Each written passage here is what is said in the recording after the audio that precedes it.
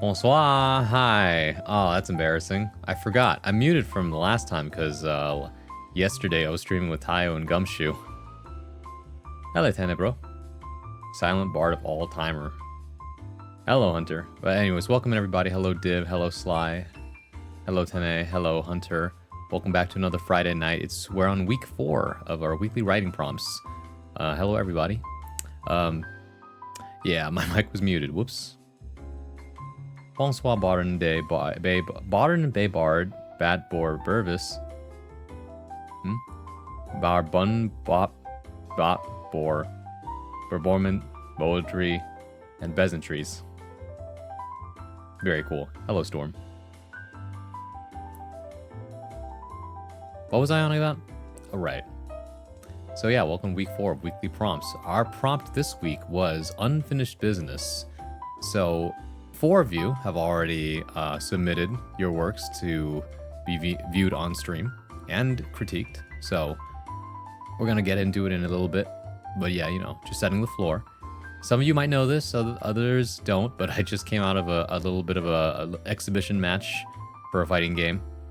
I lost, and that's okay. I had a lot of fun. I'd be dishonest if I said that I didn't want to win. Well, more than anything, I wanted to put on a better show, but a lot of stuff happened. Then again, I don't always I can give you reasons, but I feel like they'll come across as excuses, so that's why I tend to keep them to myself unless people explicitly ask me. So, you know, today I was not the better player, and that's okay. It just makes me want to play the game more, that's all. Hunter was sickly, so I'm fighting for my life on the Google Docs. I was rooting for you. I know you were. A lot of people were, actually, and what's it called? Yeah, no, a lot of people lost points, and I understand.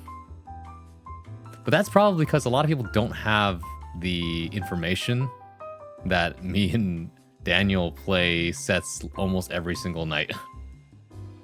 And so it was a toss-up today on whether or not... Oh, hey, thank you for the 10 stream streak, Storm. Bonsoir.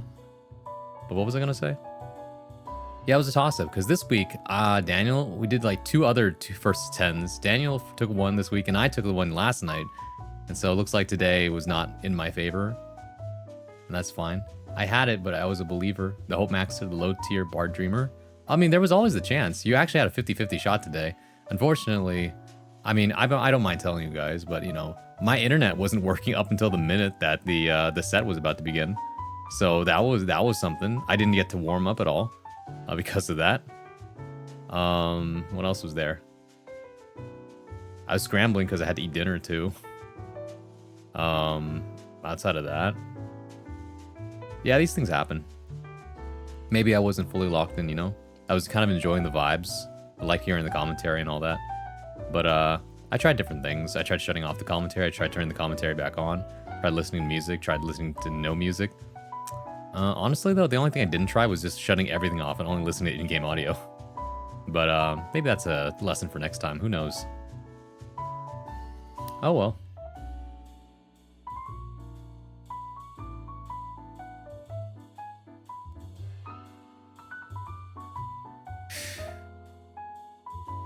I think what makes someone very mentally strong isn't being able to endure a lot of different hardship. Not just that, but also being able to get back up after multiple losses. You know? 1,000 losses for 1 win. Is that the indomitable human spirit? I don't know. Might be. Either way, yeah. You know, for the writers out there, it's 1,000 rejection letters for 1, you know, successful submission. That's how it goes sometimes. It's a big world out there. Always a bigger fish. But one day, I would like to be the big fish, and that's something to work towards, I think. Still, best not to be disillusioned, right? Or rather, best not to... Like, you can dream, but I would also caution against blinding yourself because of it, right? Some people get really big egos thinking they're really, really good at something, only to find out that they're not big fish and come crashing down, right? I've always found protagonists that end up in that situation at rock bottom and then the entire story is about clawing their way back up to be very inspiring. I'm not sure though. Something to be said about that kind of dynamic. Maybe my work will get rejected for the rest of my life, but I can still be proud of creating pieces of art that I love. I mean, what you're doing is leaving a legacy, you know? And I think if you do it for yourself, then you're never at a loss, in my opinion. Hey Kata, welcome in. Thank you for picking up your daily coin. You now have 22 coins. Wowee. Alright, I think I've dallied enough. Let's get into the submission, shall we? This first one is brought to us by... Excuse me. Sly Brown Leather. Now paging Sly Brown Leather. Now Sly actually gave us 2 short submissions this time around. So that means that, what's the word? We'll be reading 2 different works here. Not me, definitely not, JK. Too late, you've already done this. It's on paper, it's on record. We're gonna be reading this now.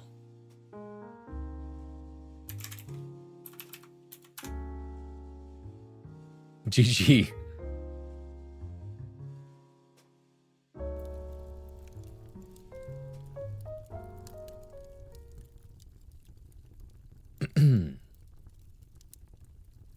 The bread stares down the cat. The cat stares back. Bread. You shall not pass. Cat. Yes, the hell I will pass. Nuh-uh. Yeah, huh. I will protect the fridge from you. This stare down of the bread and the cat lasts for years. Some may even say centuries. All the cat wants to do is get on the kitchen counter to fight the fridge. You fucking won't stop me from fighting that fridge. I will protect the fridge even if it kills me. The cat jumps up and gets the bread off the counter with ease, yet falls with the bread. To jump up on the counter right after to find there is aluminum foil, thus the cat runs out of the kitchen upset by not fighting the fridge. And that's it.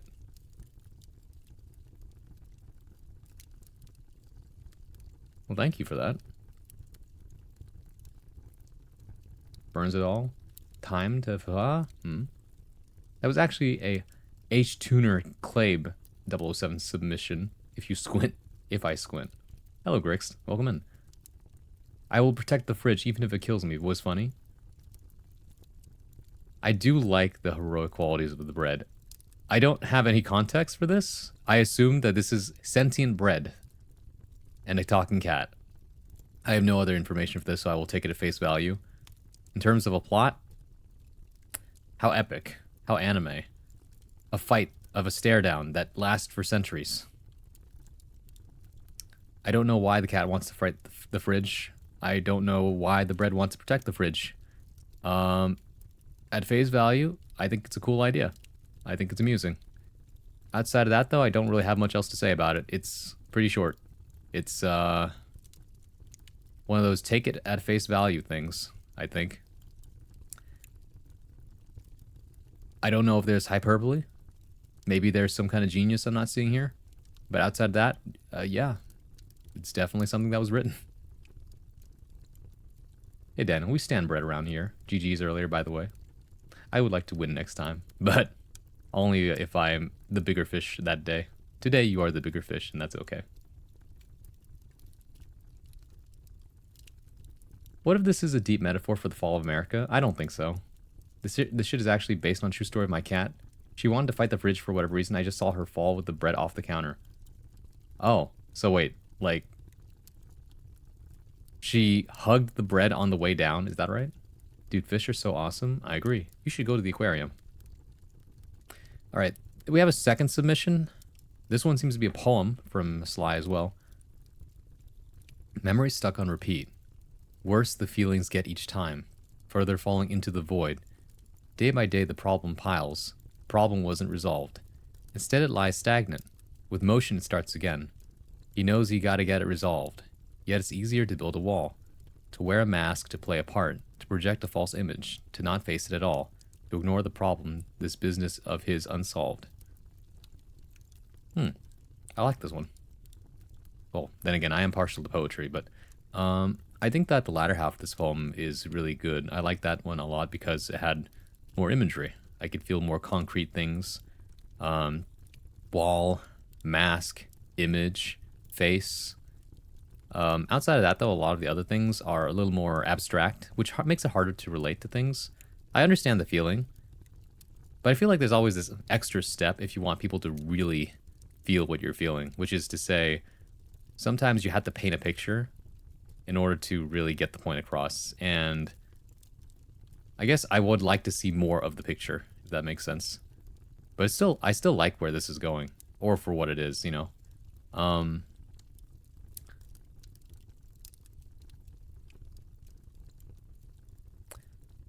Word choice is good. I think that the poetic meter chosen, probably unconsciously, also works. Memories stuck on repeat. Worse the feelings get each time, further falling into the void.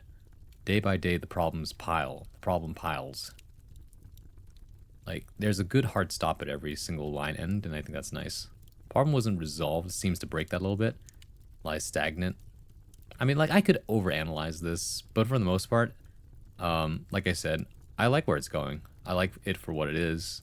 I do want to see kind of more to it to really bring out, like, what is it really trying to say outside of, like the face value of sometimes a poem is very much present. Like, unfinished business feels bad, right? That's the first layer. I feel like there's something else underneath the first layer that can really be dug into, but maybe that's just me. I don't know. Also, I assume that this is about a fictional speaker. Something to note about poetry is that poetry isn't always going to be autobiographical, right? It's not always going to be from the writer's perspective. Sometimes it's about someone else and things like that. Mine isn't going to be finished tonight. I will probably be submitted next week, but I'll try to work in next week's prompt into it as well. There's just too much I want to do and flesh out. If you don't feel like it's ready yet, then that's perfectly fine. I'll make an exception to read yours, and I'll say this is from last week's, but we'll read this week too. But try not to do it too often, because I don't want to, like, let that slide for everybody. Otherwise, you guys are gonna get so backed up on your work if you do that. Like, oh, can I get a week's extension? You keep doing that, and eventually you're gonna have a lot of unfinished business. See what I did there? Like, the pile of laundry and dishes only gets bigger. Good one, thank you. Her claws got stuck in the... Bah? Where do you submit these on your cord? Yeah, in the Discord channel. Thank you, you are the best. I'm so sorry. That's okay. I know you're doing your best. I was actually just trying to write something to represent a character in my story. I felt like it, yeah, because I was like, this sounds like from the perspective of a fictional character. I'm at bread. There you go. I'm being attacked by bread. Ah. No, not really. You guys got a favorite bread, by the way? I got a soft spot for, like, buttermilk. That's a good one. The fluffy kind. Okay, but Braun, what if you get into, like, an epic gamer explosion and can't read our submissions in that week? Well, then you'll have an extra week because the professor wasn't showing up to class that day. Interesting. Might try and put one in at some point. Yeah, I love potato bread. Potato bread is also good. Potato bread is good with certain things for sure. Yeah, actually, I've had a peanut butter sandwich made out of potato bread. That was interesting. But yeah, it tastes like bread. Wow, 25 stream streak. Too old to be DiCaprio's girlfriend now. I mean, you didn't have to go there. But thank you for the 25 stream streak, Kata. True. Every time. Hello, Gurdro. Welcome in. It's a goated toasted bread. That's true. Daniel Saz in the mines with the paper and pen. What the? Why'd they have to be in the mines? It's always Gurdro. I mean, that's their signature thing. That's what Gurdro does. The funniest thing to me is that the badge next to Gurdro's name every single time, for the most part, is the one that says watching without audio, which tells me that they don't hear my reaction. They just simply do that, leave a message, and then I don't know what happens after that. Anyways, So those two were Sly's submissions. Next one is actually going to be Tene's submission. This one, if I remember correctly, or I can pull this up, it's a comic book script that was translated into English. So some of the semantics are might be a little bit off kilter, but that's fine. I think I'll figure it out. Let's see. Yeah, it's a comic book script. So this one is named, or it's titled, Tristan, Second Draft. Page 1, panel 1, long shot, a cemetery with several visitors. Vô men the song gì, vô men su yao chen the how new see, chat session, our bro, we need some really good bird food. Why are you suddenly Chinese? Actually, you know what? I don't need the answer to that. Hello, program views, welcome in. Let's try that again. Tristan, Second Draft. Page 1, panel 1, long shot, a cemetery with several visitors framed by the silhouette of the church steeple. It is raining. Caption, 1821. Pastor, the Lord is my shepherd. Caption, Tristan, death brings kin much closer but splits the close ones. Close-up, a man, Tristan, observes the deceased, Sarah, while the family members talk amongst themselves. Caption, Tristan, kins are full of lies. No, they failed. A life is worth in death, forsaken breath, whereas a friend, a love, a husband. 5. Pastor, from the depths I cry out to you. 3. Flashback, it is in black and white. Tristan dances with Sarah. Each wears a ring on their left ring finger. Caption, 1811, 10 years ago. Sarah, you told me you weren't the dancer type, and here we are. Tristan, it's because I'm a romantic one. Sarah, and what am I to conclude from that? They devour each other with their eyes. Silence. They kiss. We return to the present in color. Tristan bursts into tears. In front of the tomb, no one else is present. A hand rests on his shoulder. Page 2, panel 1, it's Daphnia. They embrace. Tristan, why am I so weak? Actually, that's not good. Let's try that again. This time, both feet on the floor. Why am I so weak? Flashback in black and white. A teenage Tristan blushes at the sight of Daphnia, grasping the arm of her former husband, who wears an eagle ring on his index finger. Caption, 1792. Caption, Tristan. Why couldn't she remain a sweet memory? On the balcony, Tristan kisses Daphnia while Sarah sleeps.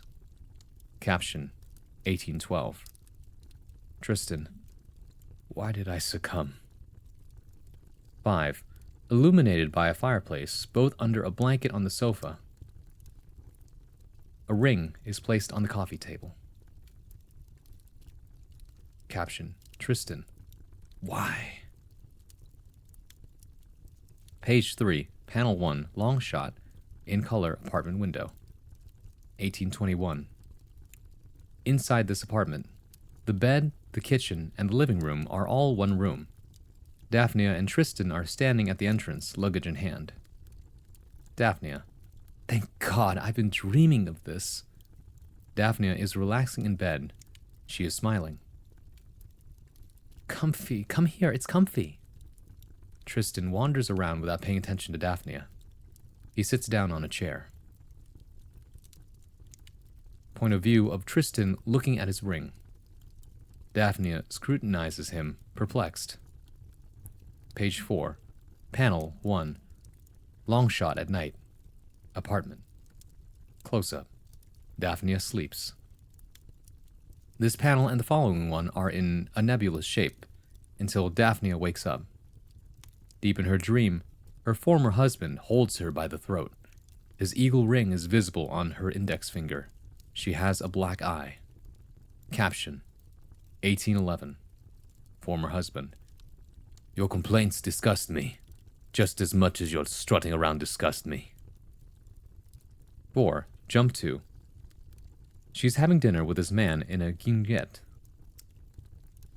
Hold on. Let's do our due diligence and learn a new word.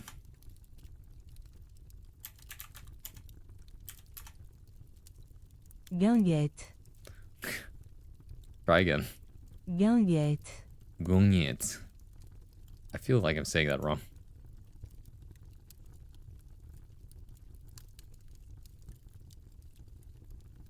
Did you say free? Hold on, let me catch up with chat. Multilingual verb, Duolingo trauma. Chatter who is secretly Chinese. The Vietnamese CTS can read the Hanji. Program in their Chinese era like we all should. Ni howdy. Hi Taya, welcome in. You say free? Been learning for like a year on and off. I understand grammar, but I need to learn actual words. Slay. Hey Emblem, hi. Low-key stressed over the prompt because I had 3 other things written out and discarded because I didn't like it, and that's okay. It happens. You two can speak French. Sorry for the word. No, it's okay. It's a learning experience. In fact, I think that more writers should just insert their native language into their writing because it is intrinsically yours in that sense, right? To bring a part of your culture into your work. And anyone who reads it then has to interact with your culture and respect it, in my opinion. So, once again. Guinguette. Guinguette. Guinguette is what I hear. She's having dinner with this man in a guinguette, a type of open-air cafe, but she sees 2 figures dancing. Hi, Kinchi Cat. Page 5, panel 1. It's Tristan dancing with Sarah. Close-up. Tristan smiles as he looks at Sarah. She admires Tristan out of the corner of her eye. Former husband. Look at them, one last time, before I gouge your eyes out. She wakes up. She notices that Tristan is no longer in bed. The door opens. Page 6, panel 1. This is Tristan. He is wearing boots stained with mud, shovel in hand. Daphnia. Honey? He takes off his coat. He puts down his shovel. What are you doing at this hour? He puts an object in the bedside table drawer. Tristan says nothing. He lies down next to Daphnia. She stares at him, even though his back is to her. Page 7, panel 1. The morning rays illuminate the apartment. Daphnia is cooking. Tristan, in bed, stares at the ceiling. Daphnia looks at the bedside table. Tristan. When dead be living in thought, we have no thought for living. She turns her gaze towards Tristan. Pardon? Tristan again says nothing.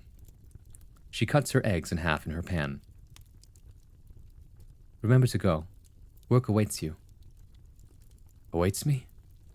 Yes, awaits me. Page 8, panel 1. Daphnia cleans the apartment without Tristan present. She looks at the bedside table again. She opens the drawer. She finds a bottle of vitriol. Wide eyes at this discovery. She goes out. Page 9, panel 1. Long shot, in a cemetery. Tristan. No, I don't have any flowers. Close up. A crow perched on a funeral fence. Tristan. Next time, then. Close up. A statue of a lamenting angel. Tristan. Next time. Close up. A mound of earth with a shovel stuck on top of it. 4. Tristan. Says nothing. Close up. Sarah's tombstone. Tristan. Yes. Yes.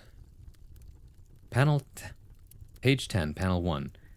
Hidden under the shade of a tree, out of sight, Tristan dances with the corpse of Sarah. His head rests in the hollow of the putrid neck. Tristan. Next time. Page 11, panel 1. Daphnia is in a hurry.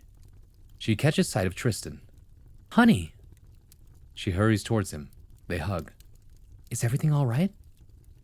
Tristan smiled. I couldn't be better. Was there a problem? Daphnia hides the vitriol. No, nothing, no. I wanted to see you. Page 12, panel 1, long shot, at night, the couple's apartment. Daphnia wakes up. Tristan is absent. Long shot. She scans the apartment. The shovel and boots have disappeared. She puts on her coat. Hand in his pocket. No vitriol. She opens the door that leads outside. Nino Panda, thank you for the follow. I appreciate that. Welcome in.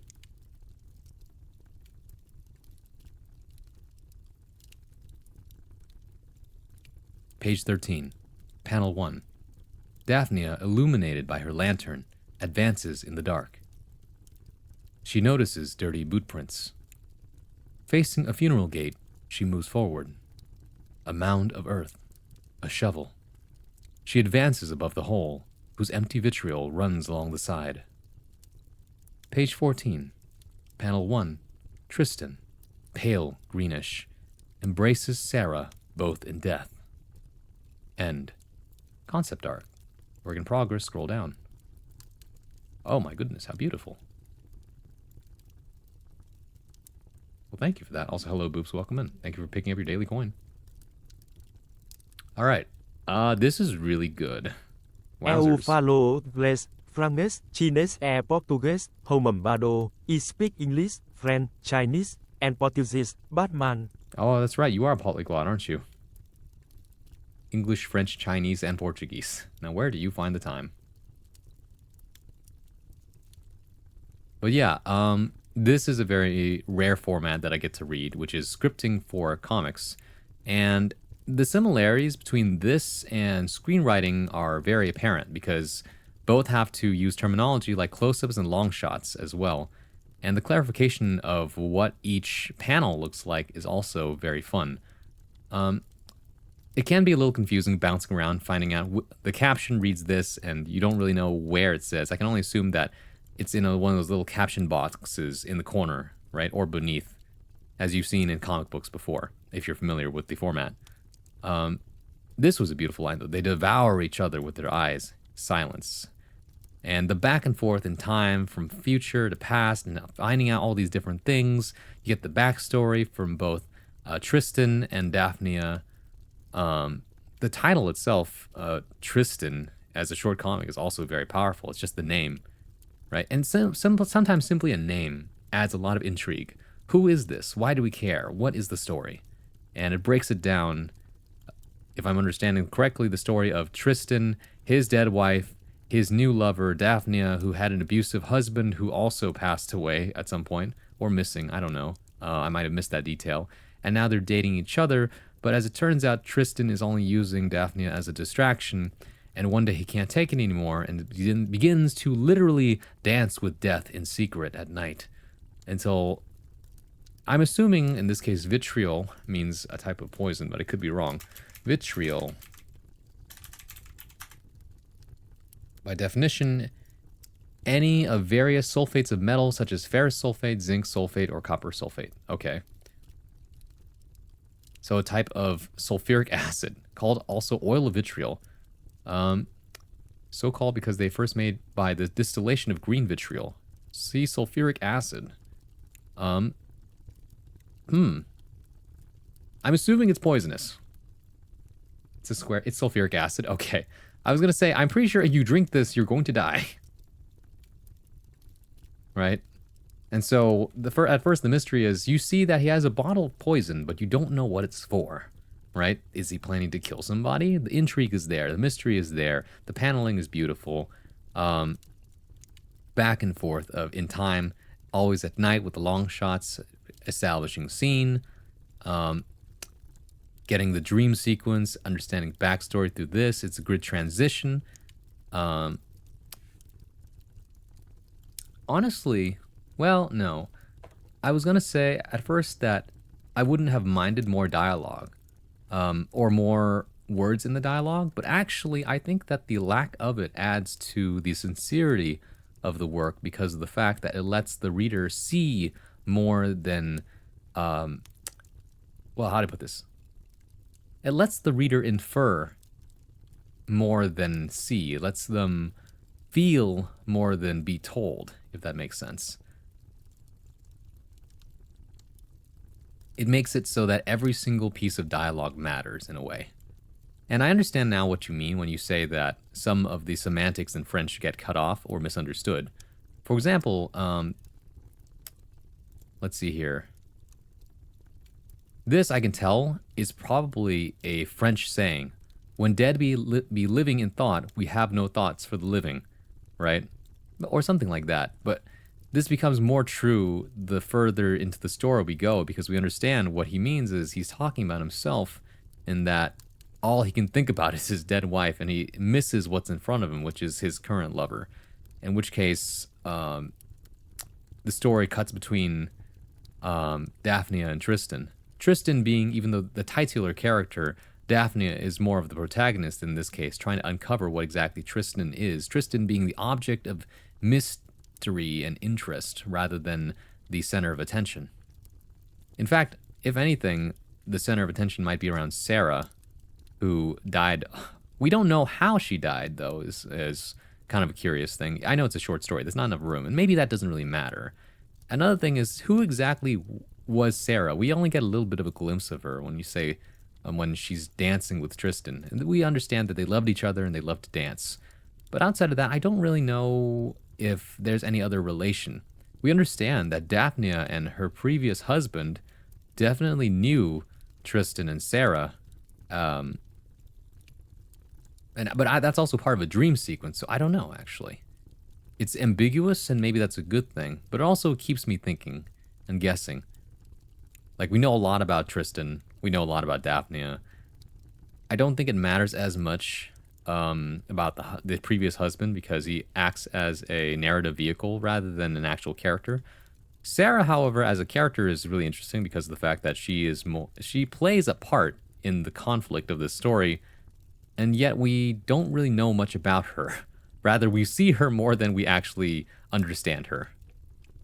Interestingly enough. But yeah, it's great. As far as what it currently is in its current iteration, I think it's really good. Do I think that it could go on?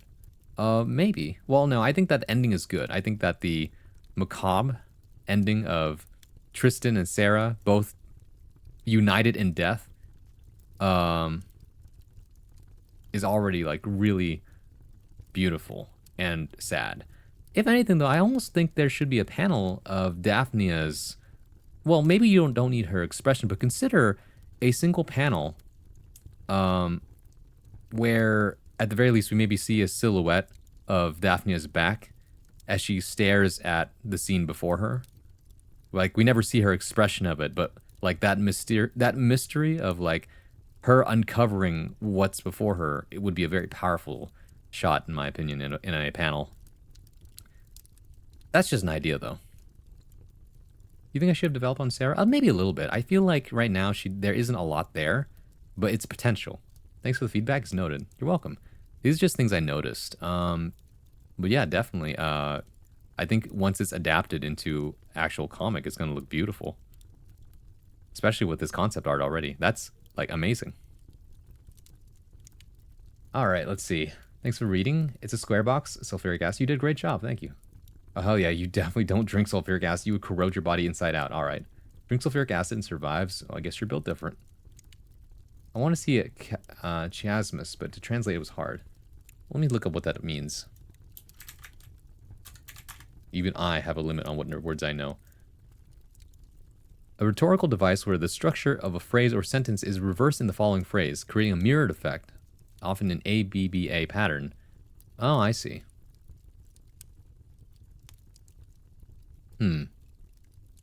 Once again, from Wikipedia.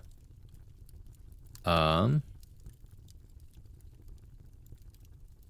see, how do you pronounce this? Chiasmus. Oh, chiasmus. All right. Reversal of grammatical structures in successive phrases or clauses, but no repetition of words. For examples, chiasmus balances words or phrases with similar though not identical meanings.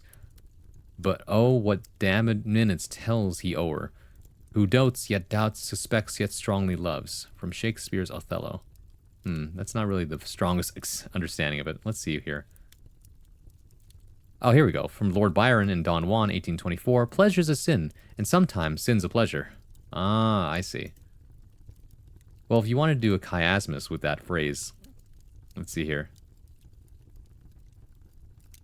How do I phrase this? Oh, I think what an alternative for saying this is, when the dead live in our thoughts, we have no thoughts for the living. So to write that out for you.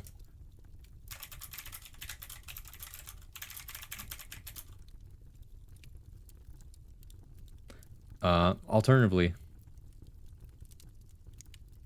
well, actually, no, I like that. We have no thoughts for the living. Like a simple turn of phrase, but it's so effective. Thanks, I'll try that one. You're welcome. Because I'm a reckless person. Why you test fate? Also, hello, Gumshoe. I love that one. Yeah. What the heck, we started? Yeah, we started. Hope we didn't miss too much. I read Slimes, which were 2 short ones, and after that we read this brilliant, what, I keep forgetting what it's called. I know it means it's a comic thing, but comic book script. Yeah, it's a script for a comic. It's comic book scripting.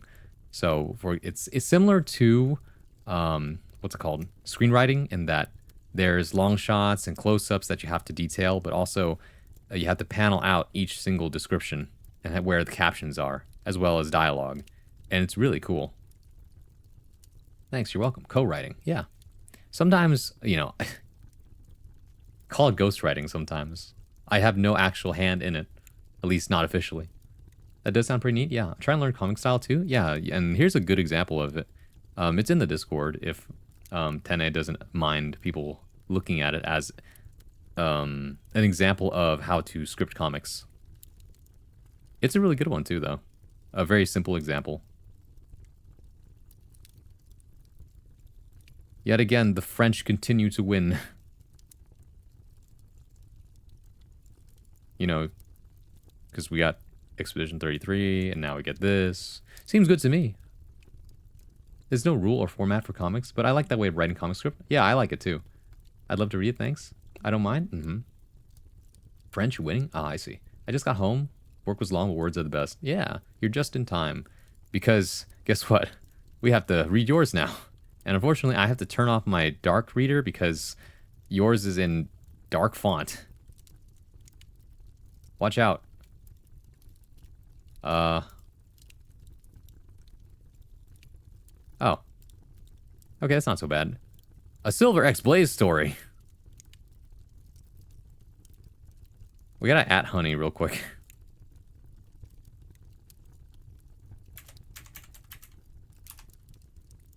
Am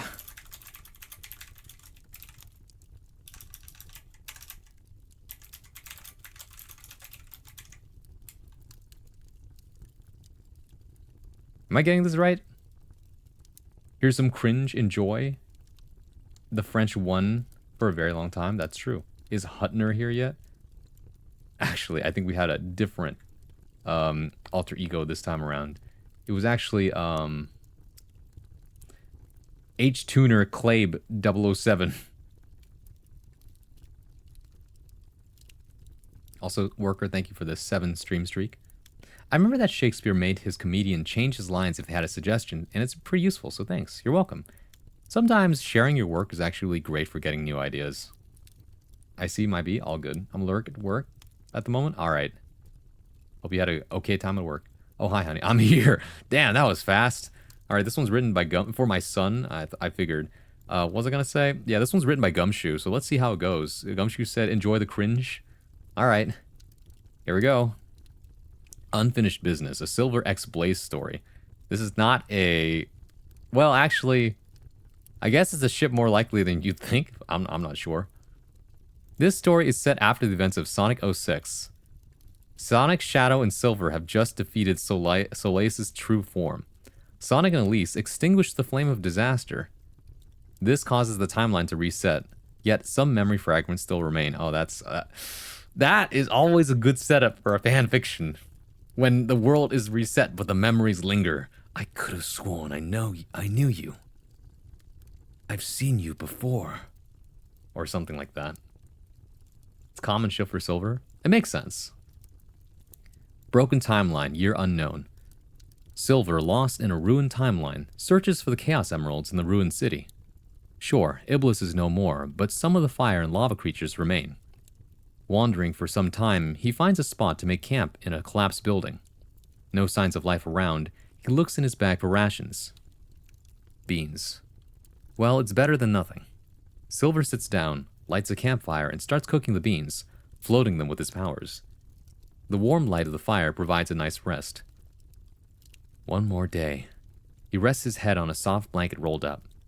After another day of trekking, he reminisces on his missing companion and the promise they made. Soliana, Crisis City, year unknown.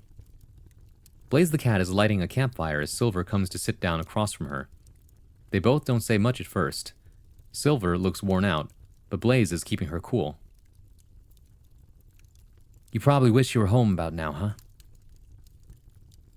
Silver, there are bigger things to worry about. You never talk much about the world you come from. What's it like? I bet it's better than this.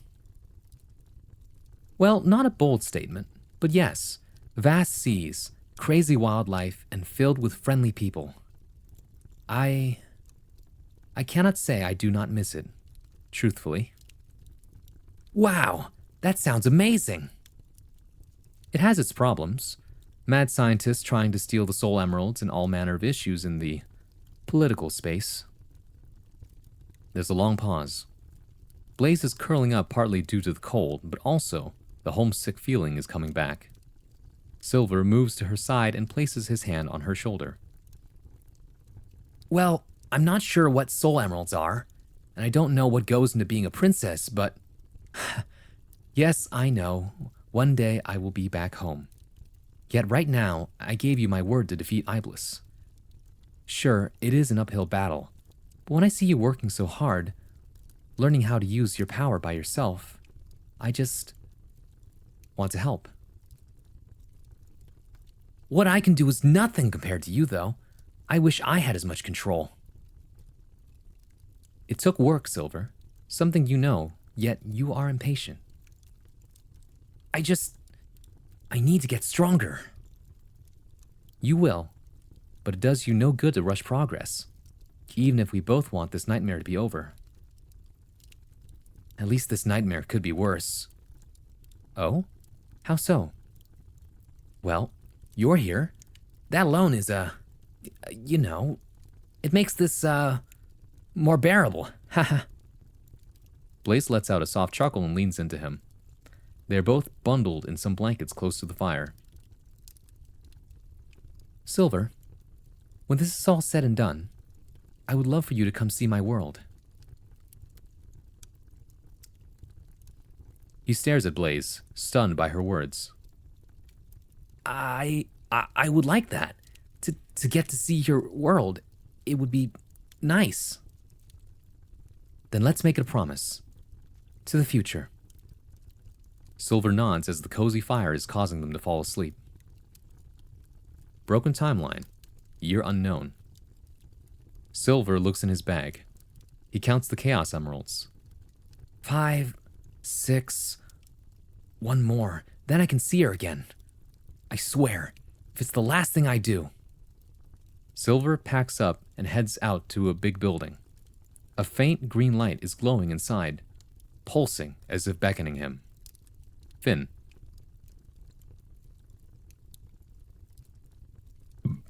Excuse me.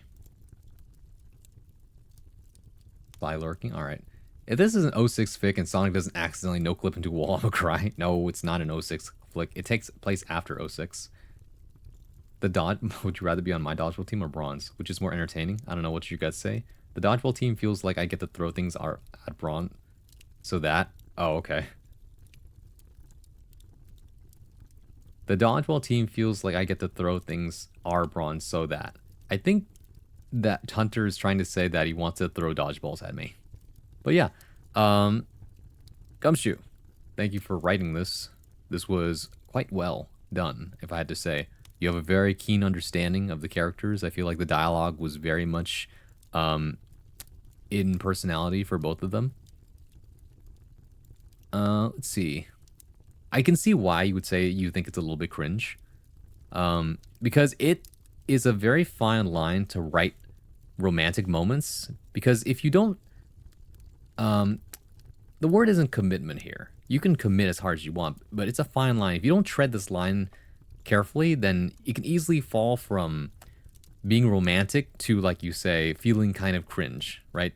A bit too performative. So I get that. I think that you tread this line very well.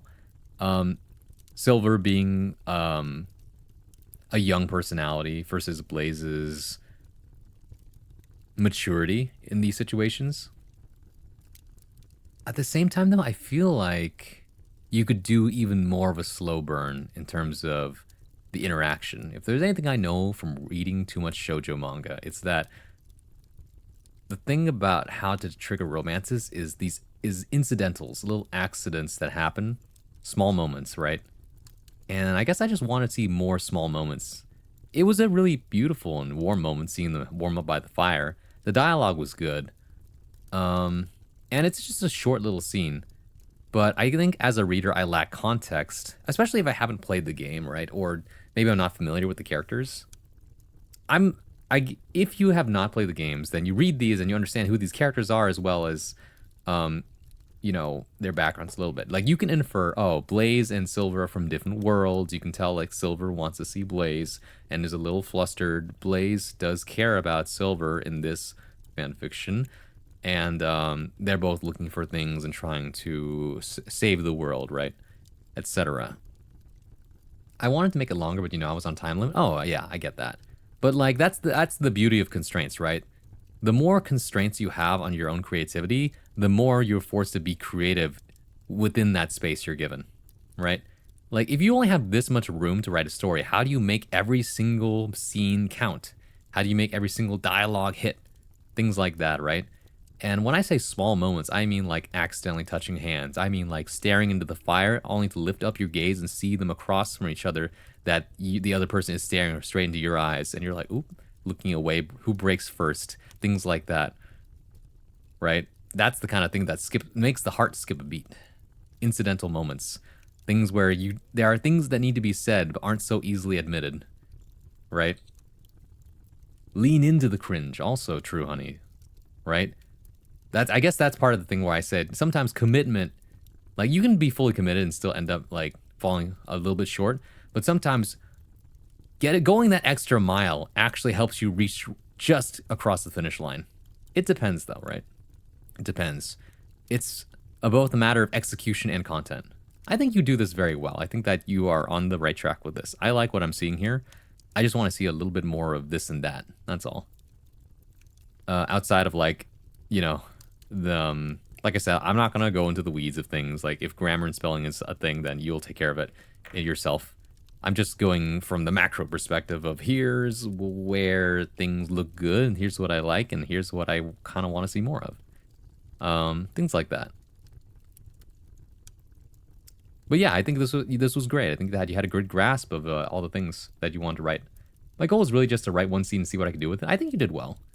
Like there's always more you can iterate on, but for what it is, you're already on the right track. Oh, hi, Marco. Are you here to ask me about Mario Party? Are we still on for Saturday? But yeah, let's see.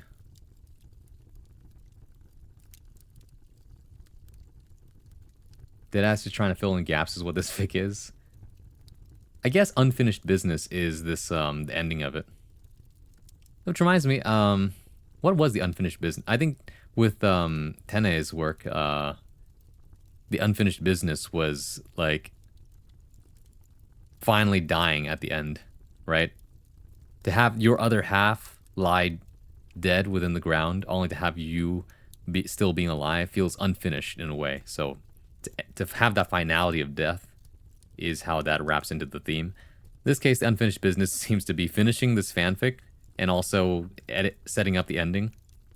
So who knows? I thought it was cute. I do too. I do too. Thumbs up. Heck yeah. I don't have confirmation on Skyfer and Column. Fair enough.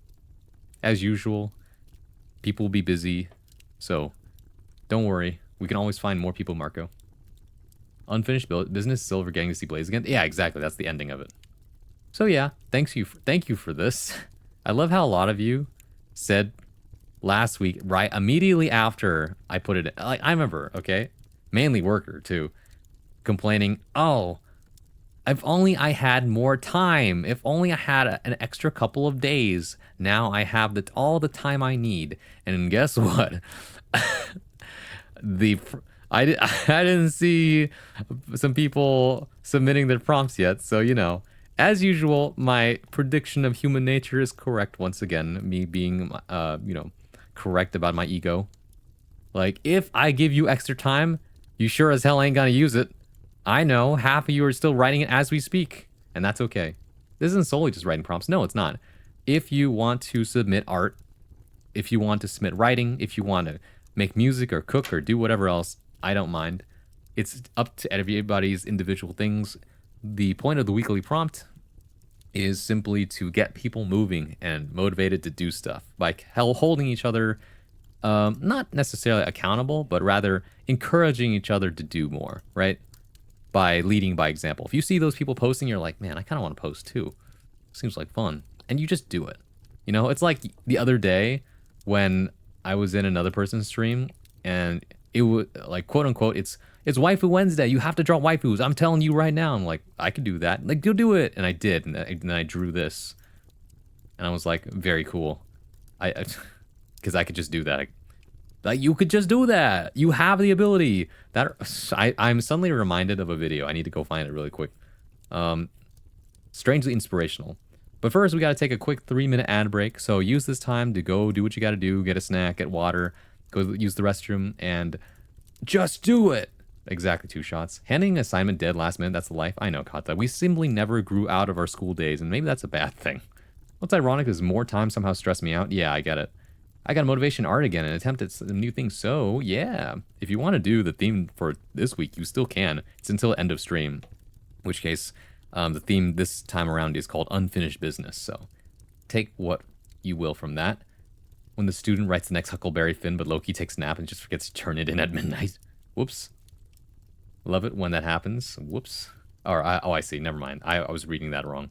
I love when that happens in reference to I got motivation. Nah, next prompt? Okay. The prompt will be revealed by the end of stream, I would say.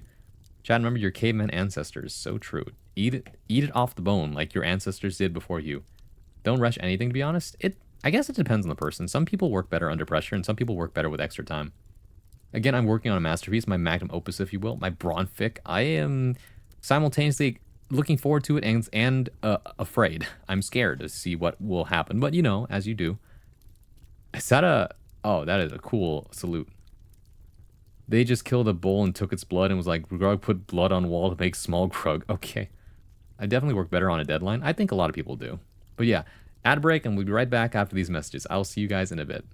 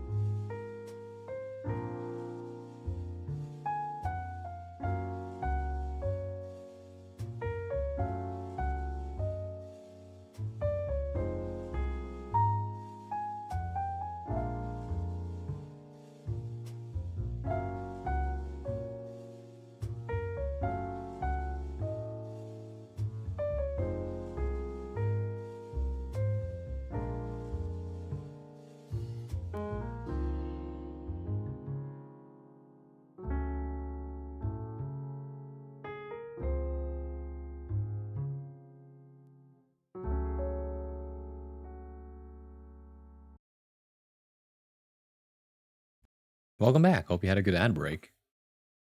Man, I still have this thing up like it's a hung painting of the Mona Lisa or something. But yeah, welcome back. Actually, keep the music on. So, what did I miss? BBB Drizzy, what the? I rushed the 2 things I wrote because I had in my head that I needed to get it done by Wednesday. Fair enough. Braun Best Beta, BBB, what the? Lol.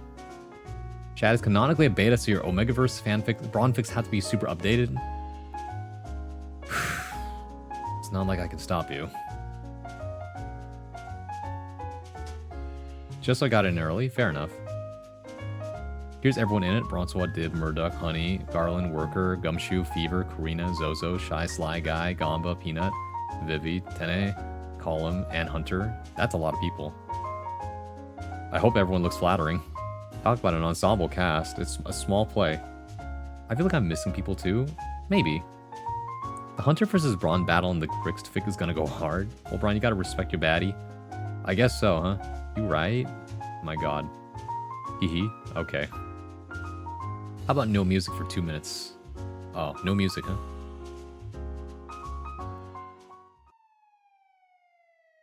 There you go. I mean, it would be layered on top of the music, but since you asked, there you go. I turned my Garbo. Yeah, I already got it under lock and key, buddy. It's right here. Sorry for the fucked up resolution, because I zoomed in. Goddamn, this guy's prepared. Speaking of, by the way, remember when I was talking about, like, I had to go find a motivational video real quick? I mean, I'll show it to you after the sirens are done. But also, I want to talk about the fact that I listened to.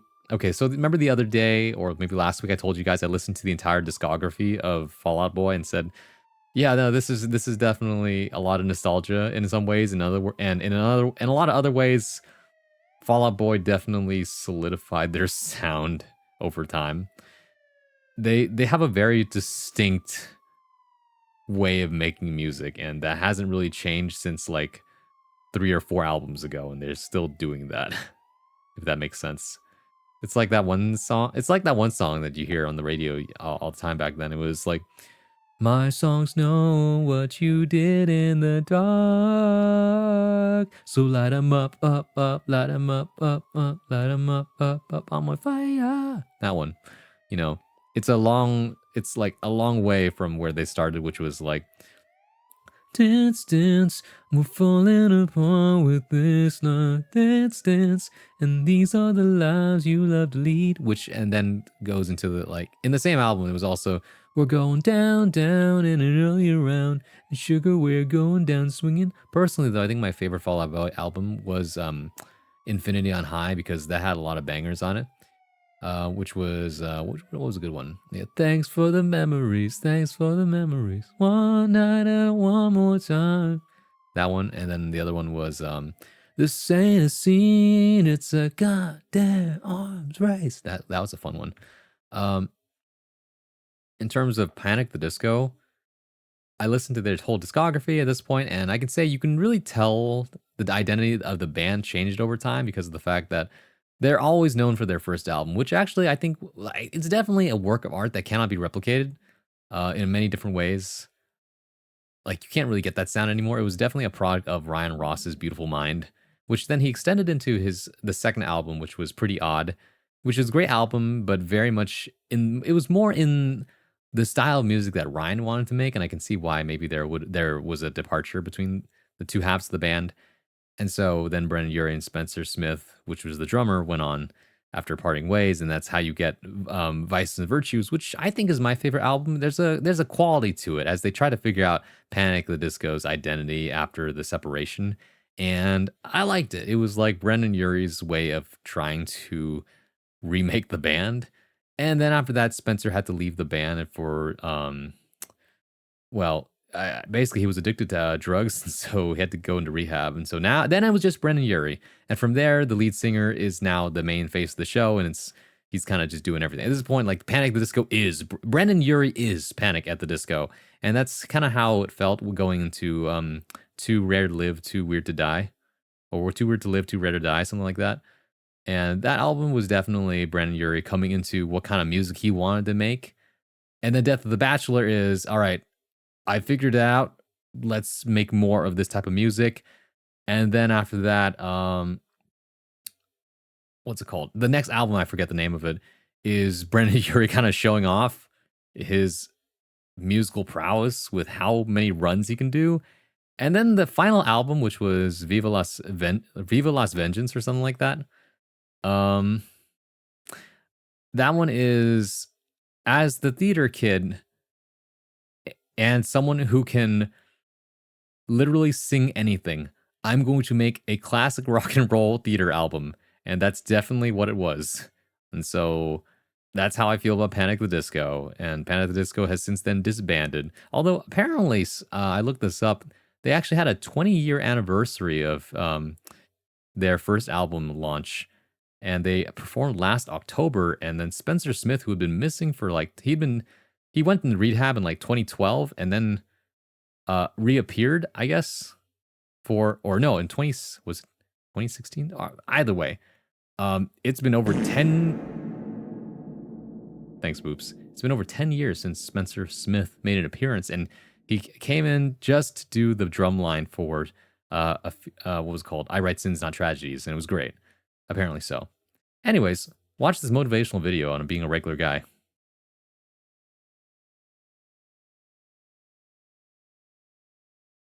You are a regular guy. You can enter a space. You are a regular guy. You can enter a room. You are a regular guy. You can do that transaction. You are a regular guy. You know how to answer the phone. You are a regular guy. You know what sleep is. You are a regular guy. You know how to wake up. You are a regular guy. You know how to move through space. You are a regular guy. You know what it means to be you. Wow, I found that one strangely inspiring. Yeah, there you go. If you don't know what this is a comedy show run by Sam Reich, which is Make Some Noise, I believe is what it's called. It's really funny. If you guys haven't seen it, Noise, yeah. I don't remember what the prompt is, but it probably was make an inspirational speech, but that's not actually that inspirational. Who knows? It's on Dropout. Technically, yeah, it's on Dropout, or at least it used to be College Humor. Then it turned to Dropout because you can see how that changed, right? But anyways, when you vaguely remember this Mob Psycho opening. Kind of true, actually. Not Fall Out Boy. I hate that song. Yeah, I know. It's not particularly my favorite either. You ever just feel your soul leaving every single time you hear something? Your College Humor with Good Old Days. Those were definitely days. Hey, buddy, what's up? You did amazing against Dan. I did all right. And you know this because I think you were up late last night as well, watching me and Dan go at it. And so it was definitely a 50-50, and just a lot of things did not line up for me today, and that's okay. I'll get it next time. But yeah, it was fun. It was exciting. I enjoyed that. I always like the atmosphere, but maybe I get a little carried away.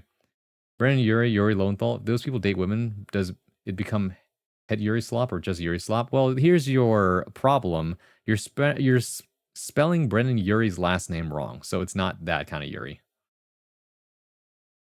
Let's see. Okay, yeah. It's time to get on with the actual unfinished business, shall we? So this one is brought to us by Worker TV over there. Going at it with Dan. Yep. We gotta fix that. Fix what? Are you suggesting that you, like... Oh my goodness. Speaking of... Dank, thank you for raiding with a party of 17. Welcome in, Raiders. Hello, my name is Francois, modern day bard at your service, your one-stop shop for poetry, performance, and pleasantries. When I'm not playing fighting games, you can usually find me reading, writing, and sometimes I might even sing you a psalm. Hey, welcome in. I understand that you are a crowd of fighting game people who just watch a very, very close set for first to 10, 3 different times. I was included in one of them. So this might seem a bit jarring to you to pop into a stream where someone's reading and writing and talking to you in a very calm voice. That being said, Raiders, if you gotta go, you gotta go. Please do get some rest. Otherwise, feel free to stick around. Now, y'all know where to find me. But Dank, I really appreciate the raid. Thank you for entrusting your community with me. And hello. Welcome to Friday, where it's my restructured day, where I do reading and writing, where normally I'm known for playing fighting games, like Guilty Gear Strive, where I play Anji, which some of you might have watched me play earlier. But you're actually here on a different day, where I'm not doing that, and I'm here to help you calm down and relax on your Friday evening, as I read to you work submissions from our community based on a weekly prompt that I've been putting out.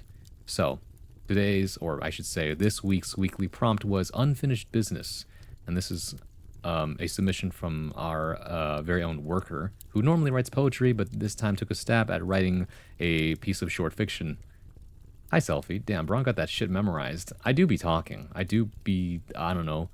Can I say I'm a professional streamer at this point? That depends. I do this as a hobby, but at the same time, I hold myself in such a way that people say, yeah, I know he's a streamer, all right. Jump scare. Hi, Hosapico. Hear me out. If we combine our powers, we can change reality. What are you saying? Speak of the dank. It's so true. Not gonna lie, you could end the stream right now and say this was a performance of unfinished business. That would be too ironic. You could play the music again? Too late. We're already playing the background fireplace noise. But anyway. Murray instead of Yuri? No, it's U-R-I-E is how you spell Brendan Urie's last name. To preface my bullshit, I haven't done narrative writing in years. Well, no time like the present to get back on the bike, huh? It's second nature for doing this so many times. It's true, I've been at this for almost 4 years now. I just talk.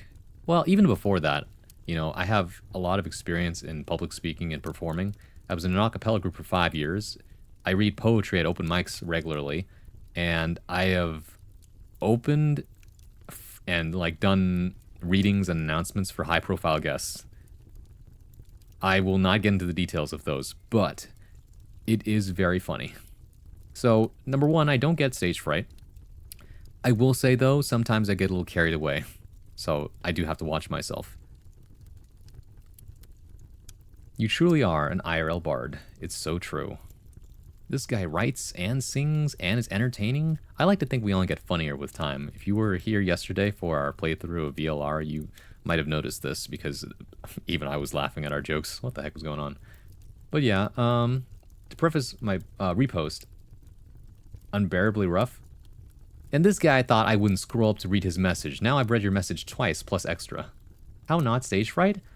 Personally, my key is to take every single piece of what you might call nervousness and turn that into excitement. I'm so excited to stand up on stage and do my thing because I trust myself to do the thing I rehearse. And even if I mess up, it's not the end of the world. Why? Because what I see in the crowd is a whole bunch of people just like me who all have their own doubts, fears, and confidences about themselves. I look in the crowd and see individuals. I don't see a mob of faces. I don't just see like, you know, a conglomeration of eyes. I see people. I see and recognize people I might know, people I might not know yet. And either way, they see me, they have certain expectations of me, and that's okay.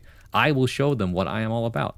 And they, in turn, will see, or I in turn will see how they react to what I do. And that's perfectly fine, if that makes sense. I guess because I recognize that people are just people, it doesn't really make that much of a difference to me if I'm on stage or not. And it helps that I'm pretty confident in my own well-being, I guess. That's a whole thing.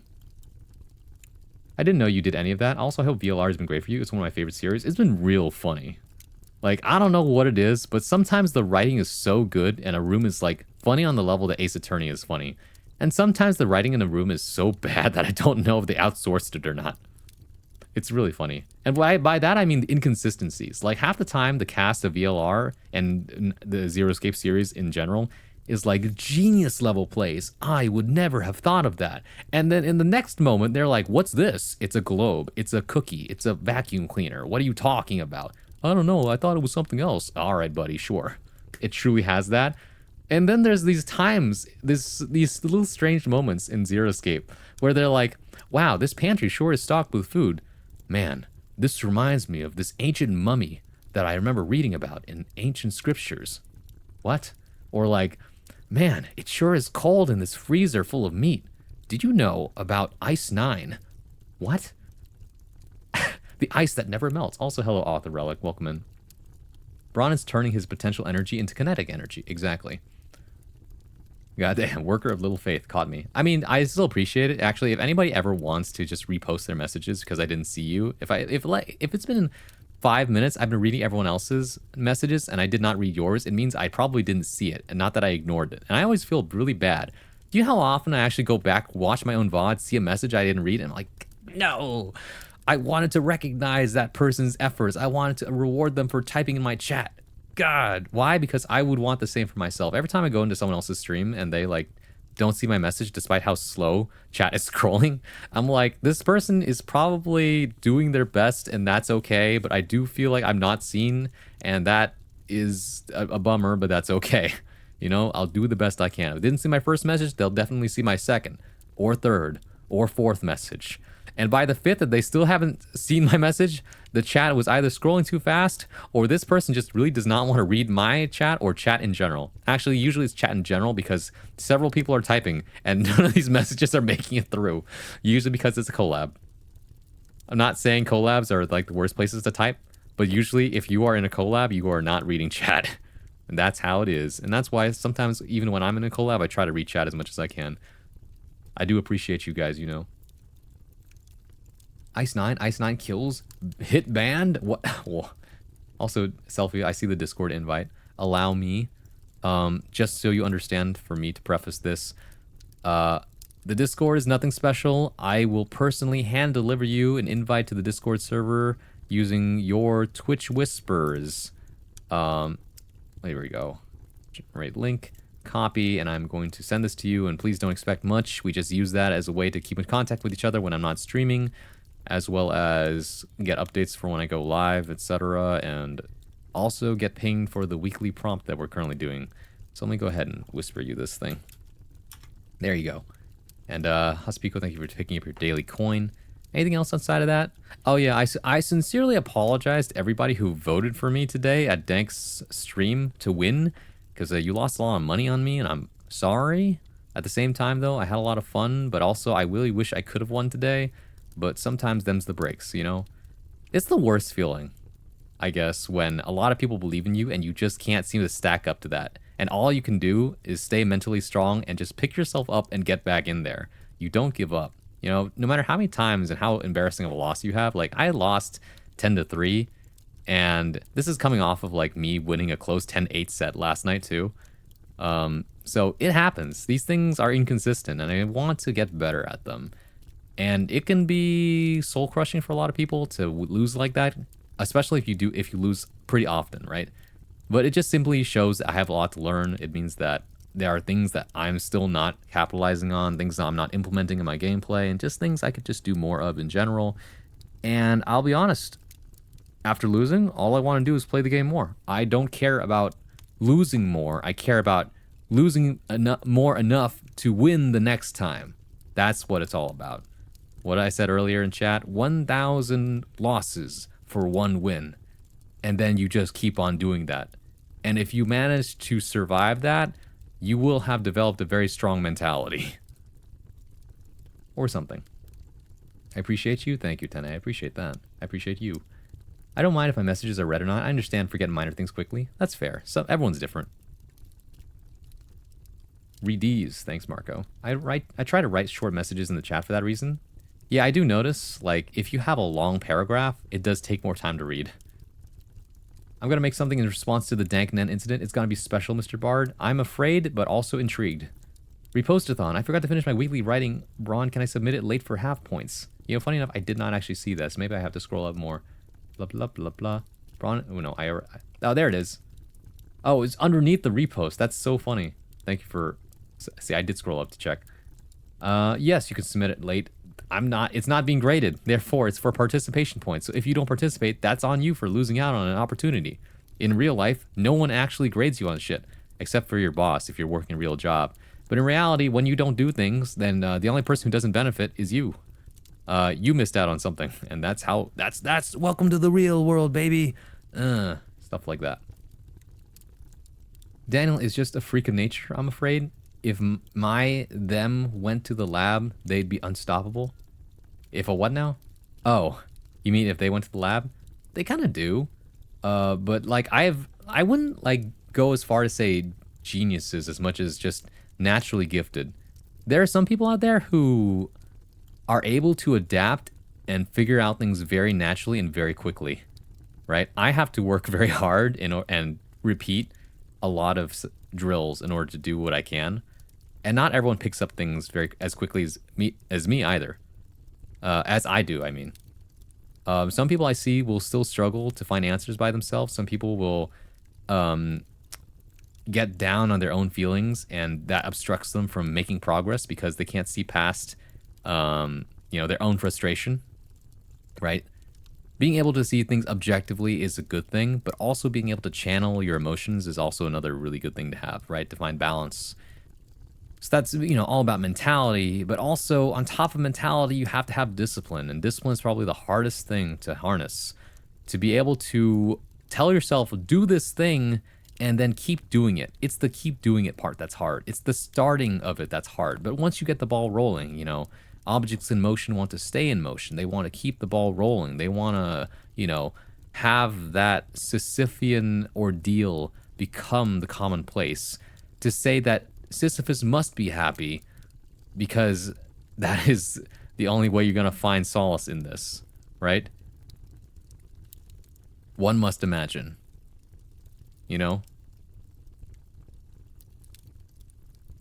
It's just dawning on me. It took me the full week to do 1,300 words. I agonize over everything, and I yearn for the dirt nap. Real jobs for suckers. I'm finna be homeless. Okay, hold on now. Not to get morbid or anything, but lately it's been kind of freaking me out every single time I try to, I accidentally think about not existing for a half second, because I'm just like, I cannot process that, and I don't want to process that. Too many times have I seen idolization of, the end, and I understand that, because some people just can't take it anymore. But at the same time, though, if you actually, well, maybe some people have, and for some people that's a blessing. But for me, I'm just like, I have too many things, too much unfinished business to want to not exist. All right, I would like to have a long and fulfilling life before I'm okay with not existing, if that makes sense. The thought does scare me. It's a bit frightening, unnerving even.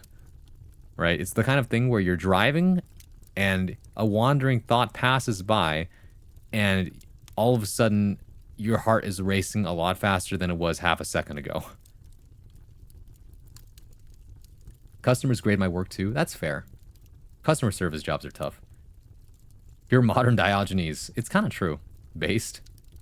One must imagine Sisyphus happy. There you go. You're about to experience ego death. The madness is coming for us all. It's the phase, I swear.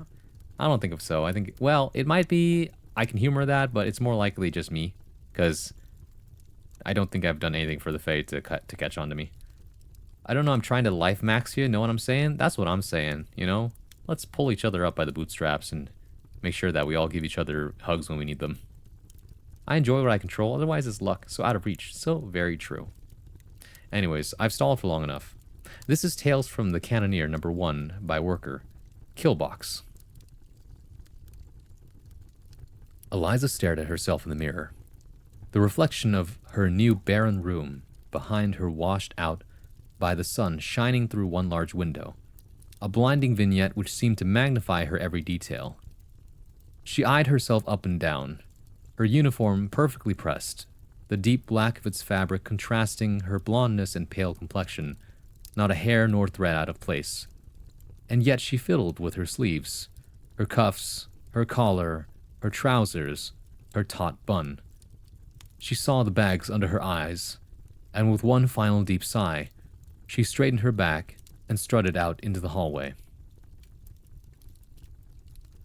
Eliza's door sat at the end of a hallway, and after locking it behind her, she marched through the narrow corridor. Dim, flickering fluorescent lights struggled to illuminate the seemingly endless, yet immediately claustrophobic space. The reverberations of boots striking peeling linoleum reached an unnatural volume, each step a hearty thump in Eliza's ears. She passes door after door, flanked on either side by white brick, and entrances marked only by a number. Eventually, she sees the adjutant waiting for her, a casually dressed, stout, middle-aged man whose station is only indicated by crown insignia of House Orbach, patch velcroed to his chest. Good morning, sir. The adjutant bowed slightly, his gaze never wavering from Eliza's as he opened the door to a dark room beside him. The Order of His Majesty's Service sent you to me with a glowing letter of recommendation. I'm excited to have you with us. How are you feeling? I'm feeling ready, Adjutant. As a knight should. Please, this way, if you would, sir. The adjutant motions into the abyss beyond the wall, and after a tangible beat, Eliza steps inside. With the adjutant behind her, she tries to keep herself from stumbling in the pitch nothingness. Her arms cautiously raised ever so slightly, but in just a few steps, the room comes to life. A chorus of electronic noise fills the room. The loud whirring of fans and the high-pitched whining of CRT and vacuum fluorescent displays. Harsh light from various monitors and control panels both pierce the eyes and become swallowed by the darkness of the room. The adjutant once again met Eliza's stare, his form now silhouette, his face a dark blur. It is here where the kingdom's threats are truly engaged with, sir. Many a brave and highly skilled knight have manned not only this very command panel, but the countless others we have here. It is here where the Order sends their brightest minds, those with the constitution to lead, the strength to persevere, and the wherewithal to remain composed, rational. Eliza scanned the various panels and monitors, each becoming familiar upon closer inspection. With a chill, she could feel her body warming, the temperature in the room rising, and sweat causing her various undergarments to cling to her skin as her forehead began to bead. "Thank you, Adjutant," she managed. "Tell me then, what are my lord's orders today?" "As you wish, sir." The Adjutant began to point to symbols which dotted the displays. "His Majesty has deployed various brigades to the far perimeter of this system, parallel to the border of our Zornian allies. The objective is simple. Keep the stations in which these knights are harbored intact and secure. All threats, pirates, Xeno, or otherwise, are to be neutralized without exception. You will be in contact with Sir Davis West, Sir Scarlet Reese, and a Zornian who goes by Hangman, that mans the system planetary gun, and your watch will be a duration of 24 hours. "Thank you, Adjutant. You are dismissed." "In the name of His Majesty, Sir Eliza." Without another word, the adjutant melted into the shadows, and Eliza was now enveloped by the command panel, and looking behind her, she was met with more darkness. She was unsure if she'd heard the door close or not. Sitting atop the command panel's desk space was a large, cumbersome headset, and after fitting it to her head, she established communication with the other knights and the Zornian. Minutes turned into hours, and Eliza continually changed from sitting to pacing to staring at the unchanging monochromatic displays to tapping her fingers on the panels. Her perfectly tailored appearance from this morning unraveled, her bun loosened and damp from sweat, her uniform blouse completely unbuttoned, the t-shirt underneath drenched, her eyes constantly bouncing between being stung awake by sweat or weighed down by fatigue. The main display's image remained unchanged as Eliza's sense of time left her. A few crosses indicating order posts, and a few rectangles indicating order brigades and ships neatly lined ahead of the Zornian border. She sat back into her seat, resting her feet atop the panel's desk space. She wondered how long it had been as her eyes became heavier and heavier. Just before total unconsciousness set in, a gravelly drawl voice over the headset jolts Eliza awake. "Command 1, this is Hangman. You hear me over there?" "Hangman, this is Command 1, yes, what is it?" Eliza did her best to try and sound alert. "Early warning seems to have tripped, but my instruments aren't picking anything up, so I'm blind out here for a moment. Keep an eye out." "Thank you, Hangman. Out." Eliza makes an adjustment on her headset. "Command 2, Command 3, this is Command 1. Come in." A few moments go by and no reply. "Command 2, Command 3, come in please," she repeats, but again no answer.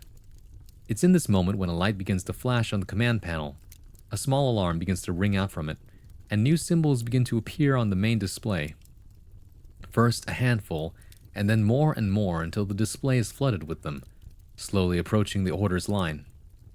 Leaping out of the chair, Eliza trips over herself, reaching for the far side of the panel, hitting a switch which raises the alarm to her brigades. "Hangman to Command 1, buzzed the headset. I got a shitload of xenocraft heading your way. The tower's location is unknown, so I can get the gun loaded. But I'm gonna need a while. Keep 'em busy, will ya? Eliza screams orders into the headset, frantically attempting to communicate with the brigades as she navigates the panel. Some messages get through, and movement is reflected on the display, while others seem to vanish, and her brigades, her knights, begin to vanish from the display as the Xeno force continues to overwhelm the entire area. She continues to fail to get in contact with the others in command, and Hangman's help was an indeterminate amount of time away. Eliza can feel her heart through her chest, and her breaths are short and labored. Her throat sore from screaming. The display continues to fill with hostiles. The door opens behind her, and the room is flooded in blindingly white light. The voice of the adjutant coming from seemingly nowhere. Good morning, sir. The watch is over. Please step out to be relieved. Eliza turns to scream at the adjutant. Quickly! We're being overrun. I can't get through to the others. They're dying out there. She continues to operate the panel, her body shaking. They're dying out there!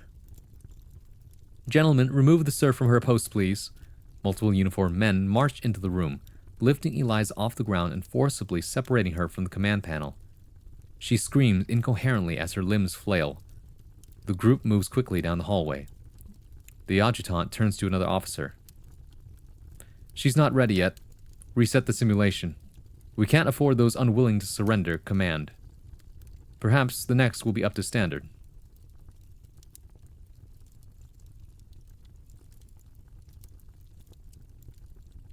Quite the story, huh? Anyways, what did I miss? I feel everyone fears not existing. One, it is unknown. For some people, they wish to do what they want before they die. Some to make a name, to make memories. I was not done. To be or not to be? Eh? Wait, is this Warhammer? I'm not sure, actually. I wonder what Sly meant when they said they weren't done yet. Because I didn't see the message in the first place, but hopefully they come back later and explain. No, period.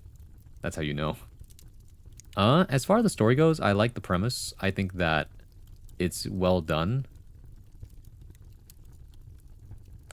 What am I thinking about? If I'm understanding this correctly, it's about a fictional sci-fi about a knight in training trying to manage security operations and manage like surveillance. Basically a Five Nights at Freddy's scenario, except it's for war. And all sorts of things happen. Unfortunately, she ends up being too tired, and then when all hell breaks loose, she can't keep up. And in the end, it was actually a test, a simulation actually, to see if she was ready for real deployment. But it turns out she wasn't quite ready. We can't afford those unwilling to surrender command is a bit of an awkward way to read it when I try to understand it. Those unwilling to surrender command, does that mean like she's not willing to give the reins over obediently, or that not willing to give up in the face of the enemy? I'm not really sure which one's which in this context. But outside of that, I really do like the descriptions. Anytime the body is mentioned, I really like that scene of she was prim and proper until it got too hot, and then everything's undone, and it's a great metaphor, or at the same time, kind of parallelism of everything coming undone by the end of it, right? Where we started with order, we ended up with chaos, and I think that's great. Yeah, I feel like a big thing about imagery is to just really feel and see the body in the story, you know, so I can really understand what's going on. I did get a little bit confused here sometimes. The story is written in present tense, and I could have sworn, yeah, see, Buzz the headset, sometimes it swaps a little between past tense and present tense, so it's important to keep a note for that kind of thing. Otherwise, it can be a little confusing to read. Hi, Elsie, welcome in. Thank you for picking up your first coin, or daily coin, not first. Sly banished to the Shadow Realm. No, I don't think so. I just gave up on the message because 100 things happened at once. I forgot the rest of my train of thought. Sorry to hear that. Hopefully it comes back. Tense fucks with my brain. I forget where I'm at most of the time. I think it's good to Oh, see here, scan the that's past tense. Yeah, I think that's just a writing thing. Always make sure you remember what tense you're writing in and try to stay consistent. Like, you don't have to be correct according to a style guide. You just have to be consistent within your own style. So if you spell something a certain way, make sure it stays that way, and you know, things like that. I do notice that you have a tendency to write longer type sentences with more clauses, where I think sometimes in order to break up certain descriptions, it might help to do certain shorter sentences and you can keep the long sentences in certain places, but then I think cut up sentences into shorter parts here and there in order to vary up the pacing. Because sometimes it feels like a lot of information all at once, I think.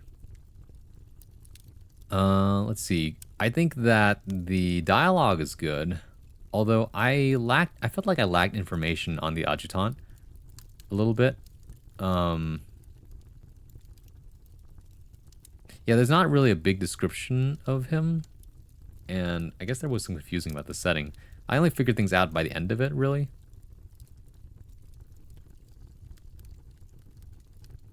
I do like that it starts up pretty immediately. But at the same time, I guess I was trying to figure out things as I went along. I didn't really know where I was, only that this is who we're following in terms of the perspective. Is that a bad thing? No, there's multiple ways to start a story. But I guess I wanted more out of the beginning to really pull me in. It doesn't quite have that hook yet. I do like the premise, though. There's something very dystopian about the idea of a soldier being put through traumatic experiences in the simulation room, of all things, and then coldly being dismissed afterwards. Especially in such a, like, manhandling way. They just lift her out of the room and then, you know, proceed as normal. Like, things got pretty interesting also when I received more information about these are the different, you know, threats and all that. It was interesting, though, the fact that the adjutant calls her sir. But I guess that's a knight thing? I'm not really sure. Like, there's lore to this. It's just that I'm not... Like, a lot of it I had to pick up through the context clues rather than it being told to me, which isn't a bad thing. I wouldn't want an entire paragraph full of exposition. But maybe dropping exposition here and there isn't necessarily a bad thing either. On the other hand, you are working on constraints, right? I don't know how much time you had. I don't know how short you wanted this to be. But if that is the case, then yeah, it wouldn't be a lot of room to explain things. As it is, though, for what we see here, I think it's good. Definitely strong writing. It's just that in terms of fleshing out more about character and plot, I kind of wanted to see more. Real knights and nobles were dressed as sir and dame if you go by the British model. I see. Interesting. Repetition legitimizes. Repetition legitimizes. Hold on a second now. Just because you say the same thing multiple times in a row doesn't make it true. I'll probably remember at 3 a.m., then wonder how I would bring it up at such an hour. You just type it to somebody. I remember what I forgot. That's what I usually do. But yeah, thank you for sharing that. Appreciate it. I don't think I have anyone else on the docket yet, although I have the sneaking suspicion that Hunter is putting something together.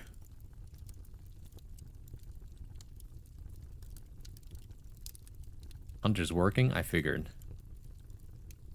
And I figure I should get something done myself, which is why I have this empty document here to write.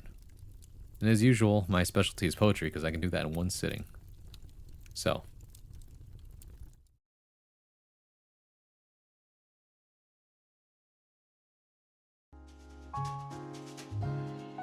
IB also working? Alright, let's work together then. I like the idea of Sir being divorced from his gender context to create a more uniform force. Ow. Thanks for that, Hospico. Although, I don't think there was anywhere in the story where I saw the words Sir Eliza. But I guess that's not really her title, simply that's her occupation. I'm not really sure. It felt like I was getting... Alright, I'm a little tired. I felt like I was getting a little bit confused about who was talking here and there because of the way that I was doing, but I do appreciate the effort to ungender things, though. There's lore, but the world building for this is mostly napkin math. The world is being built for something else. Fair enough. Actually, while I'm on the topic, how do you define napkin math? Stuff you write on a napkin note? The adjutant refers to her as Sir Eliza when he leaves the room. Oh, I see. Right around here, huh? That's true. He does do that, but that's like a page later. That's my deal. You know? It wasn't something from the get-go. It was something that it was like a finishing thought rather than an introduction of a thought. I severely struggle with communicating with people. I just now got around to talking to someone I knew existed for over a year. Yeah, it can be tough. It really depends on how you view people and how much you care about what people think about you. If you don't really mind what people think about you, then you can get away with a lot. But if you want to, but I think there's a difference between minding what people say and being considerate of other people when talking to them.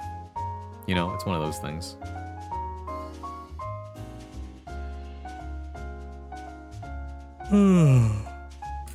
Big difference. True.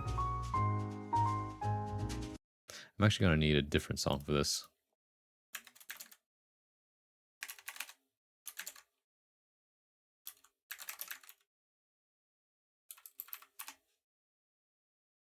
Oh, what? Oh, come on. This video, please.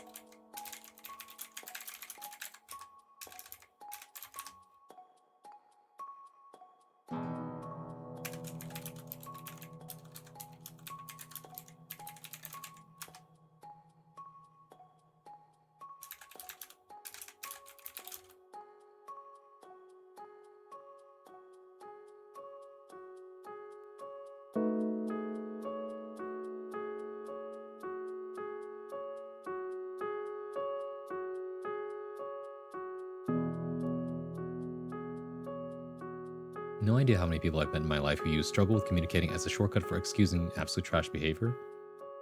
I don't think that's an accusation against Sly, but let me see. It's more of I don't know exactly what to say. Possibly because I do care on what people think of me, yet at the same time I don't fully care, which I'm unsure how that works. It's one of those things where you'd have to explore yourself and how to know your own feelings, right? And sometimes when you know you don't have the answers yet, it takes time and experience, right? Because there are a lot of answers, or there's a lot of questions we have to ourselves that we don't have the answers for yet. And sometimes there are a lot of things we know the answers for, but we never end up questioning them. I'm talking about Sly, just in response to what you said about there being a difference between caring about what other people think and being considerate of others. Oh yeah. Right? Like, I don't have to care what others think about me to do what I need to do, but I should be considerate of others when I do what I need to do, right?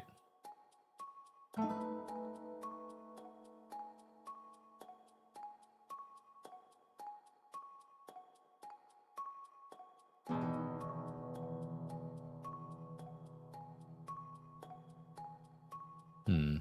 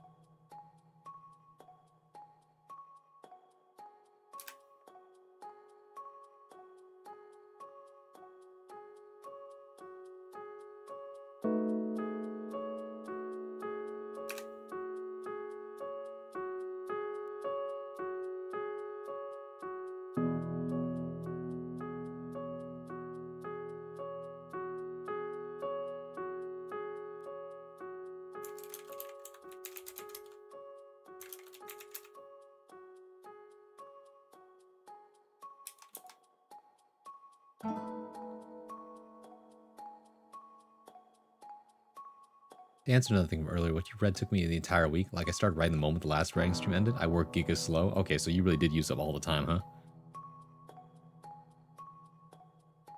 Well, it's good practice.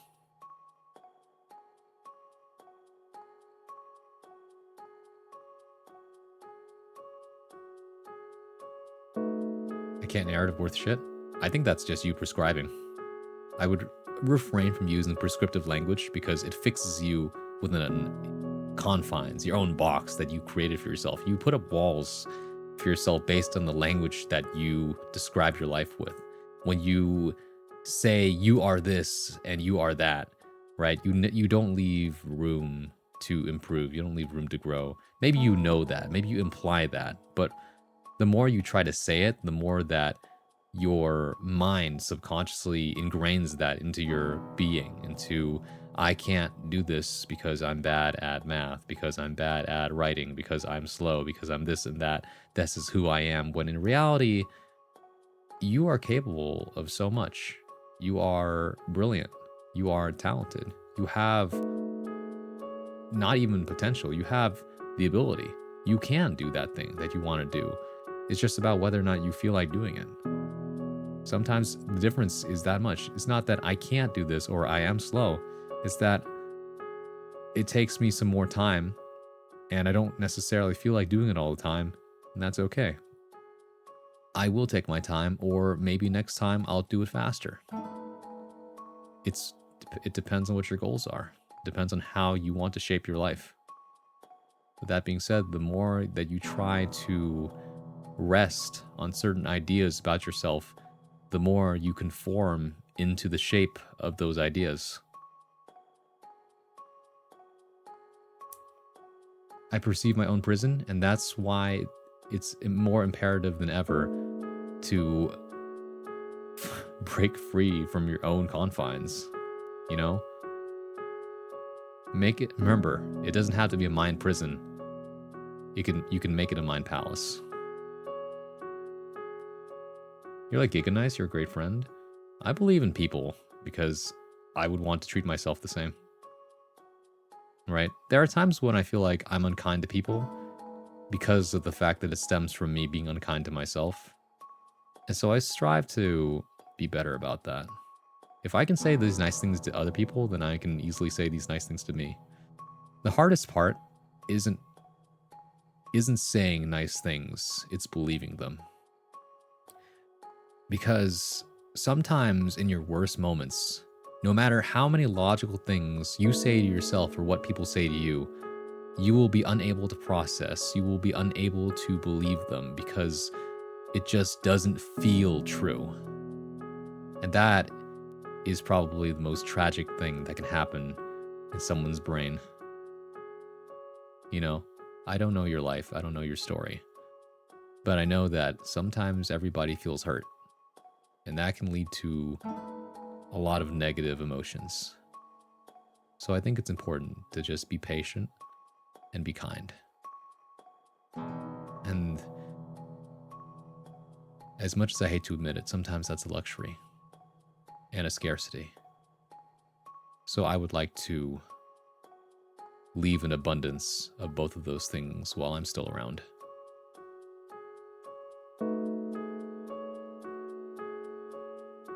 Braun giving out those nat 20 rolls of hope and inspiration. Every now and then I break my chains and I'm around a pen. Exactly. Writing will free you. Writing will set you free, as corny as that sounds. But it's true though. Sometimes you don't know what you think until you write it out. Anyways, we do have to go to an ad break. So when we come back, I'll finish up this poem. But for now, go do what you gotta do. Use the restroom, get a snack, get more water, and I will see you all here back in about 3 minutes. See you in a bit.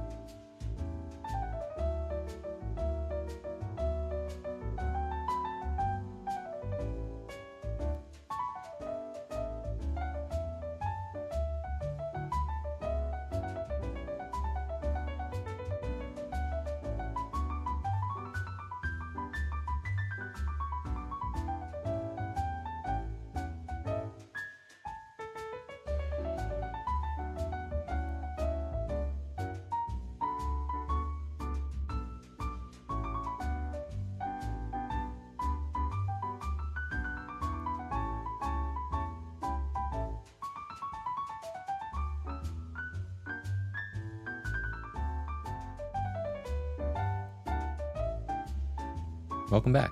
Hope you had a good ad break.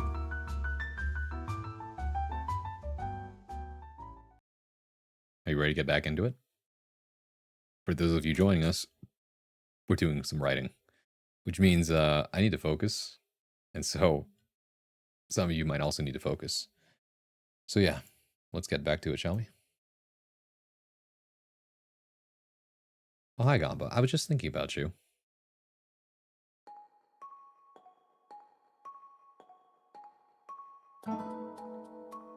Go ahead and focus then, righty boy. Focus up, king. Thank you. Wait a goddamn minute. What is it? Uh-huh. Yes, I was thinking about you.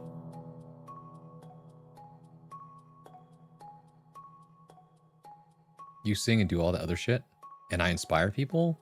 I'm righty boy? Hmm? I think we could be multiple things, you know. I also do bardic inspiration. Sorry, I saw that one coming. Couldn't catch me off guard that time. Welcome back, Sly.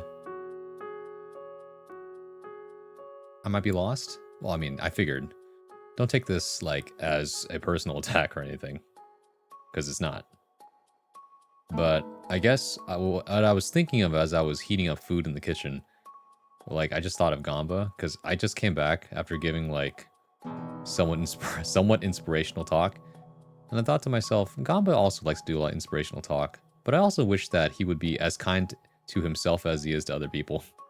Because sometimes you're very unkind to yourself. That's all. Hope you're doing good, King? Yeah.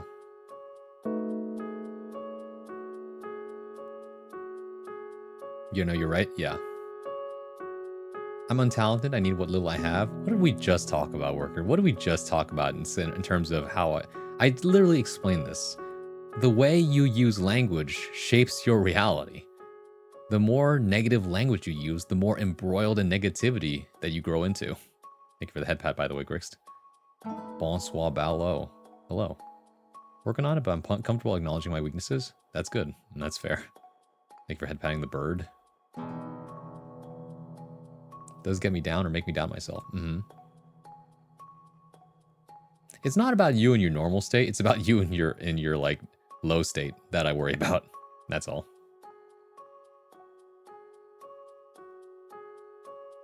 Exactly. So I'm just like, how do we make sure Gamba doesn't enter low state too often or at all?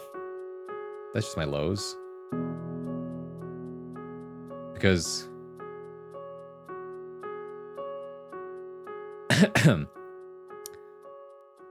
yeah, it happens more often than I would like because of the fact that, like, I don't think you should feel that way as often. I feel like you should not feel that way at all because I think that you are awesome and you deserve better. That's all. But I get it. High and Low Places, banger song. I think I forgot about that song. Yeah, you're right. That is a song. Imagine having highs and lows. Sorry. Is this reference to the same song or a different thing? That's my job to worry about. That's true. That being said, though, I would be a bad friend if I didn't at least think about other people. Fair, yeah, life's rough where I'm at, but I'll get better, and I'll get better at handling wherever I'm at. I know you will. I didn't see this at first. I just saw and almost spit out my water. Thanks, though, man. Either way, yep. Almost done with my writing. Let's go. We have at least another hour or two of streaming.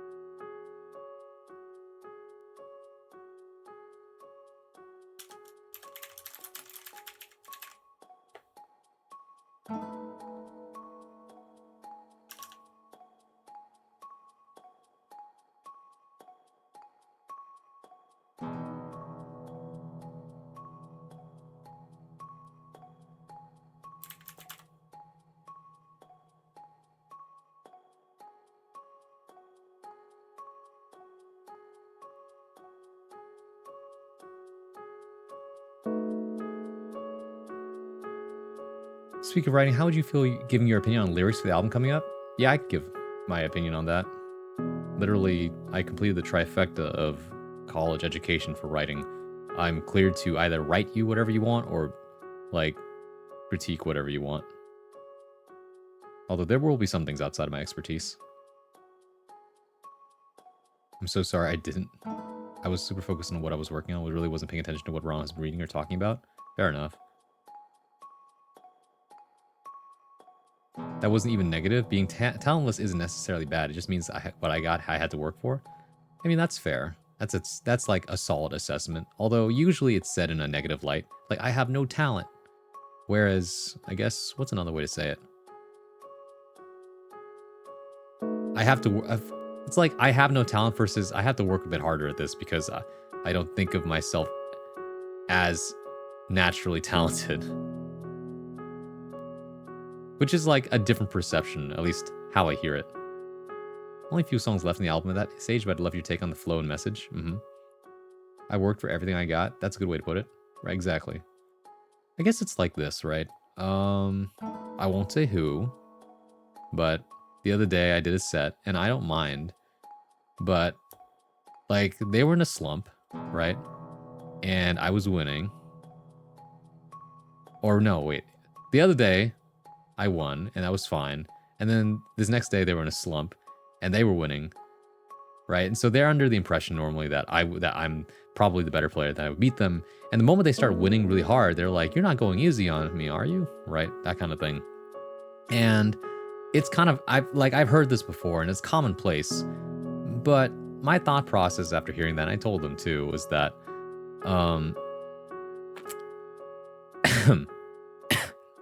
I think that instead of like, because saying something like that diminishes another person's efforts, and in a way kind of insults how hard they work in order to get to where they need to be, right? Because it implies that, oh, I can't be that good, so therefore if I'm losing to you, you must be doing something wrong, or something like that, right? Whereas, so this is an example of like, because of the fact that you don't value yourself, you end up insulting everyone else around you because of that. Because there are people in other positions that wish they could be as good as you, but because you don't see the value in yourself, you end up making everyone else feel bad.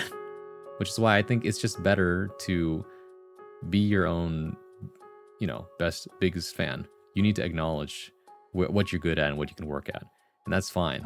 But the moment you start thinking you're trash, and the moment you start thinking that, you can't do it, or like people are pitying me, like that's you, by devaluing yourself, you are insulting everyone else trying to help you or trying to aspire to be more like you. That's my thought process on that. It's so important to just take people at their word and trust them if you know their reputation for meaning well generally. It's too easy to overthink that and sabotage both you and the other that way. Yeah. Good words there. Yeah. I not think, therefore I not am. I don't think that's how that works. But thank you, Kata.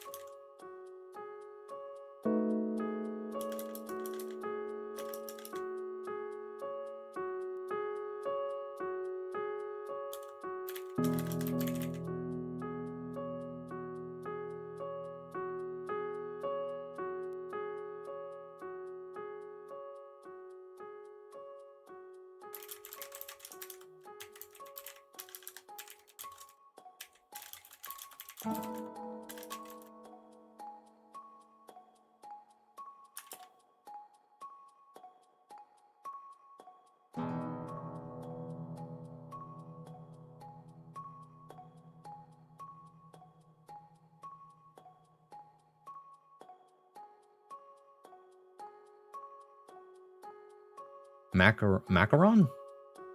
We love Mac? Little Mac? What? I not think, therefore I round start co. Got him, die soon after. So true. I finished it. Should I post it in the weekly writing channel? Yep, I probably should. If you want me to read it, yeah. Fun but hard. Poetry hard. Poetry is something that comes naturally to me, but I'm the type that edits as I go rather than writes it all out. Because sometimes I don't know what I want to say until I've said it.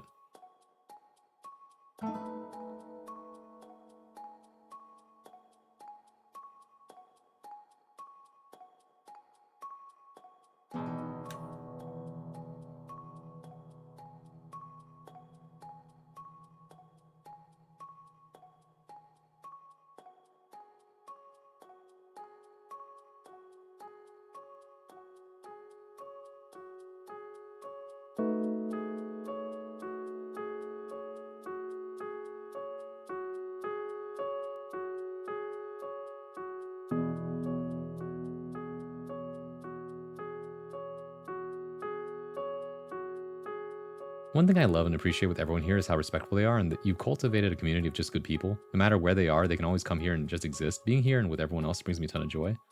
I'm glad. I'm actually really glad about that.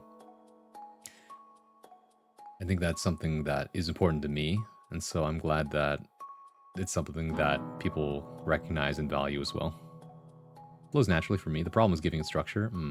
I've never seen your poetry, by the way. I do not think.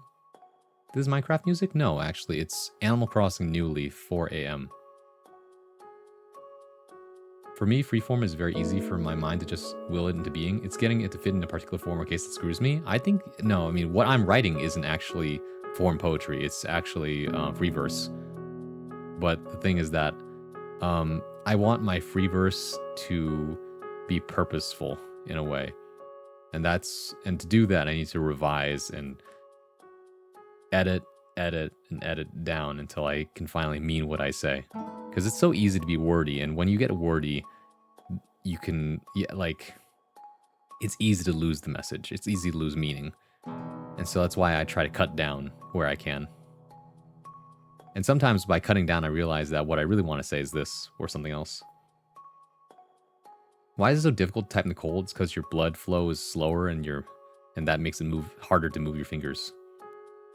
Because your fingers get stiff with the cold. See, this is what I mean. Everything I said was cut down very handily in the same sentence that Elsie just said. Right? You don't want to see my unfiltered lyrics document? That's a very key detail. Yes, it's time to switch to the Minecraft music. Oh, you guys want to hear Minecraft music? All right, I'll oblige. What's it called?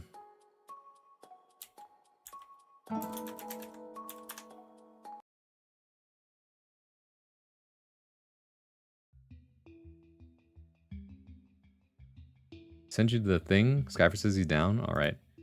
If Column doesn't respond, by the way, then Honey Citrus is also down, I think. Maybe. All right, we have here the thing. Very cool. I will read this after.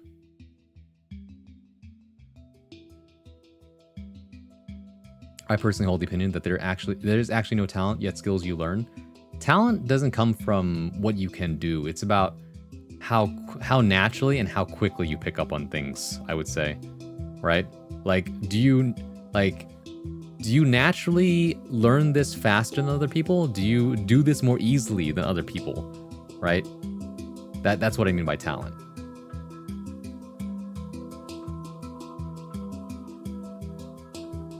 There's a music piece I need you to listen to. It's beautiful. Non-Minecraft is my favorite piece of all time. I'm alert because I drive home now. Gotcha. Drive safely. I flippin' love Lena Raine's music in Minecraft. That? I see it my fault for misunderstanding. All good. I don't think you misunderstood. I don't think you misunderstood as much as I wasn't clear about what I was talking about.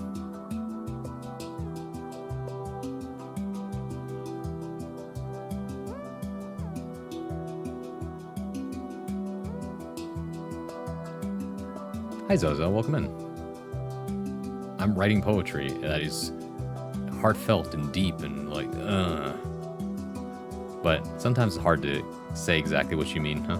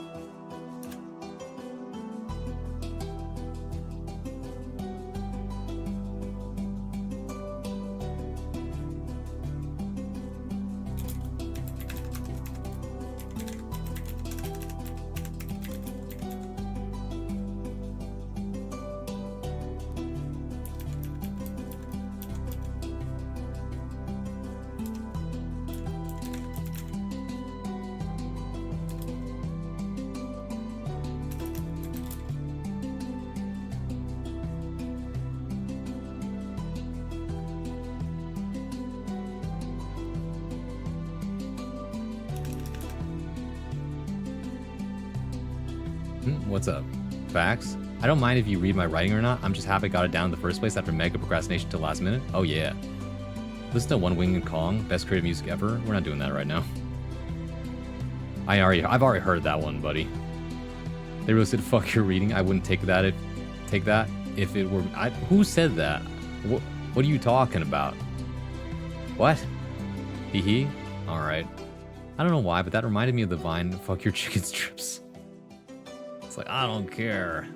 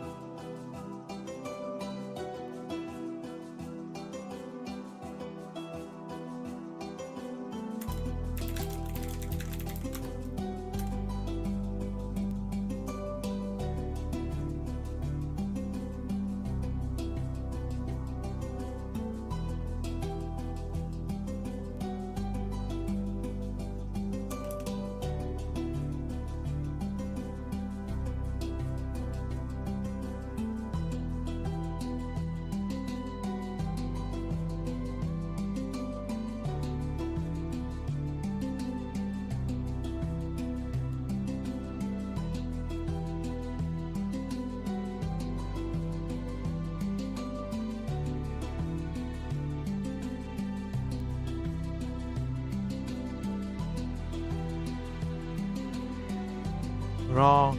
Wow, what the? The mighty Bronzewell keyboard. Hear it roar, and by roar I mean tappa tappa tappa? Yeah.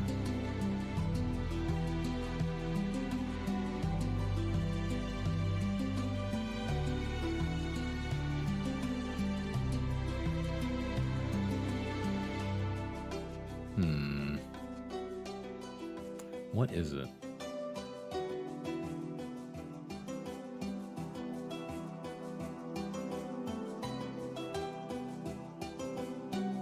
Oh, duh.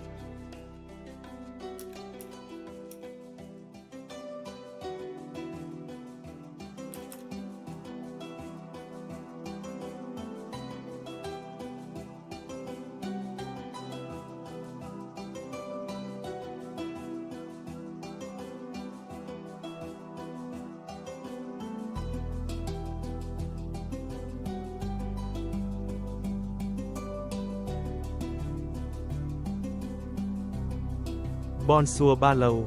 Hello, welcome back. It's so funny because I can see when you're thinking and you just stop and look confused. What? You mean when I look back at chat? C418 music makes me cry. I get it, Exdigital. I definitely get it. But hey, welcome in. Good to see you.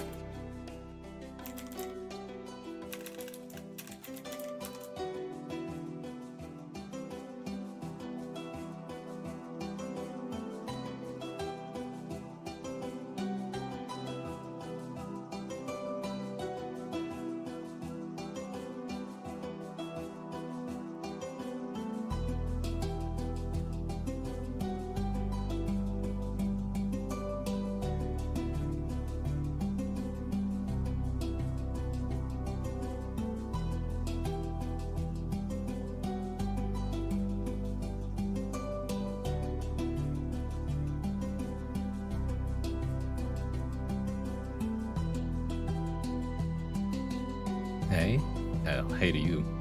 Hello. C418 music makes me feel calm. I thought when I got to TK, I'd actually have some good matches, but I'm just seeing more and more carried players. Oh, Tekken King? Yes. No, you need to get to Tekken God.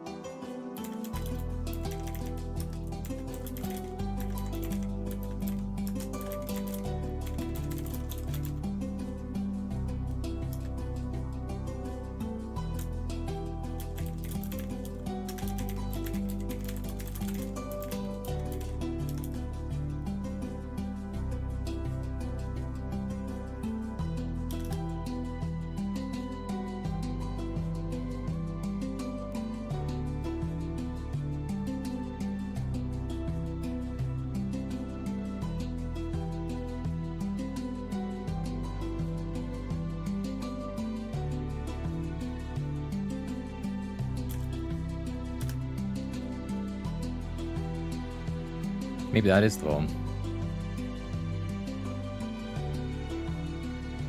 I used to listen to Subwoofer Lullaby by C418 on repeat to focus on my math class. Wow. I love seeing these players that wasted so much time on combos and avoiding interactions get smoked by a smooth brain who actually fights in the fighting game. Sweet karmic justice. It's true. You need experience, but you also need knowledge. You need both. Alright. Before I read mine, I did want to read Hasabiko's. Flashbang incoming in 3, 2, 1.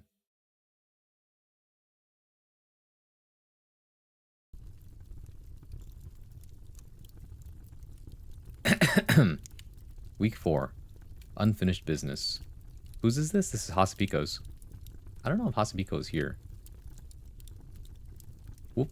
Yep, there you are. Hi, Looney. Welcome in. You're just in time to hear me read. I wanted to say... Cleo felt the wind brush through her hair. The bright sky overhead showered the neighborhood with a radiant glow.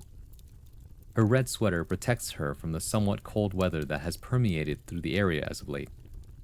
The warm summer sun has begun to set earlier and earlier as the usual changing of seasons happens every year without fail. How many years has it been since she last saw her best friend? The fading memories reach forward in Cleo's mind, but they fade away as she tries to reach back out to remember. It stings her like a needle being injected into her arm, but instead of her arm, it stings in her heart.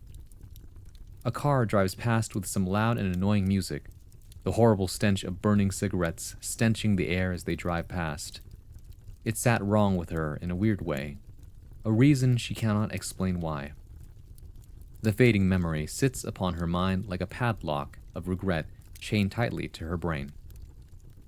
Cleo would walk aimlessly for the better part of the afternoon into the evening, the setting sun finishing as she would reach the common park's playground. A new swing set that has been freshly installed sits before Cleo as she walks up towards the far right swing. A pit of longing sits in her chest as she breathes slowly. The slow rise of each inhale and the rapid fall of every exhale of her chest settles into a barely stable rhythm as she stares at the swing. She would push the bridge of her glasses up before pulling out a lighter and a piece of paper. Cleo would unfold the paper, a small coffee stain on the middle right of the page in the shape of a circle. The same stain was made by her coffee mug. With a shaky inhale, she would begin to read the paper. To my friend Saphirite, I hope this finds you well. I am writing to you in light of the recent events over at the northern boundary. The border has been shut down and no one has been allowed to enter or exit at the border for the past few days. Cleo called me the other day. She was very concerned about the situation there. I doubt we would be able to visit for the winter solstice. I pray that we may see each other soon, so don't lose your hope for a reunion. Your best compatriot, Kostakis. Cleo hated her faulty memory, the burning sensation of trying to remember something important, yet lacking the image to maintain that image. The letter was supposed to reach the post office last week, yet here she is still holding onto this letter that she hadn't delivered yet. The lie she told to Kostakis when he asked if the letter was sent. The burning regret when she saw the news of the military opening fire upon the border. The unspoken words that were meant to be said but were snuffed out by the explosions of artillery shells. Why did she not deliver it? Why did she lie to Kostakis? Why did she... Cleo felt the cold air brush around her. A few tears had begun to well up in her eyes. She looked around, seeing only the darkness of the park and the moon up in the sky.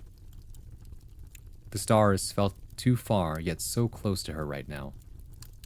That moment of turmoil not letting up as Kostakis silently walked up to Cleo from behind.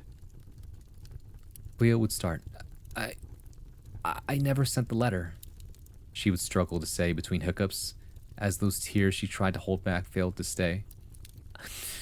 I never managed to say what I wanted to say to Saphirite. It's okay, Cleo. It's all right. I will miss Saphirite as well. Kostakis would say gently as he would wrap his left arm around Cleo's shoulders. We couldn't have predicted that it would get so bad down at the border. There was no way we could have gotten through the border then, certainly not now. But I lied to you. I lied about the That does not matter now. For now, tell me what you wanted to say to Sapphirite, even if she won't hear it now. I don't want those words to be forgotten in the labyrinth of unreal space. Snow had begun to fall. Cleo's tears continued to shed as she would fully embrace Kostakis in a hug, her glasses slipping from her nose slowly, her sorrow pouring out like an overflowing glass. It would be a while before Cleo would recompose herself.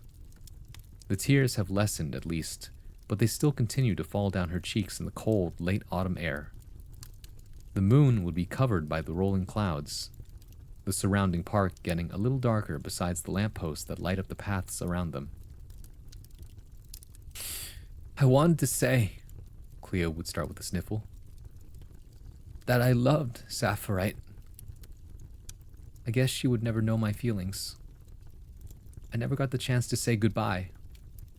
I never had the chance to say that I loved her to her face. The regret I feel right now is one that I will forever deal with now because I didn't express my feelings. Kostakis would tighten his hug to Cleo. I know, and I hope that you can forgive yourself in the future. Do not lament the star that has died, for it will give its light to the cold space around it. The universe is cold and unforgiving, so let us give kindness to ourselves and those around us. Cleo would slowly let go from the embrace as she would take her glasses off to wipe the remaining tears off her face with the sweater sleeve. This sorrow would be long, and perhaps eternal, but she would have to face that absolution by herself.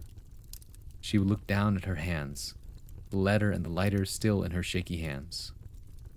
With a few strikes of the lighter, she would light the flame and hold the letter up to the small flame. The flame would begin to eat the letter with a slowness that felt like it would take all night. Cleo would drop the letter as it reached halfway up the paper. I understand that I feel horrible right now, but for now, I must grieve. That is fine, Cleo would think before motioning to Kostakis. They would take their leave to the cold night, a memory that Cleo would not forget.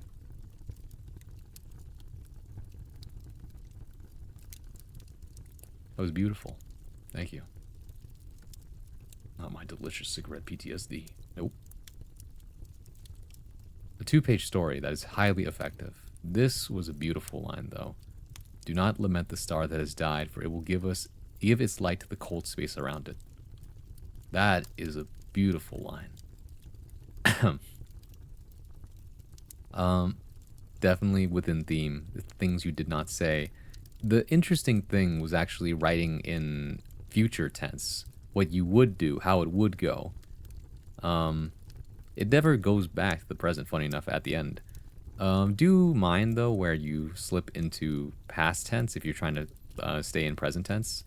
And there were a few grammar things here and there, but I'm not going to get into those because I feel like you can figure those things out for yourself. As a piece, though, very, very emotional. You know, very realistic. This is topical as well. You know, check in on your friends that you have not spoken to because you never know when the last time might be, right? You ever heard of an Irish goodbye? How they never really say goodbye to each other because they just assume they'll see each other next time. And if they don't, then that's simply how it goes. For me, though, I feel like no matter who I say goodbye to, I want to make sure that, like, I do it properly, if that makes sense. The story was nice, I agree. I did not proofread my writing. That's okay. This was made within an hour. I mean, for an hour, once again, constraints of just putting something out there will sometimes surprise you. Especially if, you know, you're not aiming to make it perfect. And the Irish call it the English goodbye. Oh, that is funny. The descriptions are beautiful, by the way, and I love the pacing. One last thing is that I would definitely be careful about repetition, because there's like repetition that enforces things effectively, and then there's repetitions that distract. And I feel like this was one of those times where I felt it was a bit distracting at the end to read lighter, light, letter, like flame, flame, flame, things like that, right? And there's multiple instances of this here and there.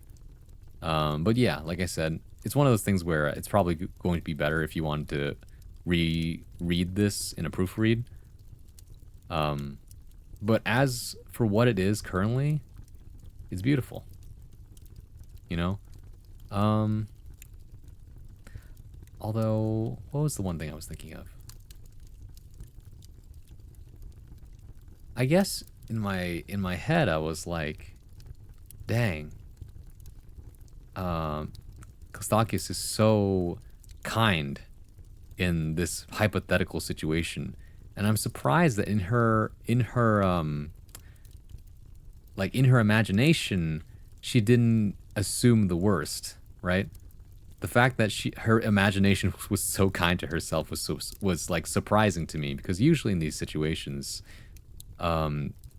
people tend to assume the worst before bouncing back and forth. You know what I mean? Like, Kostakis would be so mad at me, etc., etc. So, I don't know.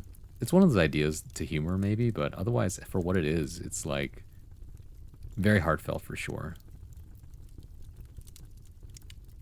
At the same time, it feels like there's, like, one more step before it's definitely, like, that tore me apart, you know? It's, like, one step away from that.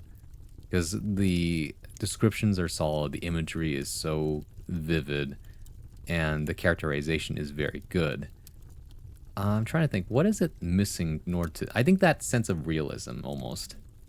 Like, you don't need to play up the aspects of war. I think that's fine. But I think, is it too forgiving? Right? Is it too forgiving before it gets to this part? Do not lament the star that has died. Right? Like, in a way, maybe it is just a little too, like, tie the bow. You know, like, you ever heard of that phrase? Neatly tie the bow at the end of the story is not always a good way to end the story. Like, sometimes you have to let an ending be a little messy. Right? Sometimes you have to let that mic drop and let, like, the reverberation sound throughout the room. That kind of thing. In order to really make a story echo in someone's mind. Those are just my thoughts, though. Like I said, for what it is, it's already really good. I feel like I lack imagery when I'm writing at times, so I just tend to write a lot about descriptions. I think that's a good way to go about it, because the descriptions are the imagery, right? But whenever you feel like you're lacking imagery, just go back to, like, the senses, right? What do you see? What do you feel? What do you smell? What do you taste? You know, things like that. What do you hear? And it goes back to what I was saying earlier. It's about the body, right? One of the biggest tips I got from a professor, that if you manage to really feel the body in the moment, then that's just that much more visceral of a story in terms of the reader experience. Because you can see what's happening. You can understand what's going through the characters, right? Stuff like that. Law players deserve damp bed sheets and warm pillows on both sides for eternity. Oof. Stephen King said he always wrote 10 pages a day minimum when writing his novels. I don't know how he did it, but he was the king of horror for a reason, I guess. The only guy who has too many things to say in his books. Because, like, bro wrote that while balancing having a family and doing drugs, a mastercraft in time management. I mean, yeah, I think the same thing about, like, other authors. Like, look how prolific Brandon Sanderson is. He shits out books, too. Crazy. I can help with that if you want. I'm told my imagery is passable. Okay. Everyone can help out each other. You know, we can all learn from each other. As for the repetition, that was just completely accidental plus no proofread. Yeah, drugs. Is that why you're focusing on? Oh, don't tell me you're owing to the drugs. Speaking of the SIG PTSD, yep, it was the drugs. Go ahead, though. Finish your thought. As bad as drugs are, they really do boost the creativity. I would say it depends on the kind of drug, for sure. Some are safer than others. You know, I know that people do recreational weed, and that's fine. You know? What do they call it? Sativa on the couch? Go, you know, relax, slow down a bit. Some people need it. Some people are medicated and get your doctor's permission if you need it. Other times, though, like, I would caution against certain things, like, man, I'm feeling so uncreative. How about some crack cocaine? Don't do that. You know? Black tar heroin? You know, I could use a pick-me-up. Don't do that. Ah! Welcome back, Boops. Cocaine is useful, too. Stephen King was sniffing cocaine. Okay, but, like, maybe I need drugs? No. The first thing I've written to completion by on a poem since I quit smoking. Oh, wow. Nice. Congratulations. My story for the prompt this week. Yeah. Do not the vibrant mushroom. Yeah, don't do shrooms either. Why did I come back to black tar heroin as a pick-me-up? Braun, what's going on here? It's because there's a portion of the story that says, where is it? A car drives past some loud annoying music, the horrible stench of burning cigarettes stenching the air as they drive past. And a reminded worker over there that, like, man, or no, not, it was X-Digital. X-Digital said, sorry, I was thinking because worker said, speaking of cigarette PTSD, and then X-Digital said right after, drugs do boost creativity. I'm like, while you're not wrong, they do come with side effects. So yeah, don't do that. Do not do the black tar heroin. Who wants to inject tar, dog? Normal heroin? Oh my god, I might as well start the opium wars back up, man. Do drugs have side effects? That's wild. I'm no doctor, but even I've seen what happens. I don't have to tell you guys about before and after photos of people who do drugs, do I? You remember your, like, childhood actors? The, you know, the ones that, like, man, they looked so innocent back then. And then after that, they did hard drugs. And you're like, who's that? Oh my god. Opium, yay? Did someone say opium? Guys, don't celebrate that. Oh my god. The one that ruins me most is Chet Baker. You look crazy after... Oh, man, not Chet Baker. He was such a good singer. Steven Blue's Clues? He didn't do drugs, did he? He looks fine. He's bald now, but he's fine. Also, hello, Garland. It's the age of China. We gotta start back on that high-quality opium. Real chasing the dragon back in Chinatown in the 1920s. Anyways, I finished my story. Oh, congratulations. Whitney Houston.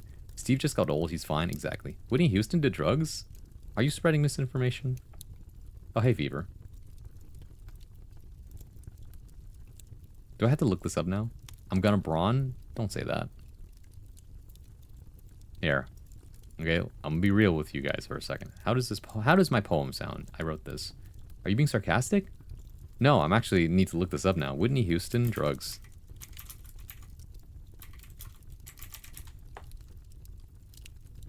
Whitney Houston struggled with drug addiction for many years, which included the use of cocaine, alcohol, and other substances. Her addiction ultimately contributed to her tragic death in 2012 from accidental drowning with heart disease and cocaine use listed as significant factors. Damn. I did not know. I knew she died early. I did not know why. Or how. Well, now I know. Don't do drugs. Time to Arknights Enfield. She was like one of the worst cases. Well, now I know. Thank you for sharing. It's how she died. The drugs killed Whitney. All I remember was, like, I only remember her at her best. I only remember her when she sang her heart out. I didn't know about the drugs, man. She was so talented, too. This is what I'm saying. Guys, say no to drugs. It's not okay. If an actor hasn't at least done weed once, are they really a famous person? I don't know. I've never done drugs. I don't drink. Am I famous?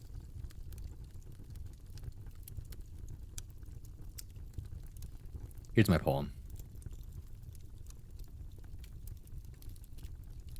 The food uneaten from last night's dinner grows cold in my mind, above the glow of candle flame.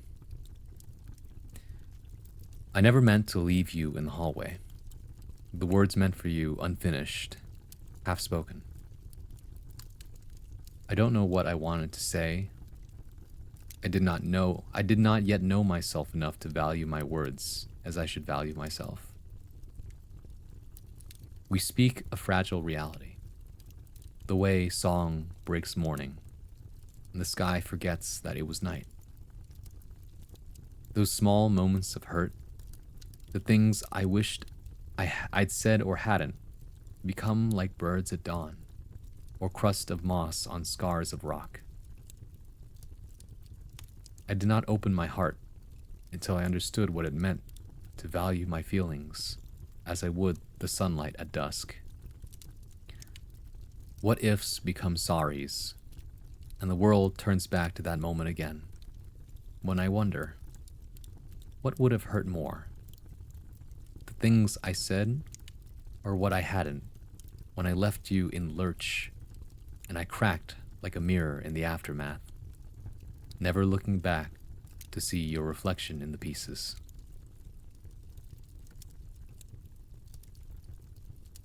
I think the ending is solid. I think the beginning could be cleaned up a little bit. We know Braun's a niche celeb when the Google Docu drops. Why would I get a Google document written about us? You know, shouldn't you guys be like, man, I love my streamer. He's never involved in anything. Right? Is that so wrong? I think Andy Hurley from Fall Out Boy is really straight edge. Could be wrong though. Well, we were just talking about that because I listened to the entire discography of both Fall Out Boy and Panic! At the Disco recently. You always have such good descriptions. Thank you. Read up a little further, dog. Braun easily the best case scenario for niche micro e-celeb. Thank you. No, Braun, not Hollywood famous at least. That's fair, but I don't know if I want to be Hollywood famous. What was your favorite record from FOB? It's gotta be Infinity on High. It's gotta be that one. That one had Thanks for the Memories, and it had This Ain't a Scene, It's a Goddamn Arms Race. Plus every other song was a banger as well. An ad break is starting soon.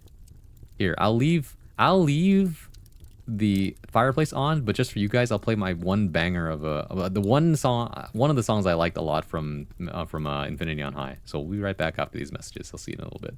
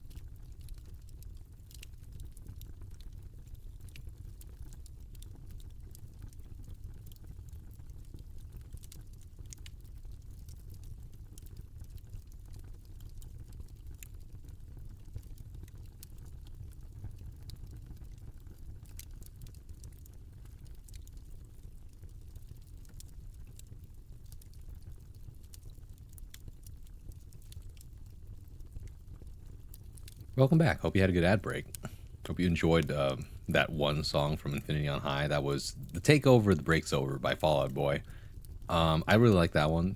That might be my favorite actually on the album. I don't know. It's just really catchy. I mean, the other ones are like classics because everyone knows them. Thanks for the Memories and This Ain't a Scene. It's an Arms Race are both like singles that have music videos that everyone's seen. But that one is the one that didn't get a music video, wasn't a single. So this one you can only hear on the album. I think was really good. Pop punk scene.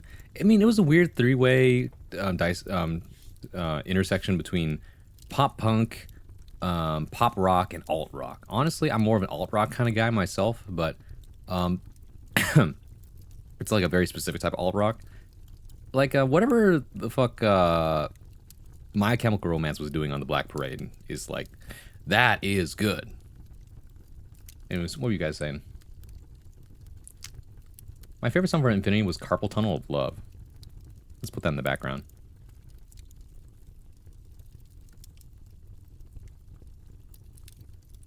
Afterlife, The Party is close second. That was this song, yeah. I really like that part of the song that's like, wouldn't you? Or no, not that part. Where is it?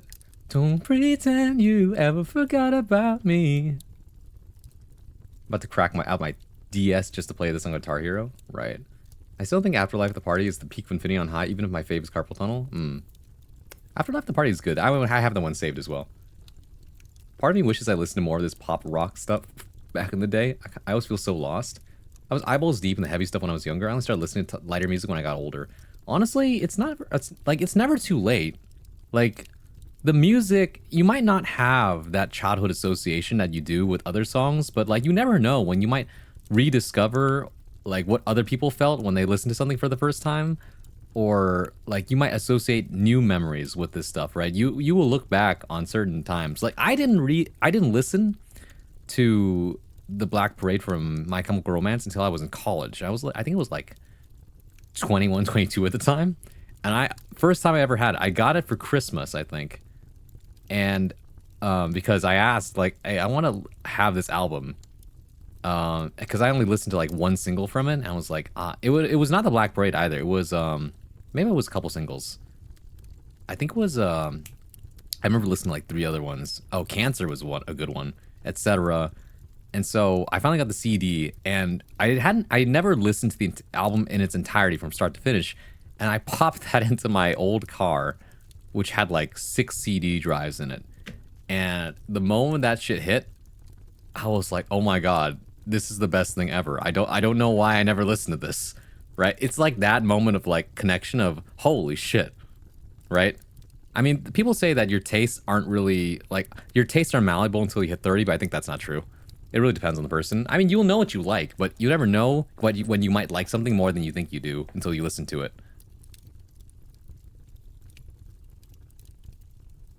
Takes over, breaks over is so fun. It's true.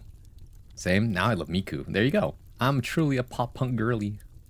For real. MCR just had a separate vibe I can't get with anyone else. It's true. Brad Pitt by Coin. Hell yeah. Back when it was a lot of death metal and slam and grindcore and that kind of thing. I don't think I even heard clean vocals till after high school. Oops. But you didn't hear like pop on the radio? Or like every time you went to like a shopping mall? What was I gonna say though? Yeah, MCR was a vibe. Back then, the only thing I knew about MCR was that I'd seen their album covers and their posters and the promotional material, and everyone always said, they're so edgy, bro. Why would you listen to that? And then they would go back to listening to Linkin Park, and they thought, this is the coolest thing ever. And to be fair, a lot of it was, but re-listening to it, I think that, I still maintain this, I think Linkin Park is like way edgier than, what's it called? Than MCR. And the reason for that is because of the fact that like the subject, like they both talk about death, but like, what's it called? Linkin Park was definitely more about like, I feel bad about myself and like everything sucks, and it's it always felt kind of self-centered sometimes, which is something that people related to, I think. Oh my god. Whoa-wee. Also, Kim for the crazy neck. Hi, hello, how are you all? We're doing well. And Nail, thank you for raiding the party of 5. Welcome in, Raiders. Hello, my name is Bronsois, modern day bard at your service. Your one-stop shop for poetry, performance, and pleasantries. When I'm not playing fighting games, you can usually find me reading, writing, and sometimes I might even sing you a song. But hey, welcome in. FOB is Fall Out Boy. Well, yeah, we are reading and writing and doing the weekly prompt that I put out for the Discord. But yeah, you caught us in the middle of our conversation about Fall Out Boy, Linkin Park, MCR, etc. Listening to the album back to back is a whole different experience. It's true. That's why I say like, I like it's a good experience to sometimes sit down and just listen to a whole album as an experience. Like the best albums, in my opinion, are ones that are so cohesive as a unit, right? Everything is well thought out. Fall Out Boy still makes music, so there's that too. I know, but like, it's different, you know? I listened to the entire discography of Fall Out Boy. Old Fall Out Boy is a different vibe. You know what I mean? New Fall Out Boy is definitely pop rock. It's definitely different. It's meant to sound a very certain way. You can tell this. I was saying this earlier. Some people were like, hell nah, because they were like, yeah, I'll pause the music for a second. You know, the one that goes like, so light it up, up, light it up, light it up, I'm on fire. That's the one. Oh, my songs know what you did in the dark. I'm not saying it's a bad song, but it definitely was overplayed for a point. Is that the one I was just playing? No, that's a different song. I started getting to more harder stuff in high school. I started listening to Fall Out Boy in middle school because my sister, I see. More of a post-hardcore girly. Oh, I see. What else is there? I'm scrolling down. I'll catch up with chat in a second. Just a good song. Bold of you to assume I listen to the radio. Sometimes you listen to the radio not by choice. Fun fact, Carpal Tunnel of Love was used for an episode of Happy Tree Friends. Really? Look it up. Linkin Park is for sure. MCR is a lot of storytelling. Linkin Park was real. Okay. So here's my take, right? Oh, never mind. Let me catch up with chat first. I'm a stitch away. They're playing The Medium. What was that? I hope you had fun. Hermit, Irie, hello, welcome in. We're here for your bones. Hey, leave my bones alone. Don't you have to do a... Wait, didn't you say you might do a tier list of all the bones in the body? I don't know if you ever reached that goal. You do, old man. We're here for your bones. Wet Goth, hello, welcome in. Could it last? Watch you. Could it last? Watch you work the room. What? Nail? High-pitched soft boy voice for 10 minutes? Hell yeah, Nail. Only FOB I know is the key fob to the... Only fob I know is the key fob to the garage. Alright, Kata. Sounds like fun. It's time for Soft Boy. Talking about all the edgy pop music. Michael Jackson. I've never really been into Fall Out Boy. I feel so bad. No, it's fine. Michael Jackson's good too, though. 3 Days Grace was where it's at. Bros get real. Okay, but... I mean, you're right, but also, like, more people should have listened to that. Not everyone did. I've been saving up and it's finally time. Nail did the... Okay, Nail. This one's for you then. Everyone... Everyone who doesn't know what this is, can you just go away for 10 minutes? Just click off the stream. Go do something else. Alright? I'm about to do something kind of cursed for the next 10 minutes. Alright? Like, I don't enjoy doing it, but it's what the people want. And I'm not saying no to it because people seem to really like this thing and I tolerate it. That being said, though, get out of here. Go away for 10 minutes. You don't need to see this. Get out here, Svot Benor. Excuse me? I'm staying. You can't make me leave. You know what it is. We're tuned in. I could watch Soft Bronze work the room. I'm sure he would. Alright. We'll be right... Sorry. Hold on. I'll be back.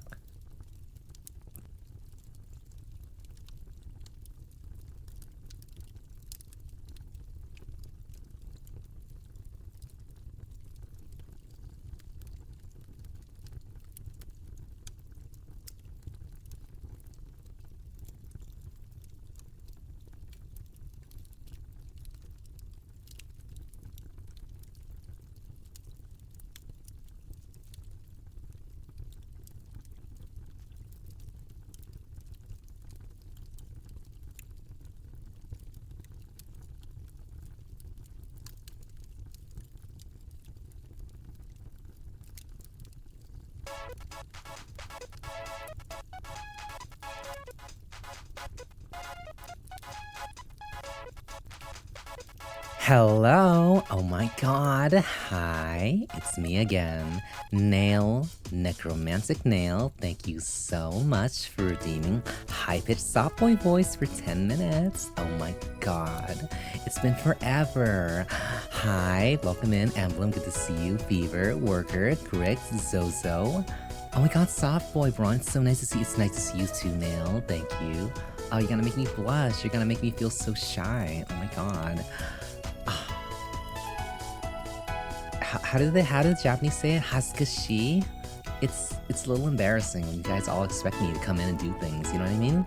Hi soft boy, we've missed you. Oh, it's so cute. Thank you. They're here. Softy, my favorite. How's my favorite squink? I'm doing fabulous. Thank you.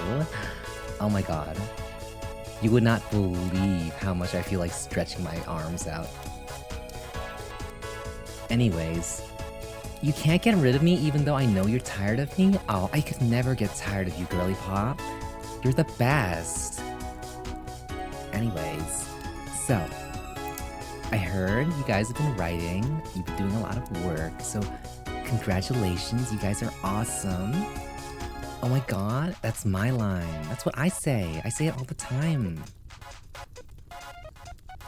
But yeah, anyways, let me see. I'm gonna put this on the screen. I don't think I'm gonna read this right now, but I know you guys were talking about Fall Out Boy. Oh my god, look at the title. Oh wait, hold on, I forgot something.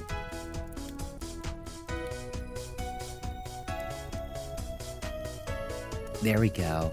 Yummers. Oh my god, by H Tuner Clay 007. Wow, who's that?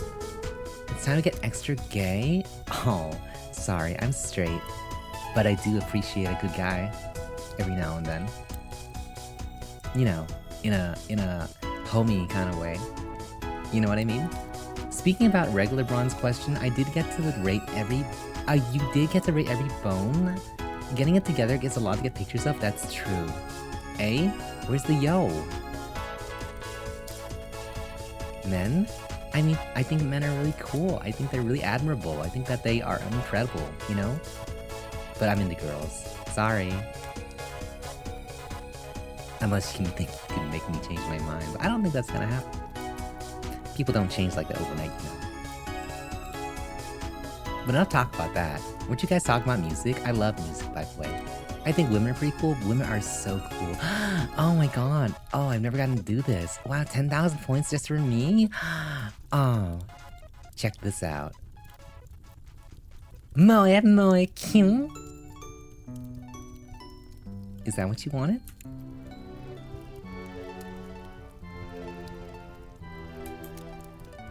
Compliments. Nail, you are so wonderful. You are such a good friend. You make people laugh. I think that you are so quirky. I think that all the things you do are unique, and you have like all these games you play that I've never seen before. You know, I think you're really cool. I don't really know that many other people with purple skin.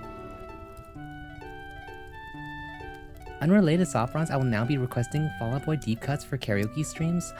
Oh, that's true, but like, what if I don't know how to sing them? What if Braun doesn't know how to sing them? It reminded me that I was on a phone call at work and I accidentally said have a great gay instead of having great day to these people outside my company. Oh. It'll be okay. People will forget. Probably. We make the funnies happen? Yeah. Compliments, worker. You're actually so sweet. You're so nice when you want to be. I think that, like, despite how grizzled you are and how you do all these things that, you know, are self-deprecating, you're actually so nice as a person. I think you really do care about people, even if, you know, maybe that's not what you want to hear. I think your writing is really good. I think it's really cool. Like, I can't write like that, so I think that makes you really good at writing. Nail, you clipped it? For posterity? Oh, you shouldn't have. Now everyone gets to see and hear me say that. That's wonderful. I'm sure Braun won't mind at all. I'm sure he's not rolling and screaming in the background. You know, gee whiz, yeah. Rubbing it in? Oh, hi Kinji Cat. Are you laughing? I'm glad. I'm glad you're happy. As long as you try, it'll always sound beautiful from you. Aw, so sweet. When you want to be, yeah. Anyways, what's your guys' favorite, like, song from back then? Honestly, I was a Panic kind of guy, so I was, like, listening to a lot. A Fever You Can't Sweat Out was, like, really good, but it wasn't my favorite. In fact, I grew up with, the album I listened to the most was Vices and Virtues, so actually I know how to sing a lot of songs on that one. Animal, I Become, Pain from 3 Days Grace. You know, I see that for you, Hunter. I think that's very you. I think that's very Hunter-coded. You know? I can see you doing, like, sick montages to that song. Hold On Till May by Pierce the Veil. Oh my god, I haven't heard about Pierce the Veil in forever. Girl, we should listen to it. The title song from Fever You Can't Sweat Out is my favorite from PATD. Ooh. Actually, was there... Hold on. The title song of Fever You Can't Sweat Out? Let me double check something. Fever You Can't Sweat Out? I don't think, no, yeah, Fever You Can't Sweat Out was never actually a song on the album. It was just the name of the album itself. Yeah. Unless you're talking about a different song. What was the question? Sorry for just Tene, hello. So you came in at a very interesting time. So one of my most expensive redeems is called Soft Boy for 10 minutes. And so I appear for about 10 minutes. And this is how it is. This is who I am, what I sound like. Ron doesn't like doing this, by the way. Ron is in major pain every single time he has to do this. So don't mind him, he's in the background somewhere, you know, rolling around. Me though, I enjoy the limelight. I really like it when you guys, you know, get me out of the closet. He stuffs me in there sometimes. Drink some water? You're so right. Oh, there it is.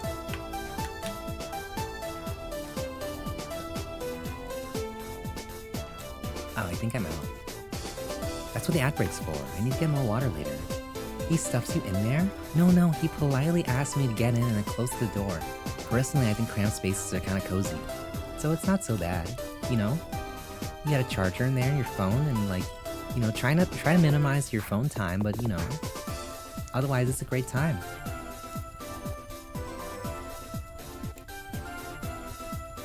It's the best time coming at? I know you guys love hanging out with me. To be fair, Fever You Can't Sweat Out had the craziest titles, it took me so long to memorize them. It's true. Every day I thank God for Esteban, you know? But it's better if you do. Build God, then we'll talk. You know? I write sins, not tragedies. London beckons songs of martyrdom, I think is how it goes. Have I hallucinated the entire time? What are you saying, Fever? I'm right here. Is Michael Jackson the greatest artist of our generation? It's hard to say. It's dependent on taste, but, you know, people go back and forth on whether Michael Jackson or Prince was the king of pop. Personally, though, I think Michael Jackson was way more popular. I miss your cousin, Butler Braun. Butler Braun is pretty cool, but you know, I haven't heard from, like, what's his name? Handsome Braun? EK Man Braun? You know, I haven't heard from him in a while. I think he's doing well, though. He's probably just reading and drinking tea. Never mind, It's Time to Dance. Why did I think there was a title song? Oh, I see. It's Time to Dance is... Oh, that one. That one's a bop. He is listening. Blink twice if you need help. I mean, he's probably somewhere around there. So, Hot Brown, what do you do when you're not on stream? I hang out. You know, I do the things I like to do. No! This is terrible. Wonderful. This is, I'm having flashbacks. I'm having such wonderful flashbacks right now. Oh. Kingdom Hearts Final Mix. Oh.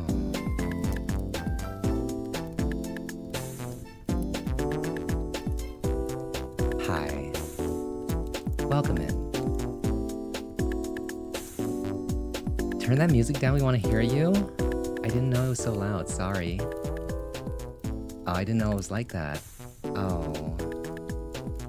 Sorry, I didn't know it was so loud, my bad. Is that better? Thanks, baby girl. You're welcome. Thank you, Hunty. Stay slaying. Thank you so much for the raid. Hi, raiders. So, I'm not Braun. That's the other guy. I'm soft. I'm soft Braun. Some people call me Braun Soft, Soft Swa, etc. But I can tell you about him. So the other guy's name is Francois, modern day bard at your service. Your one-stop shop for poetry, performance, and pleasantries. When he's not playing fighting games, you can usually find him reading, writing. Sometimes he might even sing you a song. But otherwise, welcome in. And so, yeah. Eli this guy. Hair suit bear the main streamer. Oh, that would be amazing. I could, like, finally stay outside of the closet. You know, get some fresh air. I hear, like, sunlight's good for your skin, right? As long as you're using the right cream. I've got 100k loaded up, and I don't think I have it in me. I'm wheezing. The tangible pause after reading that. I would extend this more, but I'm a few 15k points short. Well, you know, I don't want to overstay my welcome. We can all view the mighty Francois BT. You know, I really gotta say, I feel like Nail's really getting his money's worth. You know what I mean? Thank you, Fever. Got this. Oh, another 10 minutes? Oh, you're too kind. Oh my god. What if people come in and think like this is normal? Oh my god. Grix, thank you so much for gifting a tier 1 sub to Fever. You know, you're way too nice. I gotta say, sorry, I was thinking about something else, but I'm gonna be smart about this. I'm gonna keep that in my back pocket, you know, nice and safe. We'll leave that thought for another time. But yeah, so people coming in, hi, welcome in to our reading and writing night, because I'm bard and I like reading and writing, and this is really awkward. How do I even explain myself? Guys, why are you spamming the dumpies? Oh yeah, throw it back. Yeah, get it. Yeah, get it. Oh my god, throw that ass in a circle. Yeah. Anyways, sorry, I got a little wild. Sorry, I'll calm down. But yeah, this is our reading and writing night where lately Braun has been doing like a weekly writing prompt, and people that are in the Discord have been submitting their own work, and so Braun's been reading it. But I don't want to spoil the fun, so I'm gonna leave that to him. Oh my god, it's like a sea of green. It's so mesmerizing. It's like watching grass blow in the wind, you know? Oh my god, is that a hype train? Oh my god, it's a hype train. Wow, you guys made a hype train. Oh my god. I did not do my submission. I was very distracted this week. That's okay. I forgive you. Even though you didn't do anything wrong by me. I think that, like, everyone has a busy life, and I think that, you know... Oh my god. Garland. Thank you for gifting 5 subs. You're way too nice. Oh my god. Dormancy, Steen O, Hiyoshi X Pasta, Red Aftermath, and Kinty Cat. Congratulations on the gifted subs. Enjoy the emotes, the fact that you don't have to watch ads on coming into the channel, and the fact that you farm channel points faster than the average person. Not bad, right? I do it as well as Braun, I think. Engrave this justice, pants grab. Oh, you're so funny. Gar Beast Mode. Oh my god. Woo Garland. My future submission will be soft Braun themed. Oh my goodness. Can you imagine? Oh, I'm gonna give you guys so much ammo. Think about this. The prickly, ornery, regular Braun paired with me. The very nice and welcoming soft Braun. Can you imagine the fanfics that would come out of that? Would that be weird?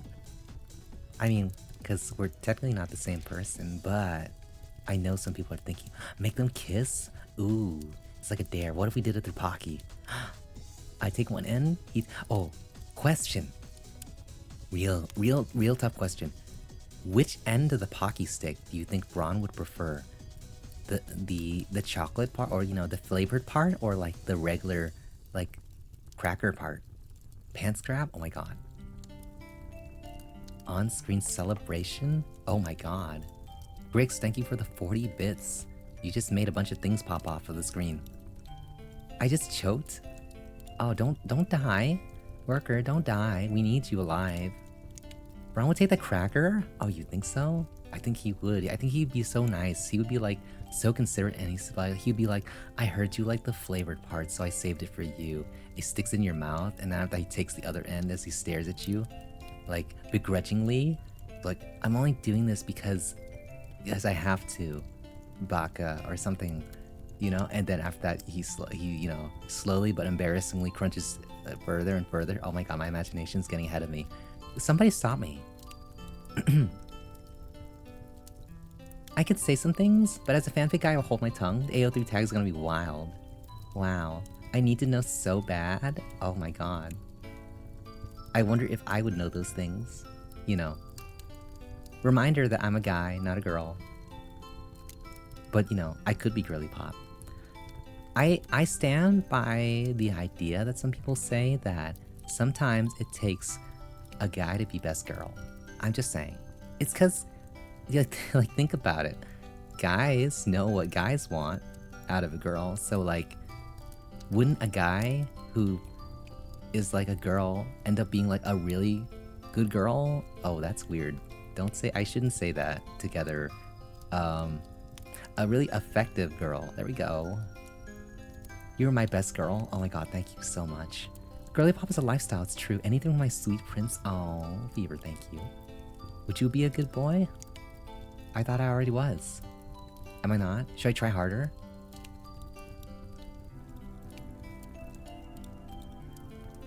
There are things I could say, but I'll keep them in my pocket. Teehee. Anyways, I hope that all the raiders went away. I hope that everybody left. I wouldn't want anybody to be too surprised or anything like that. Why are you blonde? Hi, Storm. Somebody forgot. Oh, have you? Whoa.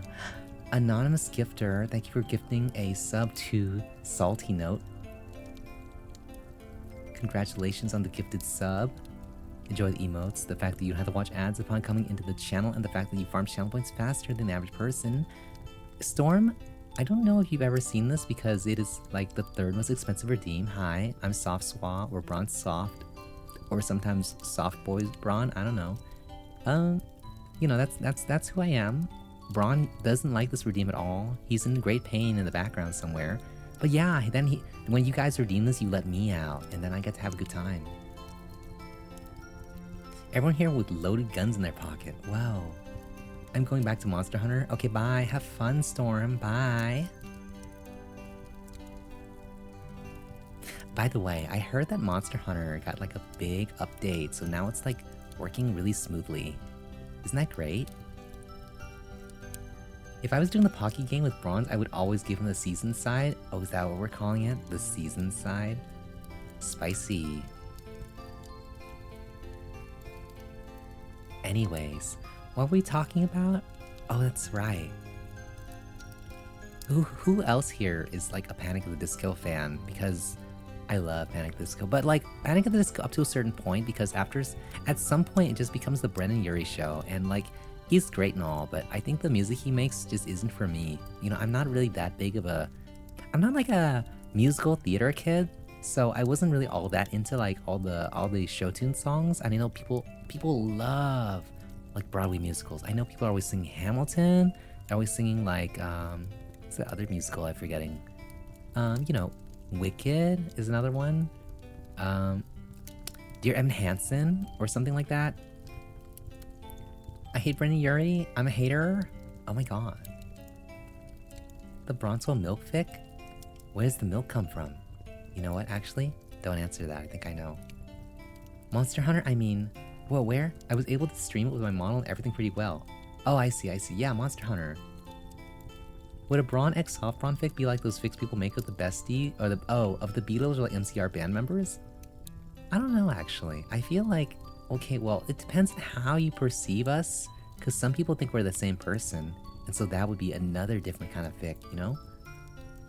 Panic at the Disco up to Vice and Virtues with the songs from the newer albums. Yeah. Like, I think that, Too Weird to Live, Too Rare to Die had some bangers too, you know? Like, it was definitely Brendan Urie, finding his voice after, you know, Panic kind of dissolved. But man, it was crazy. Back in the early days of YouTube, I remember there would be comments that would be like all over. I remember when Mona Lisa dropped and the comments were like, Panic is so back. And this is because I remember I listened to the album again, pretty odd, and I understand now. Like, the music was so different. It was definitely Beatles coded. And so I can see why a lot of people were like, oh my god, this is not the Panic I know, right? This is so different. And so after Ryan Ross, the songwriter, like left with the other guy, sorry, I don't remember his name, I'm so sorry. Brendan Urie and Spencer Smith, the drummer, did their own thing. They tried to remake Panic, and so they tried to copy the lyricism, but they ended up doing kind of their own thing, and so it wasn't really Panic, but it was also like Panic in a way. And then after that, Panic was slowly morphed into something else, and everyone kind of just accepted that, yeah, this is the Brendan Urie show now. He just kind of does that, you know? Like, he's such a good singer, but also you can tell that he has a certain taste in music. That's all. I've been slowly listening to Frank Iero solo stuff when MCR broke up. Oh, some really good stuff? Oh, you know, maybe I should check it out. Oh my god, Beatles and MCR fanfics, that's a throwback? Oh my god. I started a new Monster Hunter World save. What weapon should I use? How do you feel about long-range weapons? Like, heavy bowgun.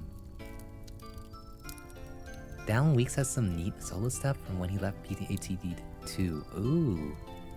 You can pass me that later. I'm kind of interested. But yeah, how long has it been? Let me see. 11 minutes ago? No, that's not it. Oh. Yeah, we're over the timer, guys. I've been at this for like 30 minutes. Wow, you guys cheated me out.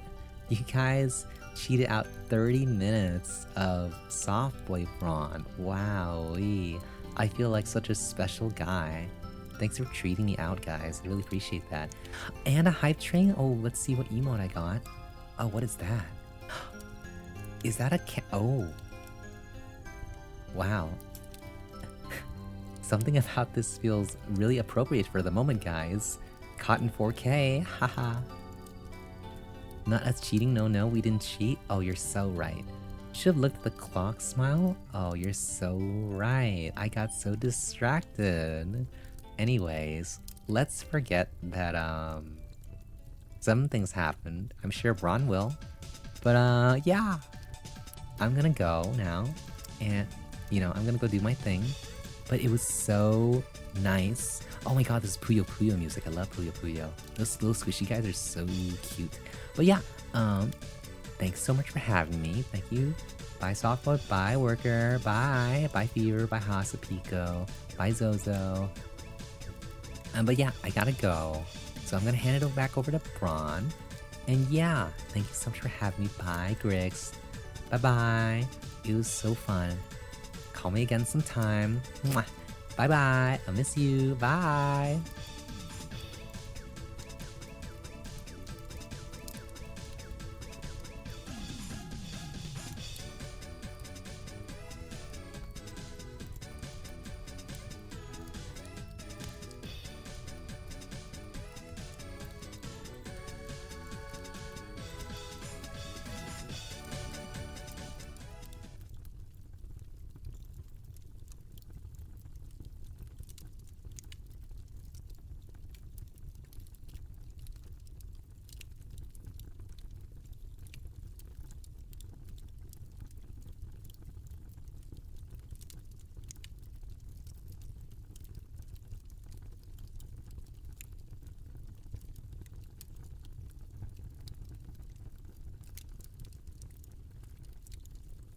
Can we try that again?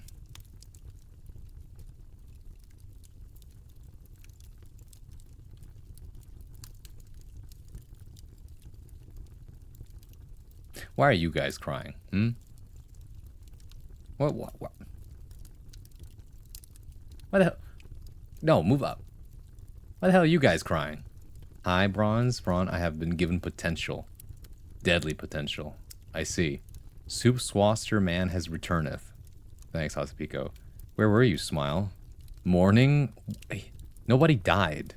Nobody died, you know? Stop crying. Look at me. Stop crying. Stop it. Sai, welcome back à?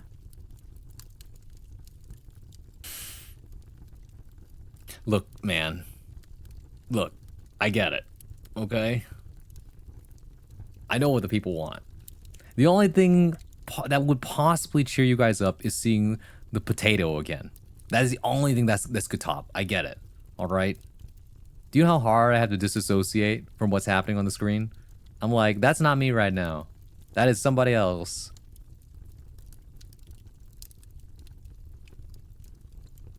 I just don't want to admit that I miss you Lon.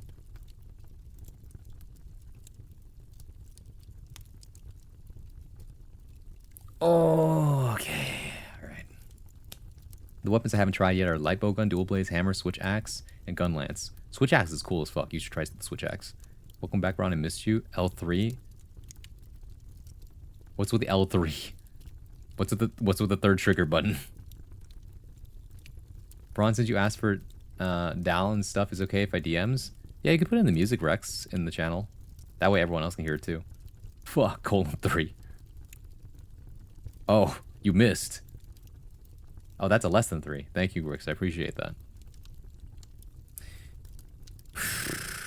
Okay.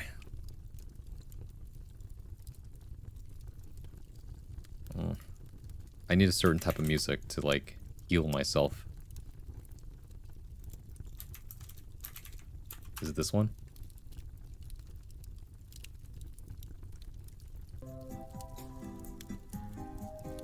No, not this song. This one. That's the one.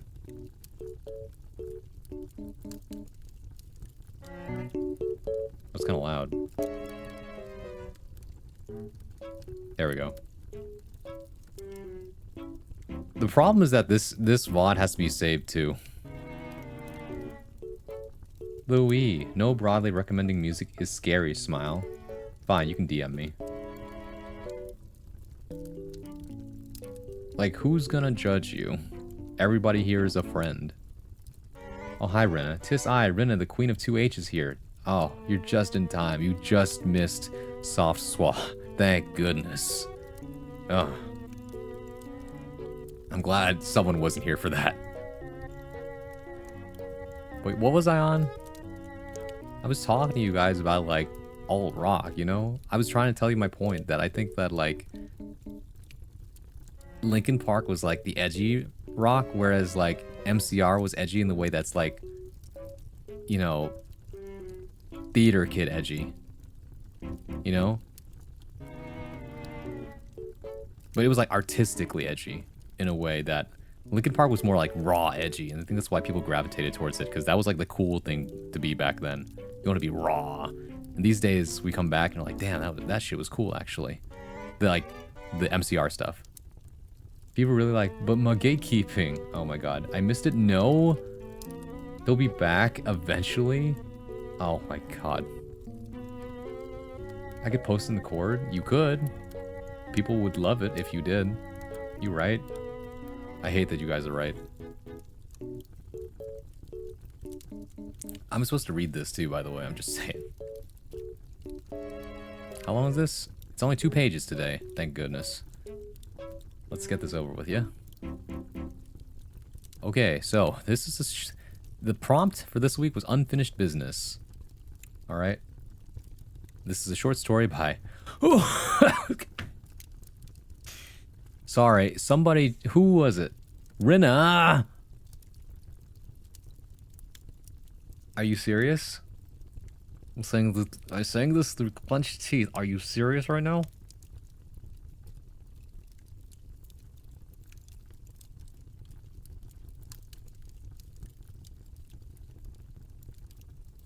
Posted in Broncourt, I showed Bibby this song because I was using it to hate on Brendan and the sampling he did for his final album. Yeah. Yeah. I want my soft. I need my soft. Oh my god. Grix, thank you for gifting a sub to Rinna. This is peak. Rinna, the goat, giving my soft boy, delaying the story by 500 years. At this rate, we're gonna take an ad break before we get back to Hunter's story. Unless Hunter, you're giving soft boy Braun the pass to read your story. Is that what I'm hearing? Maybe not. Thank you, thank you.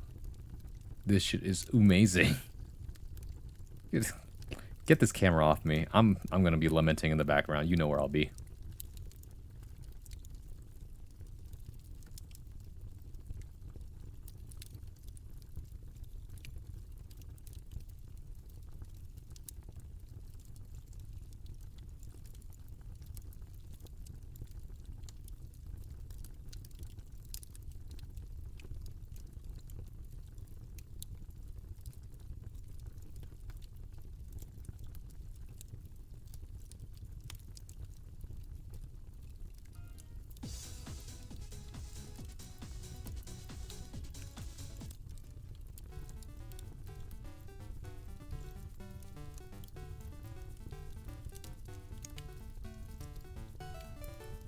Oh my god, I'm back already? Oh, you guys are so kind. Oh my gosh.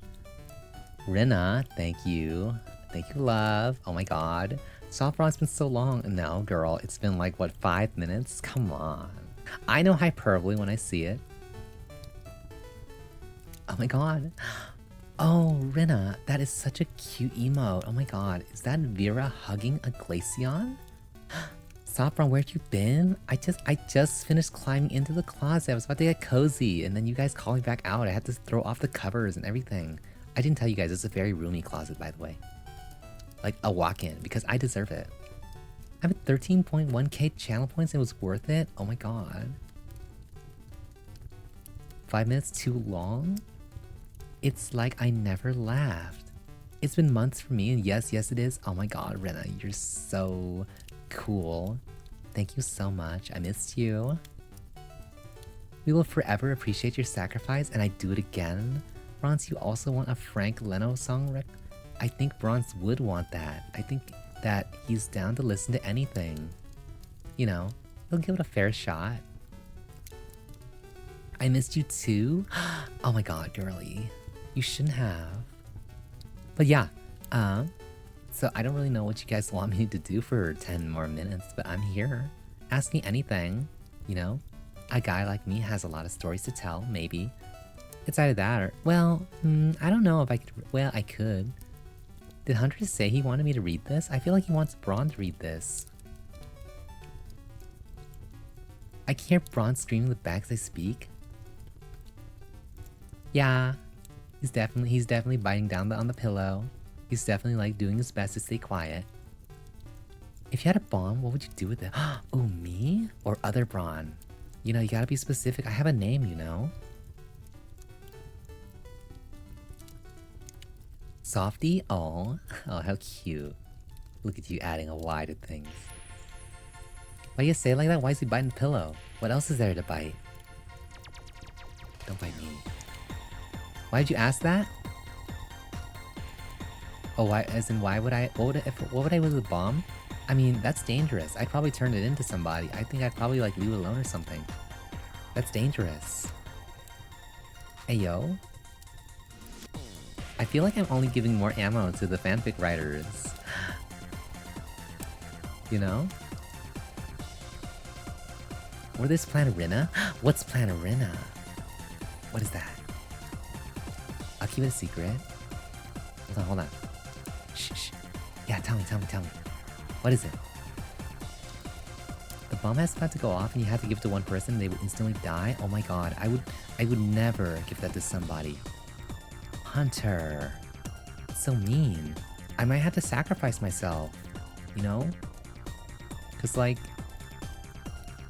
I could never let anyone, you know, cause that would mean like that's like me killing somebody, and that's not good.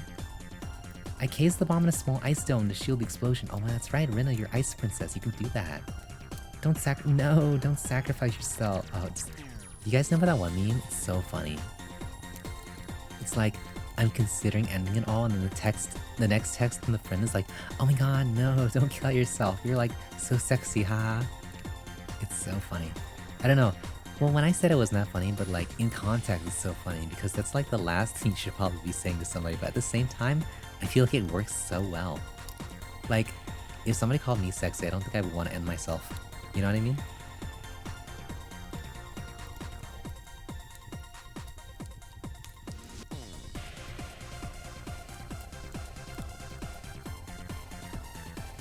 You are though? Oh my god, thank you so much.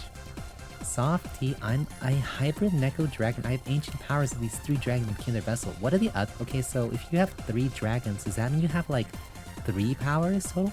Tons of fudge. Thank you for redeeming your daily coin. This might be a little awkward because regular Braun isn't here. I'm here for now for like another 4 minutes. But yeah, thank you for picking up the daily coin. Yeah.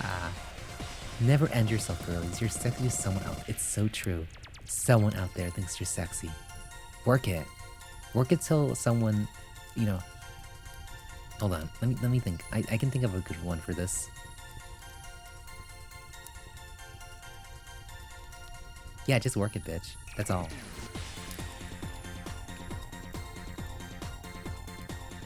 Work it till someone works for you. Yeah, there we go. Work it till someone serves you. Serve till someone serves you. Oh, you guys are throwing it back. Oh, hell yeah. Work it, bitch. Work it. Yeah. Yes. I use fire, ice, and lightning by purposely hold back. Oh, you can use like, what's that one Pokemon move? You can use like Tri-Beam. Hold on. Tri-Attack. There we go. Tri-Attack. One must imagine regular Braun in many different ways. I'm writing that in my affirmation book for real. Thank you, Softbot. You're welcome. If I could do a little heart hand, I would. Oh my god. Wouldn't that be cute? But yeah. Oh, heart hand, thank you. I'm doing it too under the table. You can't see it, but yeah.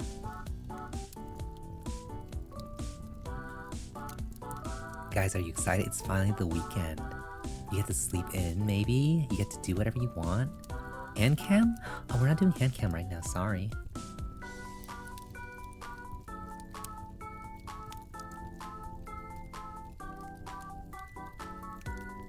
Any other questions, by the way? Otherwise, I think I'm just gonna talk about whatever. Trying to think, did anything special happen in the past few days? Lately, the weather has been really nice. I've been really enjoying getting more exercise. $1 or $4? I mean, it depends, right? I guess, where am I getting the dollars from? I mean, like, 4 is more, right? Unless I'm doing the math wrong. I could, but I don't want to level a whole area. There's a forest and the blooms enchanted sakura tree blooms every high spring sun. Oh my god. Yeah, but isn't it at the middle of winter right now? Did you like The Godfather? Oh, The Godfather was so intense. It was such a good movie. Like, it was really thrilling. My heart was pumping the whole time.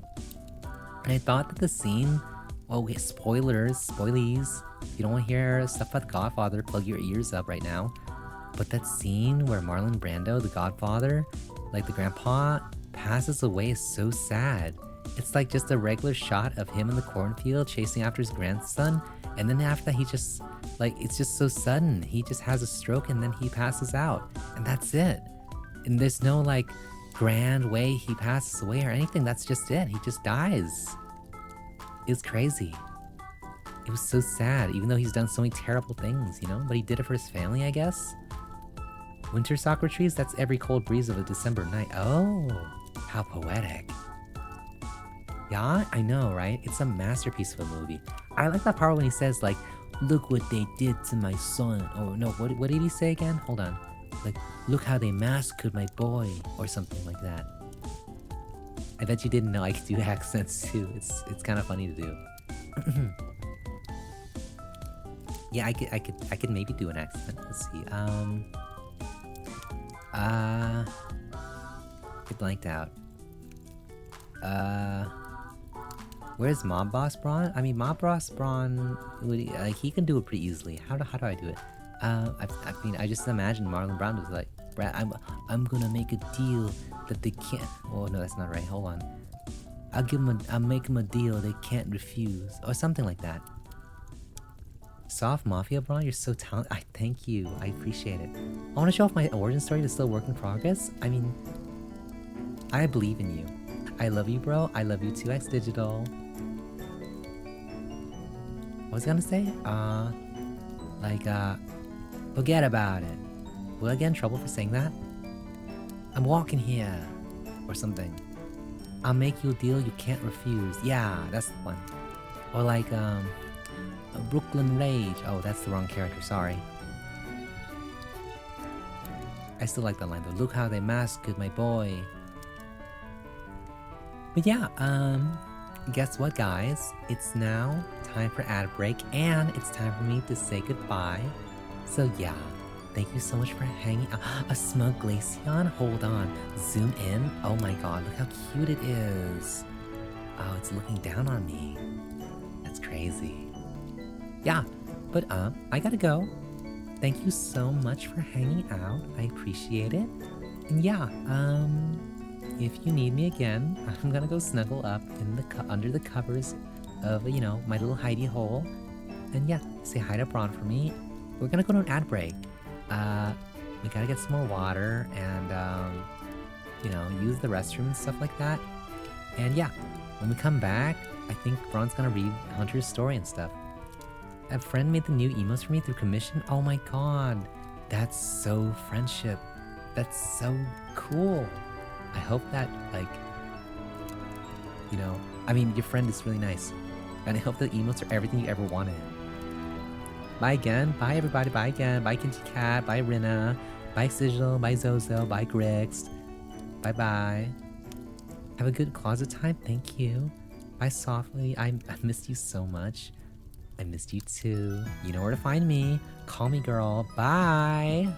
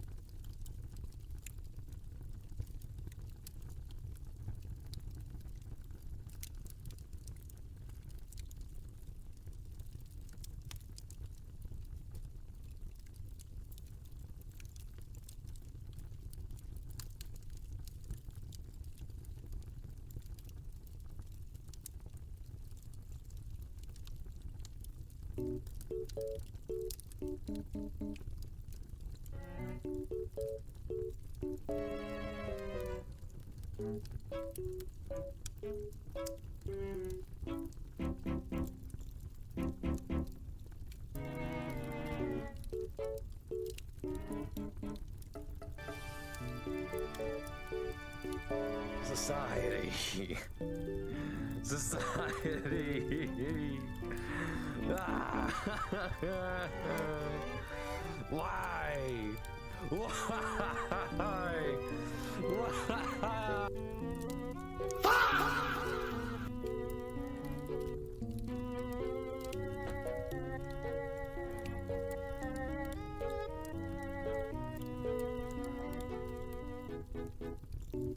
Are you trying to kill me?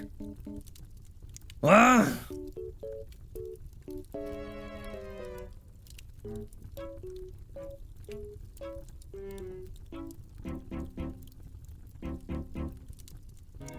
Don't smile at me.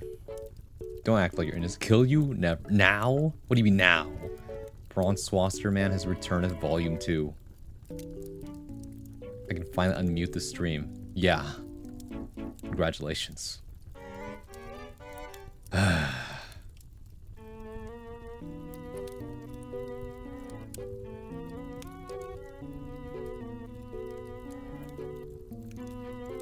keep telling people, just no, leave for the 10. I mean, I'm glad. Honestly, I'm glad that the 80 plus people have left. You know, nothing to see here.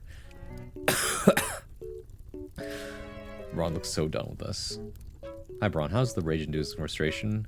It's less of a frustration and more of a I'm dying inside. You know, I have to disassociate in order to like preserve myself being insanity, my well-being, myself.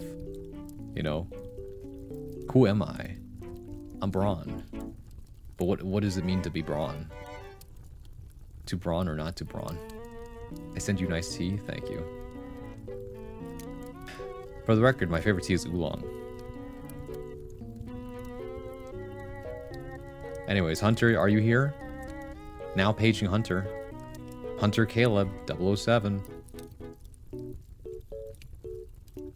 C. Alright, let's get started, shall we?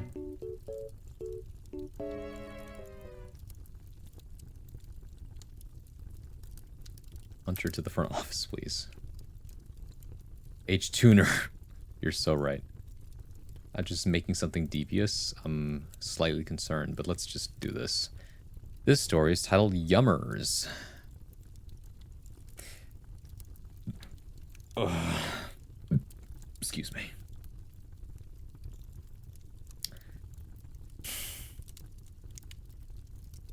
The year was 1900. The day was October 31st, and the time was 2:30 a.m. Somewhere in the forest of Pennsylvania lies a manor carved into the thicket. This was Conroy Manor, the ancestral home of the Conroy bloodline for the last 200 years. It started as a mere wooden shack, but over generations of construction, it had enveloped much of the surrounding land and had become a monolith to the family's prosperity. Every new era of the family would add a set of rooms for themselves, never reusing an old chamber. Maybe because of some strange form of spiritualism or tradition. Oh.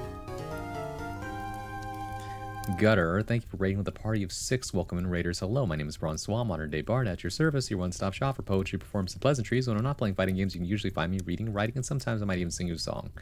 Hey, welcome in. Are you here to raid my socks again? Hope you had a great time writing and reading. But yeah. Welcome to my reading and writing night. Lately, we've been doing weekly prompts that I put out, and then the Discord ends up writing stuff and submitting it, and then I read it on Fridays now. We were writing Yu-Gi-Oh! Fanfics. Well, do tell. You know, I can't play the card game for anything, but I could do an impression or two. Mostly from the Bridge series versions of the characters, but you know, as you do. Hope you had a great time. Raiders, if you gotta go, you gotta go. Please do get some rest. Otherwise, feel free to stick around. Now y'all know where to find me. We need Soft Braun again? No. Leave that alone. Let him rest. We'll make a Yu-Gi-Oh player out of you, Bard Boy. You're gonna watch me suffer and you're gonna enjoy it. Anyways, does Braun not know about Master Duel? I do. I played it. I've tried it again recently, and I've come to the conclusion that Yu-Gi-Oh! Master Duel is pretty much the equivalent of playing Blue in Magic the Gathering, except everyone's doing it. I save complete. Don't threaten him with a good time. I'm an anime-only fan goofball. We write fluff and wholesome fic. Oh, that is very sweet. I hope you had a great time then.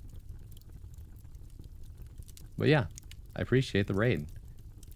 Do get some rest if you need it. Yeah. I swear, half of you are probably, like, veteran Yu-Gi-Oh! Players the way I'm a Hearthstone veteran. My experience with Yu-Gi-Oh! Is as a kid, having the Yugi starter deck and reading what Dragon Capture Jar does wrong. Rest is imminent? That's true. Have a good one. Lurk, I'm writing alongside y'all. Let's do this thing. Heck yeah. You should see how fluff and goofball Softron is. Leave that man alone. You're safe since I wanted the channel points for Softy. Okay, I wasted. Okay. Joey is our boy. Huge Joey fan here. Oh, I love Joey. Brooklyn Rage. Hey, Yug. How's about you and I? Oh, I can't do that right now. I feel like I'm deflated for the last 30 minutes. Oh my god, is that a spinning? Oh, it is a spinning Joey. Kaiba laughing.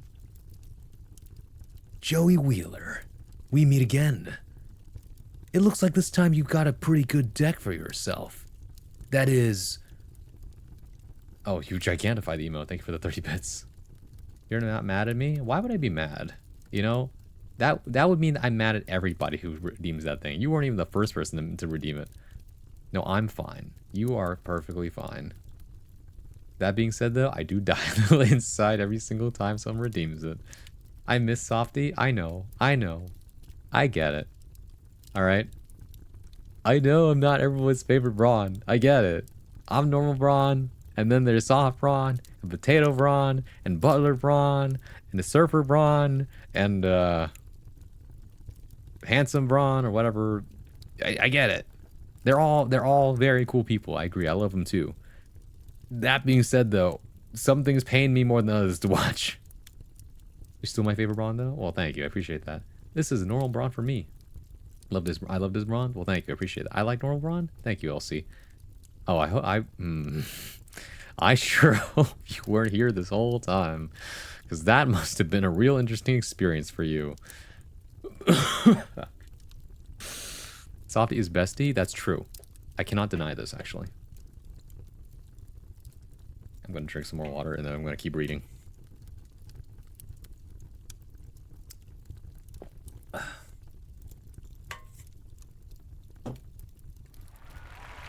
Thank you. Thank you very much. Maybe as a treat to you guys, I'll sing a very quiet song later. Where were we? Oh, here we go. Every new era of the family would add a set of rooms for themselves. Thank you for giving the bird his hat. Never reusing an old chamber. Maybe because of some strange form of spiritualism or tradition, no one alive knew why they did it. Yet they still did, turning every hallway of rooms into another ring in their family tree. Few Conroys ever stayed at the manor too long. Many left to start their own lives, though eventually they would return due to a series of unfortunate events, and always when a new member of the bloodline was to be born. Residing in the home seemed like a cosmic requirement for the lineage, as if it were a true market of heredity. One of those few who chose to stay in this almost living testament to their family was a man named Talbert Leroy Conroy. Rather, he was actually the only one left alive, time taking everyone else who had called the manor their permanent home. Being born on March 12, 1793, the old fellow was 107 years young. He had inherited the location at 50 and took his permanent residence soon after. Talbert was a frail old man with white hair that had begun thinning in patches. He could still walk on his own, weakly, a cane in his left hand always accompanying him. His body had long since atrophied much of his muscles away, leaving his skin to sag and wrinkle, the last remnants of a previous form he used to cherish.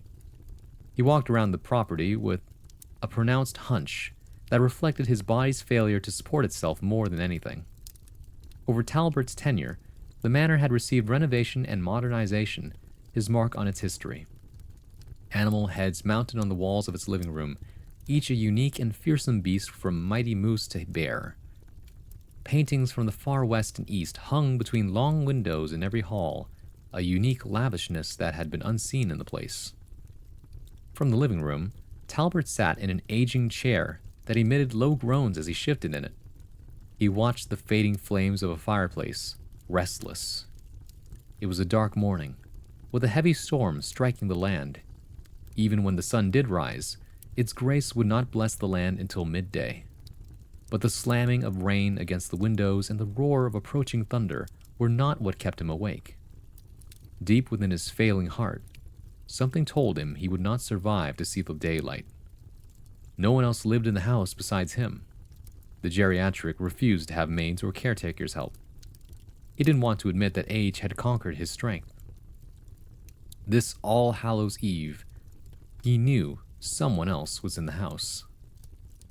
Footsteps slipped between the constant pitter-patter, pausing whenever the rain slowed.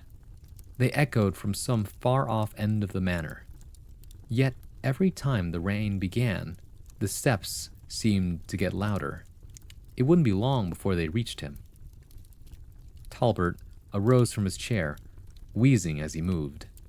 The elder grabbed a small oil lamp, already lit from a previous journey.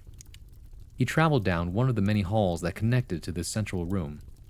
Through the endless corridor, Talbert went, as unwavering as the intruder it seemed. Thunder had arrived by now. Bolts would strike the earth, flashes of light piercing the windows to illuminate the pathway, far brighter than his humble oils could. Dark crimson carpets were visible in their full glory, along with the occasional table with a pot of flowers. Soon, he stopped at a small cabinet which marked the hallway's very end. There was a bronze lock on its door. A hand reached into his pocket and pulled out an iron key, coated in rust. It slipped into the lock perfectly, turning easily with a click. The hinges creaked as the door swayed open. Within the container, a revolver lay, the weapon's frame accented with gold. He picked it up, looking at the cylinder carefully through the yellow-hued lamplight. There were 3 bullets, all he needed. The man looked up at the wall, staring at a painting that adorned it. A river was depicted snaking across the landscapes of the western frontier. The image wasn't anything specific, but it filled him with nostalgia for a past long gone. Talbert lived a long life, a dangerous life with much blood and tears. Not his, though. It never was. He journeyed what had been the next stage of American expansion once, under many different names, but under one common title: outlaw. The old man had been a great bandit in the wilderness, earning riches by spilling the blood of the God-fearing and the heathen alike across the sands without remorse. Pillaging was a craft that he had mastered. However, he had to call it quits eventually, escaping before Talbert Leroy Conroy's grave was unmarked in the desert. So he did just that, vanishing without any trace on a stormy All Hallows Eve night, just like today.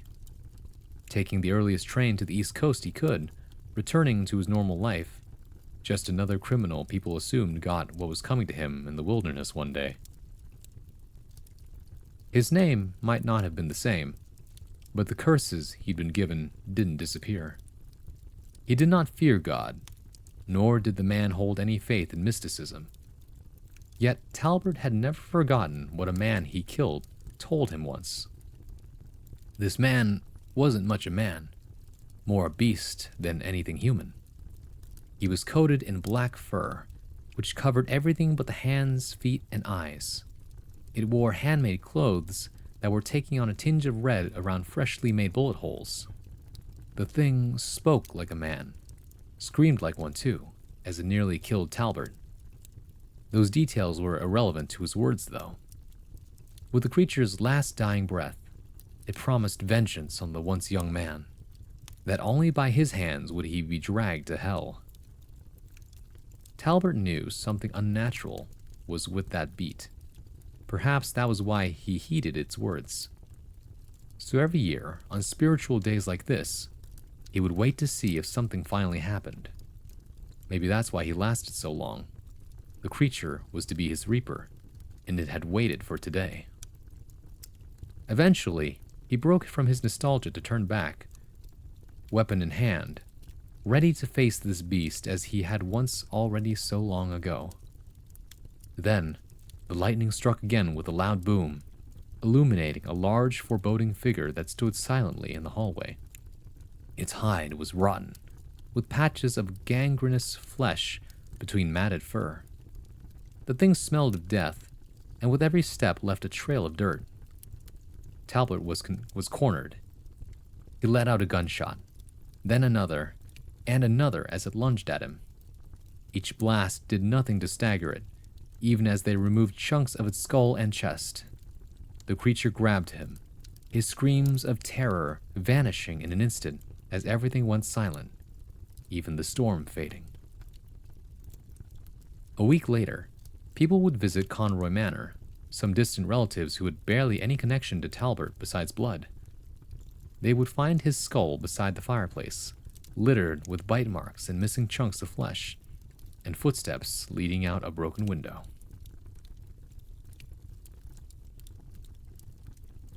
What a curious little story. Mr. TLC, Mr. The Learning Channel. Also, thank you for picking up your daily coin. It's late. I heard a bronze lock. No, not like that. I tried. It's good. Once again, your writing skill is like on par with professional type writing I'd see in like the library shelf. That's how good you are at writing, actually. In terms of content itself, you've written a very curious story this time around, because the premise is so interesting. Although it led me to expect one thing, and then after that quickly pivoted to something else.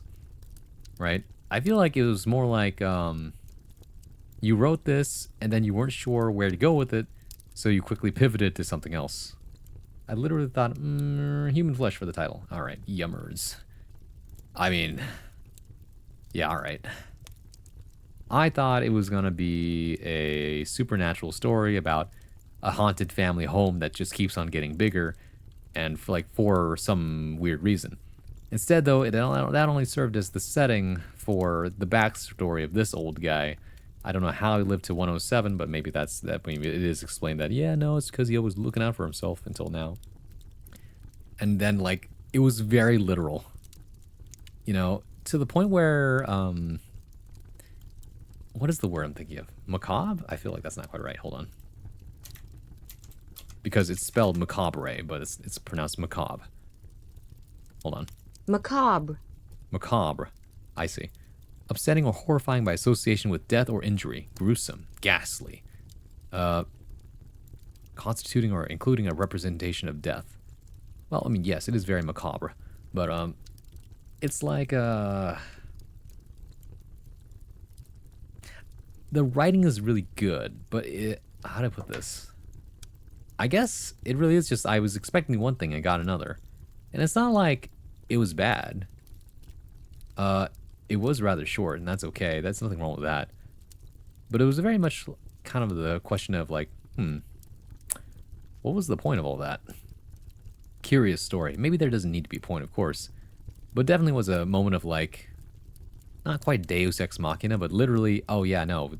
There's this old guy who's very curious, and he lives in a big house, and one day his past catches up with him, and he literally is attacked by a zombie beast man.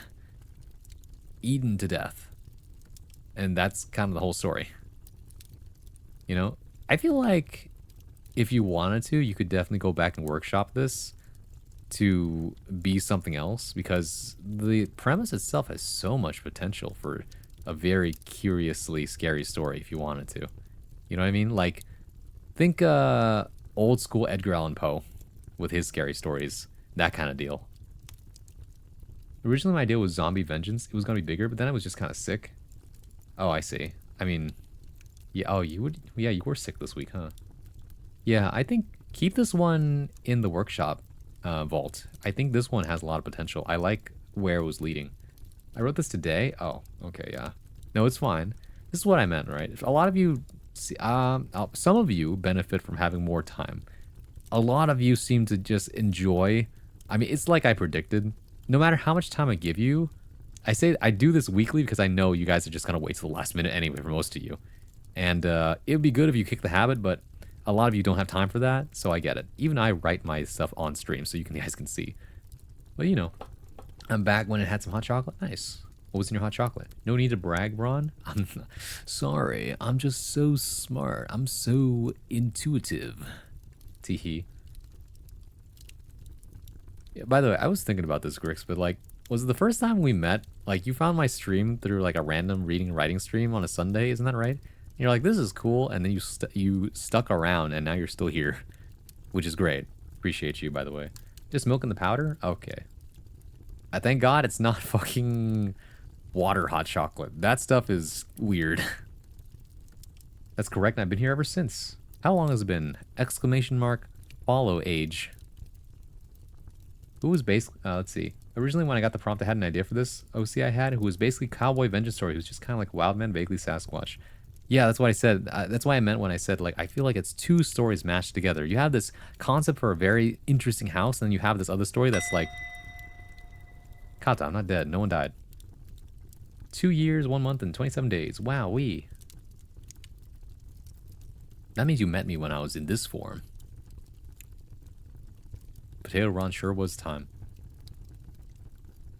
This is going to be more like the strange guy coming back from the dead to take vengeance. Okay. That's correct. Wait, first VTuber as well? Interesting first VTuber experience. It must have been very interesting browsing Twitch for reading and writing and seeing this moving cartoon character on your screen talking at you. And you're like, you know what? This eye candy thing ain't so bad. Yes, I did. That's all I'm saying. Streaming as a VTuber is just streaming with extra steps. Or as I like to say, streaming as a VTuber is just streaming with eye candy on the screen. Why? Because I like looking at myself as much as everyone else does. I never would have thought I would have stuck around. What can I say? I might be kind of charismatic. I'm joking. You're cool, and this must have been a cool place for you, so I'm thankful for that. I used to have some before I got some of the better quality powder, so I started using milk. Oh, I see. Storms has fallen for 2 years, 1 month, 23 days, 19 hours, 49 minutes, and 11 seconds. I then realized I put this anywhere vaguely modern, the dude would be like in his hundreds. Oh, I see. So it's just like, I need to make him kind of weird to be like, him being super old adds to the weirdness. I feel like what if you separated this into two stories? One about like actual cowboy, like settling down, and one about this very strange family home. Because it's the strange family home one is so interesting to me, but that's just my idea. Outside of that, I have like so little to critique. It's just so well written. You're really good at writing prose. What can I say? It's like I could gush about this because the pacing is so on point. Every single sentence is varied in a very good way. You lead with really good, like this is a really good example here. Many people would have said at this point, where is it? A hand reached into his pocket and pulled out an iron key. Most people would have said, he reached into his pocket and pulled out an iron key, but here you purposefully put a hand reached in, which adds to the unsettling nature of the story. Like a hand, it's like this body part is detached from the person. It's so otherworldly. Like it's such a small detail, but it's something I appreciate. You know what I mean? Things like that. One thing I did find a bit strange though is that occasional table with pot of flowers, which implies that this guy does in fact walk around all the time and maintain even plants in the house despite how big it is. Is that a creeper? I feel foolish for not having my work done, so you could have critiqued it. No, it's fine. What's even funnier is that you were working on that godforsaken fanfic. Oh my god. Thank God it's done. I will post it eventually. 5 days apart. Holy. I stayed because bronze makes me rad. Oh. You came for the guilty gear. You stayed for me. Or something. I think next week I'm going to try and get a response to the prompt. Alright. I accidentally fused two stories by accident. It's good to know, though. Yeah, I mean, that just means that you can now unfusion them like a Dragon Ball fusion. Like take out the Potara earrings and watch them come apart. That's the fun part. When I was in high school long ago, a teacher said, "Jackson, you need to not have reptile start to your sentence," and I took it to heart. Okay, hold on. Let's break this down. First off, I'm assuming Jackson was a different person, and second off, what the hell is a reptile start? Too many his and he's to start just doesn't feel right. I mean, it's true.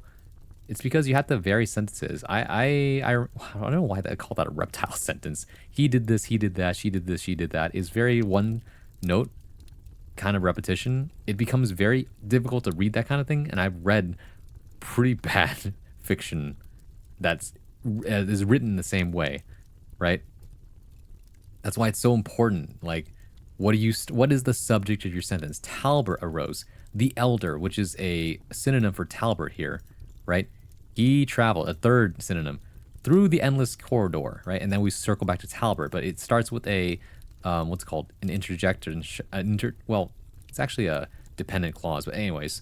Then that talks about the thunder, which has nothing to do. It's like now we're describing the background and more background. Dark crimson carpet. It's like powerful sentence. Starts with very solid descriptive material, right? Like that.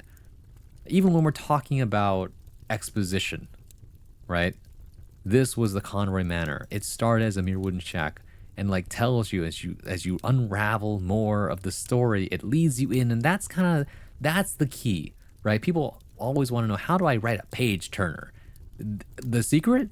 You gotta be a sentence starter first.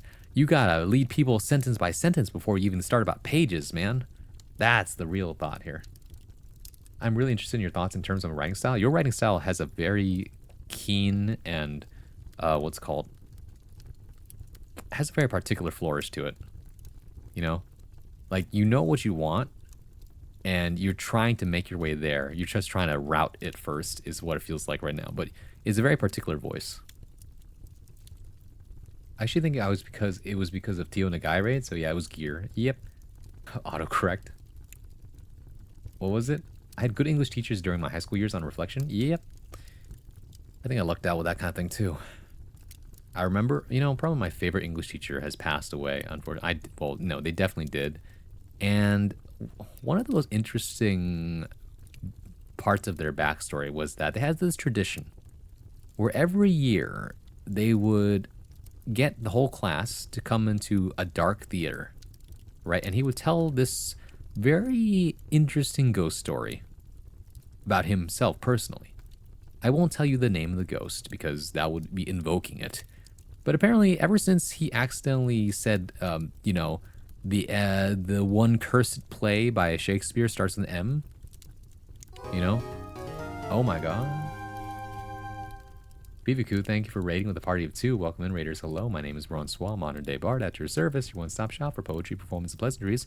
When I'm not playing fighting games, you can usually find me reading, writing, and sometimes I might even sing you a song. Hey, welcome in. Mall raid. What the mall? Why is there a mall at Baldur's Gate 3? I'm curious.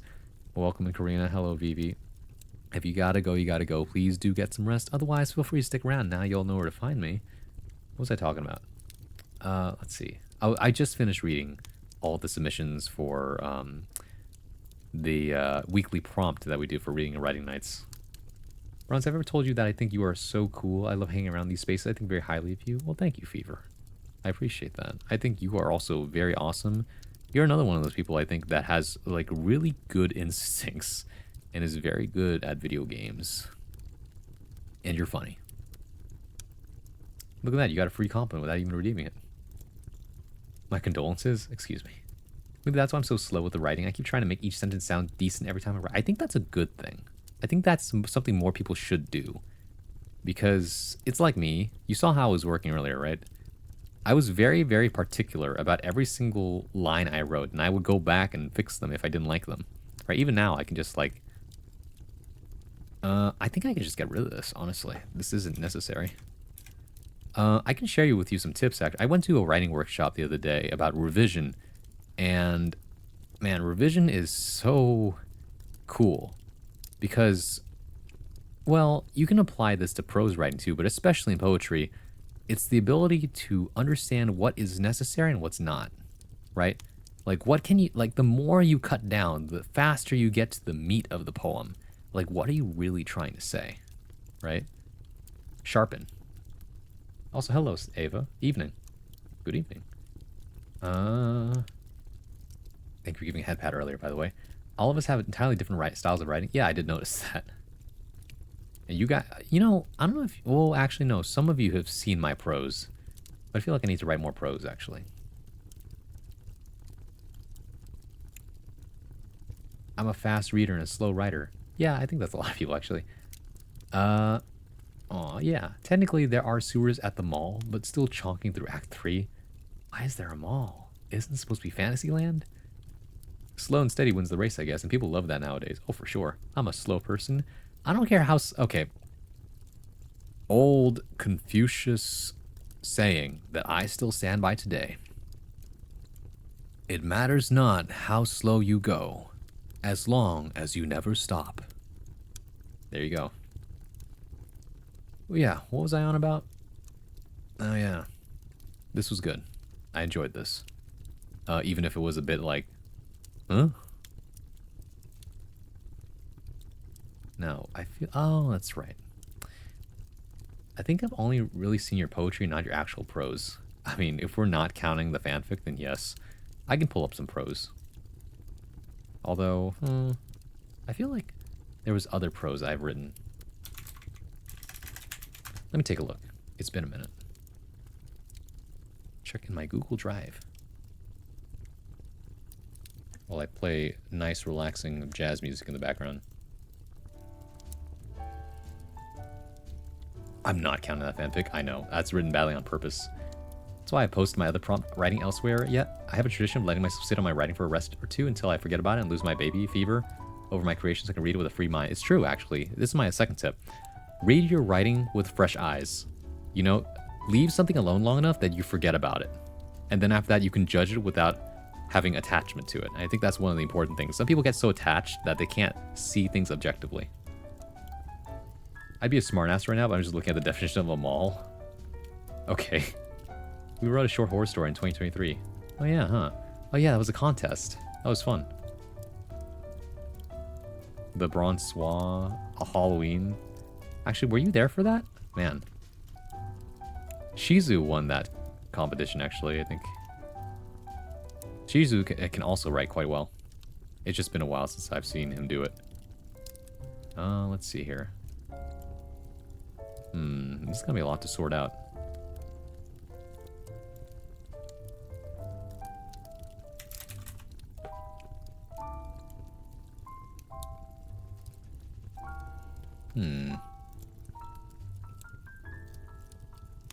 Where did I put that?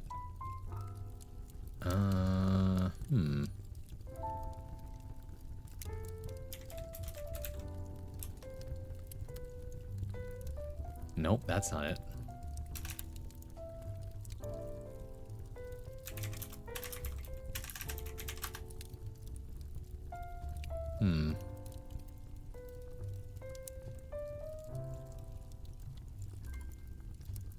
Owned by me. Yes.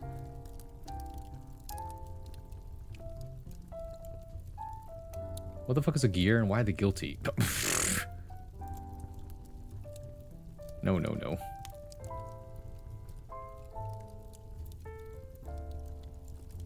Would you want to know about gear lore? We could talk about gear lore, but I don't know if you're ready for that. You know?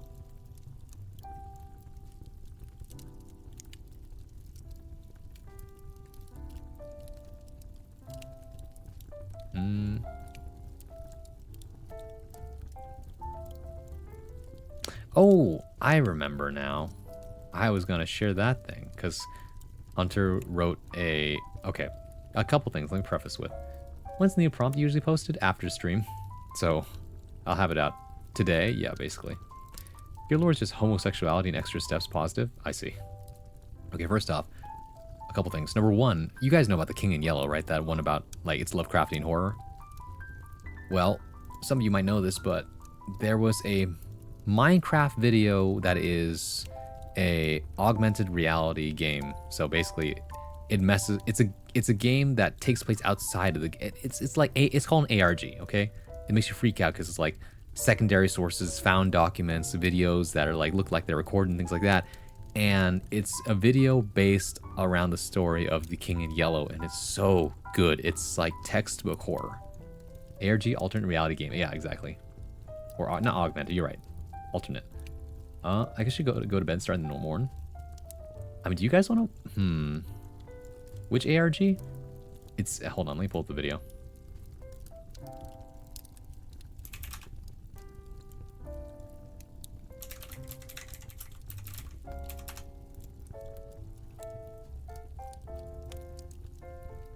I'd have to switch the screen though.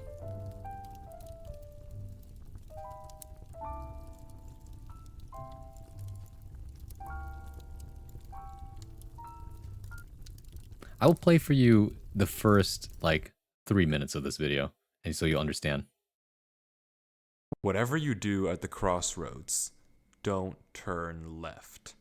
This is the first line in a book that Avery claims he did not write. 2 weeks ago, a YouTube channel called Avery the Eyes Man dying? Oh, you need to uploaded sleep. a Please YouTube get some video rest. titled Weird But it was Book great hanging I out. Did Not Write, where he shows us a mine that supposedly he never built. Inside the mine is a chest that Avery did not place, and inside the chest is a book that Avery did not write. Inside the book King Yellow Signalis? is Yeah. a very strange message. Whatever you do at the crossroads, don't turn left. Don't be fooled, it's listening.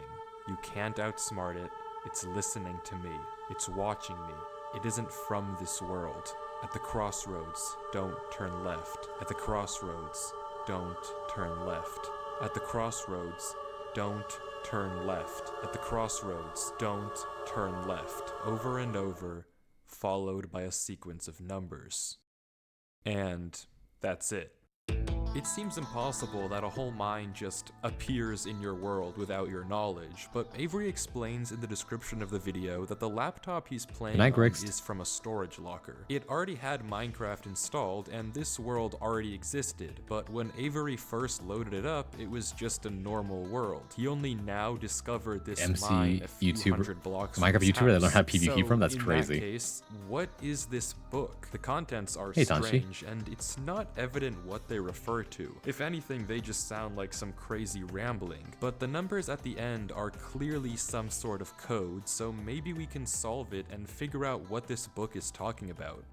Except we can't. The numbers go higher than 26, so it's not any alphabetical code. There are 4 sections, not 3, so it isn't coordinates. And in fact, there's not a single cipher that comes up as a good match for this code. If it is a code, it's unlike any code I've ever seen, and Is it I treasure wasn't hunt? able No, to no. decipher it. It's, So technically- is that it? A strange technically, one-off analog YouTube horror. video and a dead end? Not Always plug random flash drives secure so you can because accidentally for stumble into 2 L4 and get frames some at free the YouTube very content. end of the video, Avery's inventory flashes a random pattern of blocks, and this time there is a code. Because taking the first letter of the name of every block and capitalizing it if there is more than one, you get a string. Shucks. That's my VTuber sibling. Thank you for raiding with the party of 5. Welcome in, Raiders. Hello, my name is Bronsois, modern day bard. At your service, your one-stop shop for poetry, performance, and pleasantries. When I'm not playing fighting games, you can usually find me reading, writing, and sometimes I might even sing you a psalm. Hey, welcome in. Don't turn left. I know. Wait, you've seen this video too? It's so good. I watched this already. ARGs are fun. They're so interesting. Welcome to Horror Time because Hunter loves that stuff. I know you. Have you seen this yet, Hunter? Have you watched this video? It's so good. It is so good. The thing is, though, I didn't want to watch the whole thing because it's 41 minutes. But it's so good. The payoff is so good. Yeah, I hope you had a great time playing Slime Rancher 2. Welcome to Raiders. Hello. If you got to go... Wait, did I already say my whole thing? I'll say it again. Hello, my name is Bronsois, modern day bard. At your service, your one-stop shop for poetry, performance, and pleasantries. When I'm not playing fighting games, you can usually find me reading, writing, and sometimes I might even sing you a psalm. Hey, welcome in. Raiders, if you got to go, you got to go. Please do get some rest. Otherwise, feel free to stick around now. You'll know where to find me. I hope you had a great time, by the way. I know you were playing Shadowverse early, and then you switched to Slime Rancher 2. But yeah. Duh, I made you read The King in Yellow because I was talking about this. Oh, yeah. Like, okay. I just want to give everyone a little taste of this. I watched the whole thing the other day, and I was like, oh my God. String that perfectly matches the length. Well, to be fair, I made somebody else watch this on their stream and watched it with them. It was funny. Let's play that again. flashes a random pattern of blocks, and this time there is a code. Because Nice. taking the first letter of the name Popped of into that every exact moment, block I see. and capitalizing it if there is more than one, you get a Actually, you know what? Shucks, just for you, I'll go back and play the first 2 minutes and 30 seconds. You don't dare do it to me? No, I would not share with the more. If you're interested, you can go deeper into this, but I'll only share with you the first like 3 minutes or so.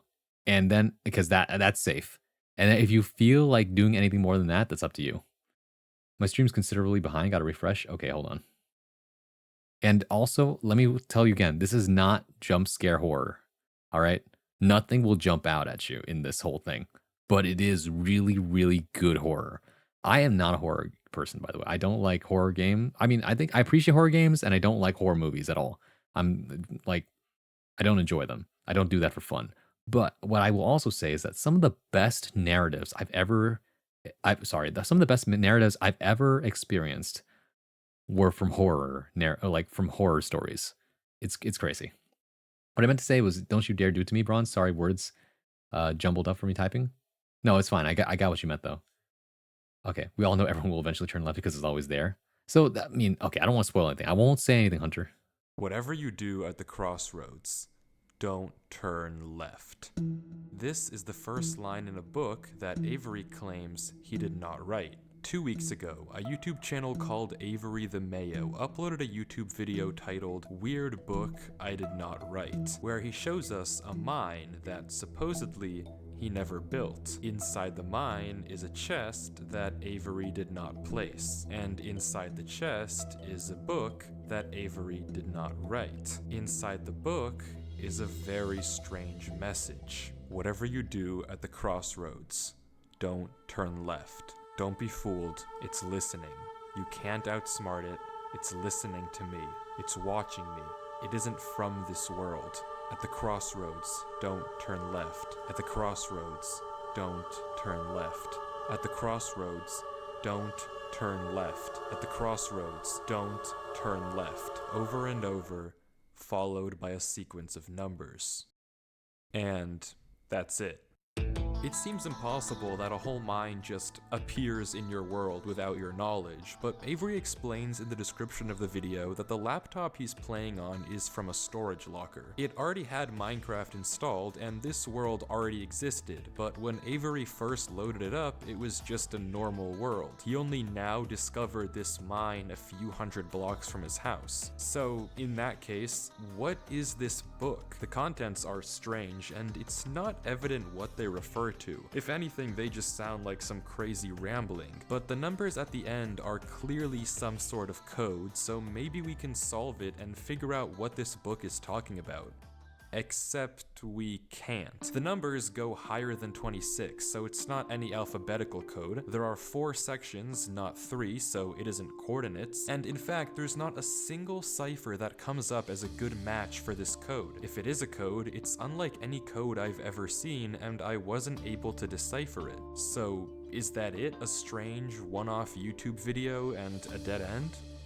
Not quite, because for 2 frames at the very end of the video, Avery's inventory flashes a random pattern of blocks, and this time there is a code, because taking the first letter of the name of every block and capitalizing it if there is more than one, you get a string that perfectly matches the length of a Google Drive link, that when you enter takes you to a folder. And this is where the true mystery begins.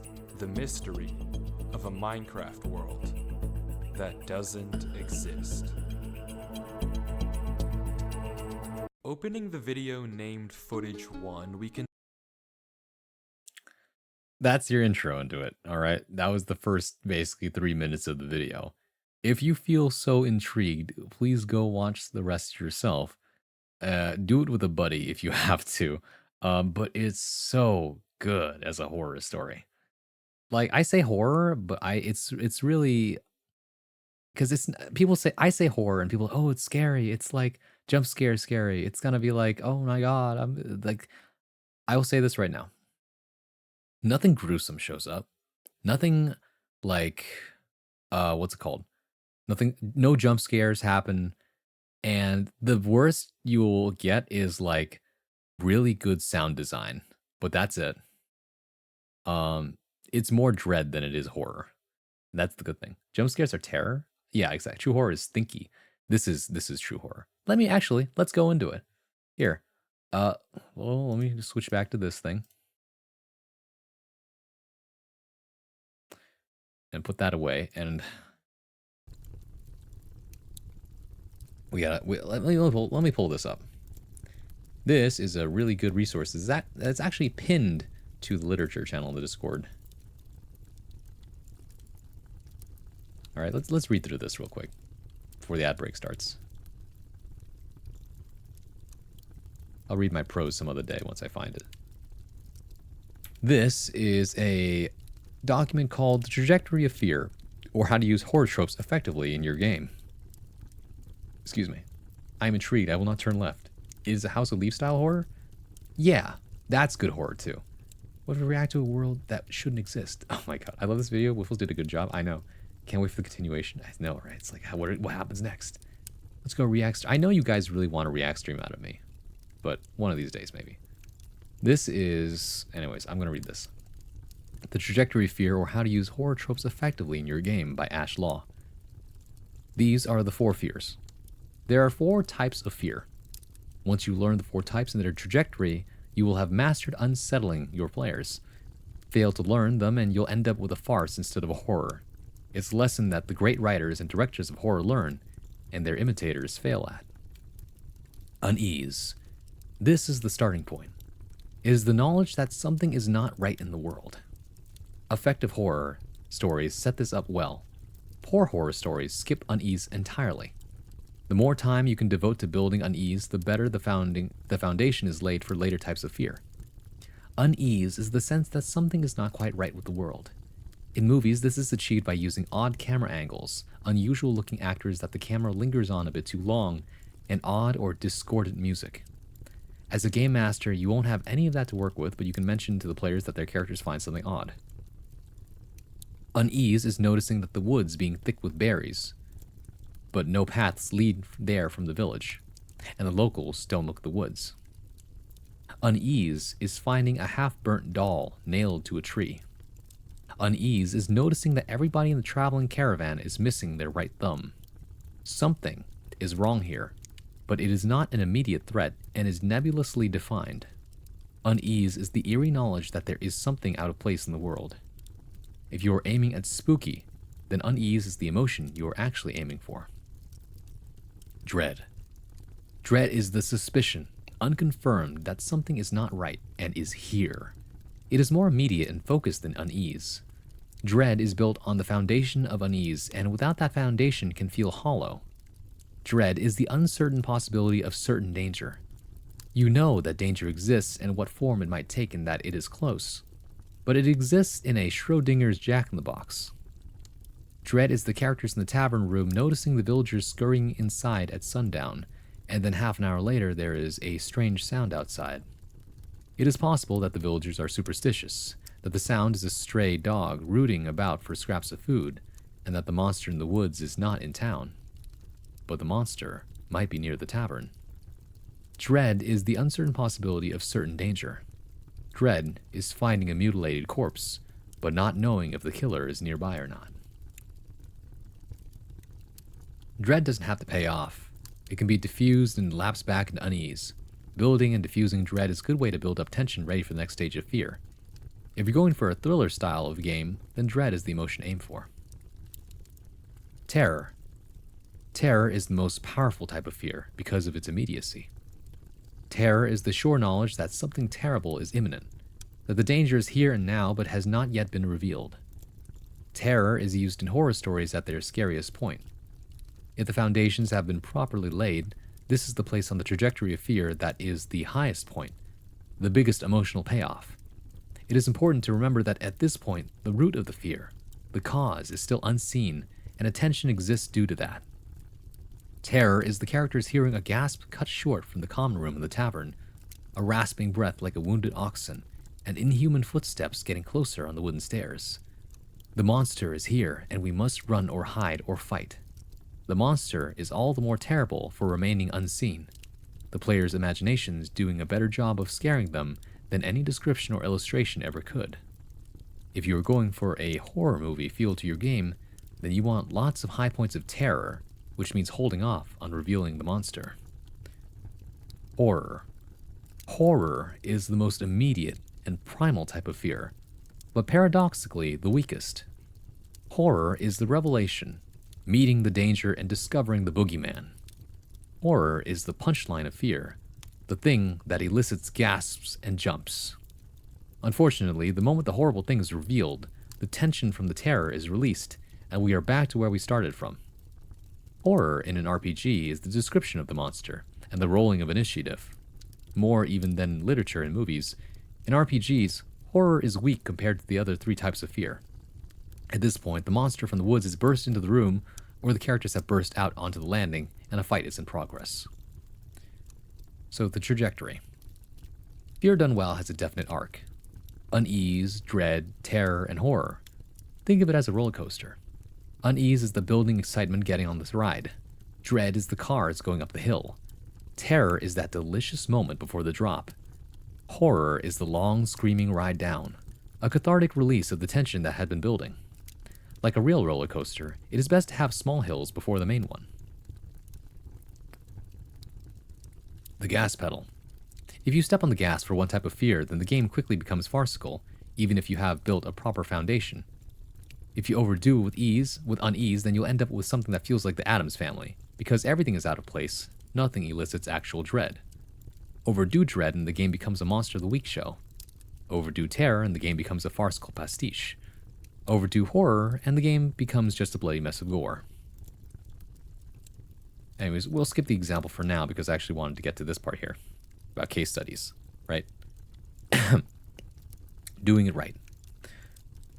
No catharsis. This is, I believe, so let me read this first. So, right, Hunter? Guess I should sleep. Good night, Storm. I think that's oversimplifying horror. Cosmic horror is more thought-provoking. The horror is implications, but discredits the macabre, guts, and the such. Actually, unsightly sights are a great as well. A jump scare is an effective tool when used properly. Hitchcock taught this. The shower scene is Psycho. The slow build-up to the monster jumping out when you least expect it. And its fundamental horror is Lovecraft. Jump scares play on the primordial fear of the saber-tooth sneaking up and attacking the long grass suddenly. I think the monster only loses the horror when the threat can be degated. Not sure what you meant to say here. You mean like... I feel... Okay, so my take on horror is that people fear the unknown because it means danger, and danger leads to death, and we fear death, right? So when we see something we do not understand, right? Something in the dark that we cannot see, or something that we cannot find, or like, you know, etc., we feel fear from it. But the moment we understand what it is, it takes away some of the fear. Sometimes the immediacy of death is still there. Right? That's the horror. That's the I'm getting chased, I'm going to get killed. That's horror. But at the same time, it's not the same level of like unease and fear and like not ever knowing. The not ever knowing and the anxiety of it is definitely what builds up the tension. Oh, when the threat can be defeated? Yeah, that's why I always say, like, in horror games, I rarely feel that much terror in a horror game because most of them give you agency, most of them give you the ability to run or use a weapon and fight back, etc. That's why Resident Evil isn't always the most scary thing to me, because it becomes pretty funny at some point. It becomes a B-list action movie. But yeah. Here's an example of no catharsis, which is probably in line with what you're talking about with Eldritch Horror. Shot by film Hollywood outsiders on a budget that would not cater for a day of a big shoot, the Blair Witch Project did it right. From the outset, we are told that the world is wrong, that there is a legend of a witch in the woods. Townsfolk tell their tales. Fishermen in the backwoods tell a different tale. Spooky lost houses, missing children, a witch, a curse. Unease begins to set in. The hapless film students hike into the woods, getting lost and stumbling about. They should not be this lost. They should be out of the woods by now. Evidence of strange things, odd noises in the night, stick men hung from trees. One of them goes missing. Dread sets in. Finally, the house of the witch, or of the child killer. The characters enter the house that should not be there, called by the cries of their missing friend. Or are they? They find child-sized handprints on the wall, and finally we are treated to the sight of one of them stood in the same pose the long-dead killer was said to make his victims stand in while he was killing their companions. Terror. The evil is here. The camera falls, cut to black. We never get the cathartic release of horror. We see no dead bodies, no witch, no serial killer or ghosts or monsters. The movie made a ton of money because it was scary. The Blair Witch, I love it. Yeah, right? I've never watched it. I don't want to watch it because I know I'm going to shit my pants if I do. But that same deal here, right? So, without spoiling anything about the King in Yellow video we're talking about, unease is, like, even from the very beginning, you hear that music come in, you have that level of unease, something's not right, this world is not mine, it's found footage, right? Like, something is here, and it's like, I can't explain it. But you know, it could just be a random video, unease sets back in, like, it's probably nothing. Every time it goes up, or every time it goes down, it's like, it's always a dismissal. It's like, it's probably nothing, right? And then the dread sets in again. We're like, okay, hold on, something freaky's going back on, but like, maybe it's nothing, you know, I might be freaking out. And then you learn more, and like, okay, there is something here, and it is following me, etc., right? We can get into it after one more ad break. The one thing I wish the video had or changed was when it adds sound effects. If you're talking about the Minecraft video, I really did it. I appreciated the sounds and music they used, in my opinion. Felt too theatrical. A lot of it was, but that's like the editor's choice. But I think that if they, like, there's this one song they played that felt out of place, but at the same time when I was watching it, I was like, I'm kind of grateful they added this in because I really needed a breather from everything. The tension was too high, right? Ease me back into like a false state of, what's it called, of security, only to wrench me right back into the unease of it. If they added music, I think they should have made it feel more like in-game music. I mean, that's only, you probably would have experienced it differently if you had went and done the ARG yourself, if you went and looked at the found video footage, because that's unedited, right? Whereas by watching the actual video itself, there's all this edited theatricalness because it's a YouTube video that's supposed to keep you engaged, etc. Adds to the mystery. I mean, yeah, the game has no music. I mean, yeah, that's what I'm saying. The YouTube video itself is done theatrically to keep your attention and all that, but the actual because assuming you can go to that Google Drive link they mentioned in that video, you can go watch it yourself. And my bet is that you won't see any, you're not going to hear any of the, you're only going to hear the in-game sounds. That's the thing, right? That footage is probably unedited. It's not cut. And that's why it's like, oh. So if you want to experience more like immediate horror and immersion, just go to the actual video itself, which I'm not going to do right now because it's too creepy. But yeah, I'm going to talk more about this when we come back from this ad break. I got to go brush my teeth, and we'll be right back after these messages. I'll see you guys in a bit.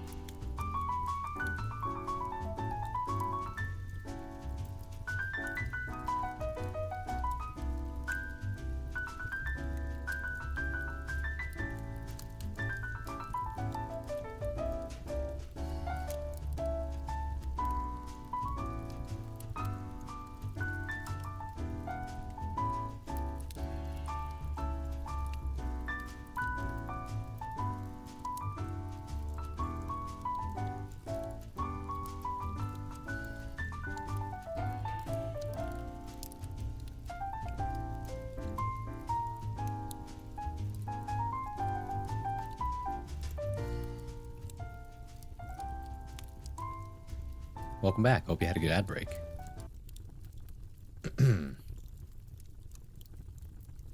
Throwing Braun into the horror hyperbolic time chamber until he can explain to me why Jigsaw and his copycats are the stupidest killers in existence. Also, Braun can now write great Goosebumps-esque stories, thus resurrecting horror for kids instead of the Blumhouse production 13 slop.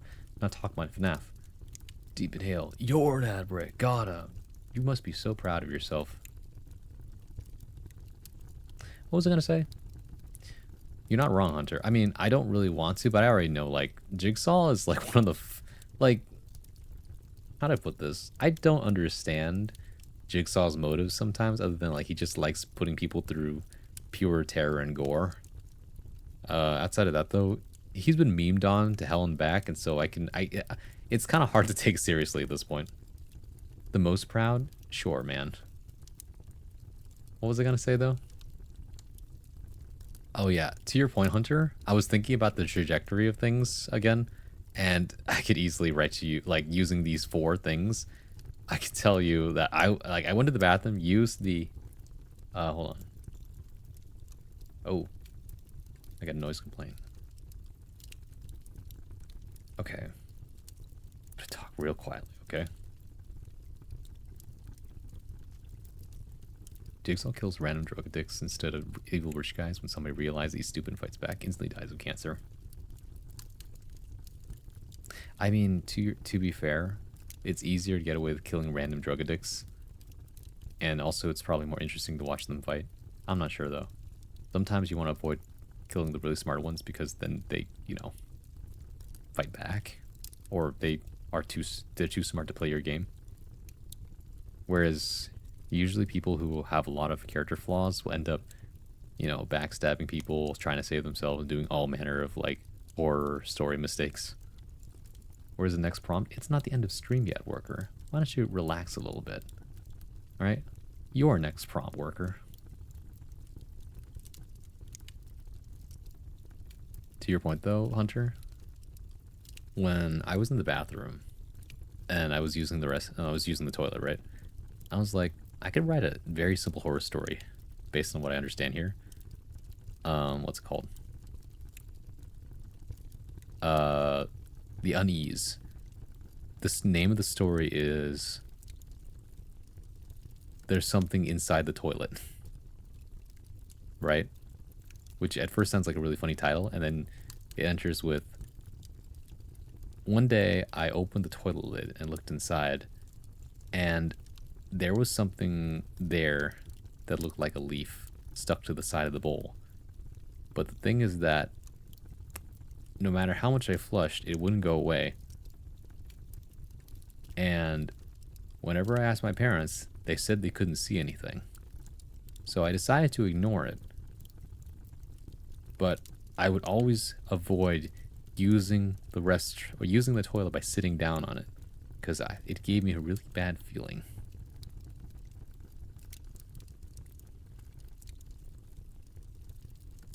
Right? Stuff like that.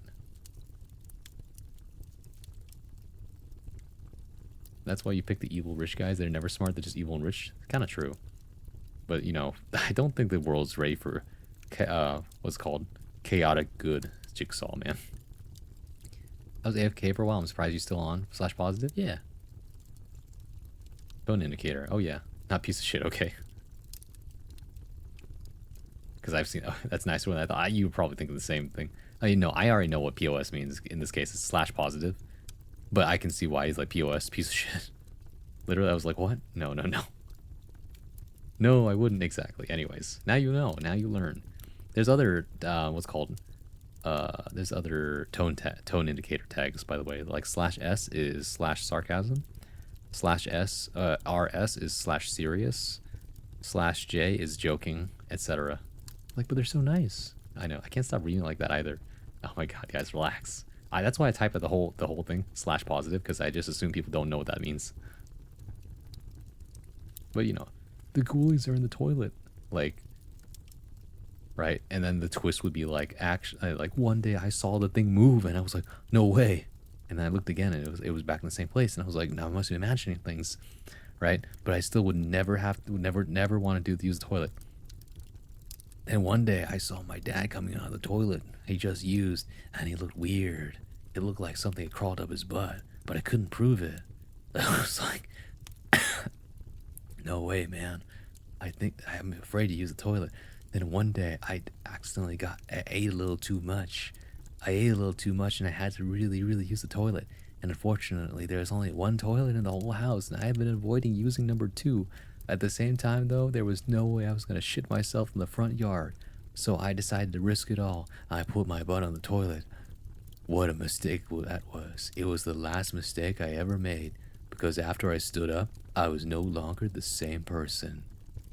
Dun dun dun. That's the end of... You actually got me that time. You actually got me because I was telling my own scary story. I ain't chill with broth to roast him like that. No. Gotta check Dad's butt. Don't say that, Zozo. How's that for a scary story, though? I had unease. There's something in the toilet. Dread. I thought the thing moved. Terror. Oh my god, I think something crawled up Dad's butt. Horror. Now it's my turn. Okay, anyways. My favorite tone indicator is fuck you. This tone indicator means I fucking hate you. Don't be so crass.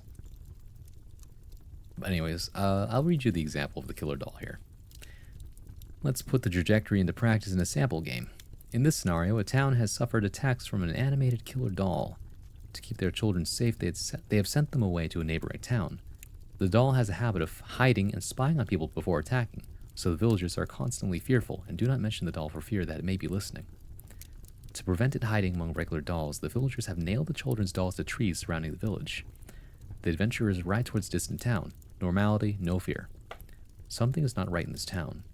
When the adventurers arrive, they notice that the townsfolk seem fearful and are constantly watching the shadows and glancing the spaces under chairs. Unease.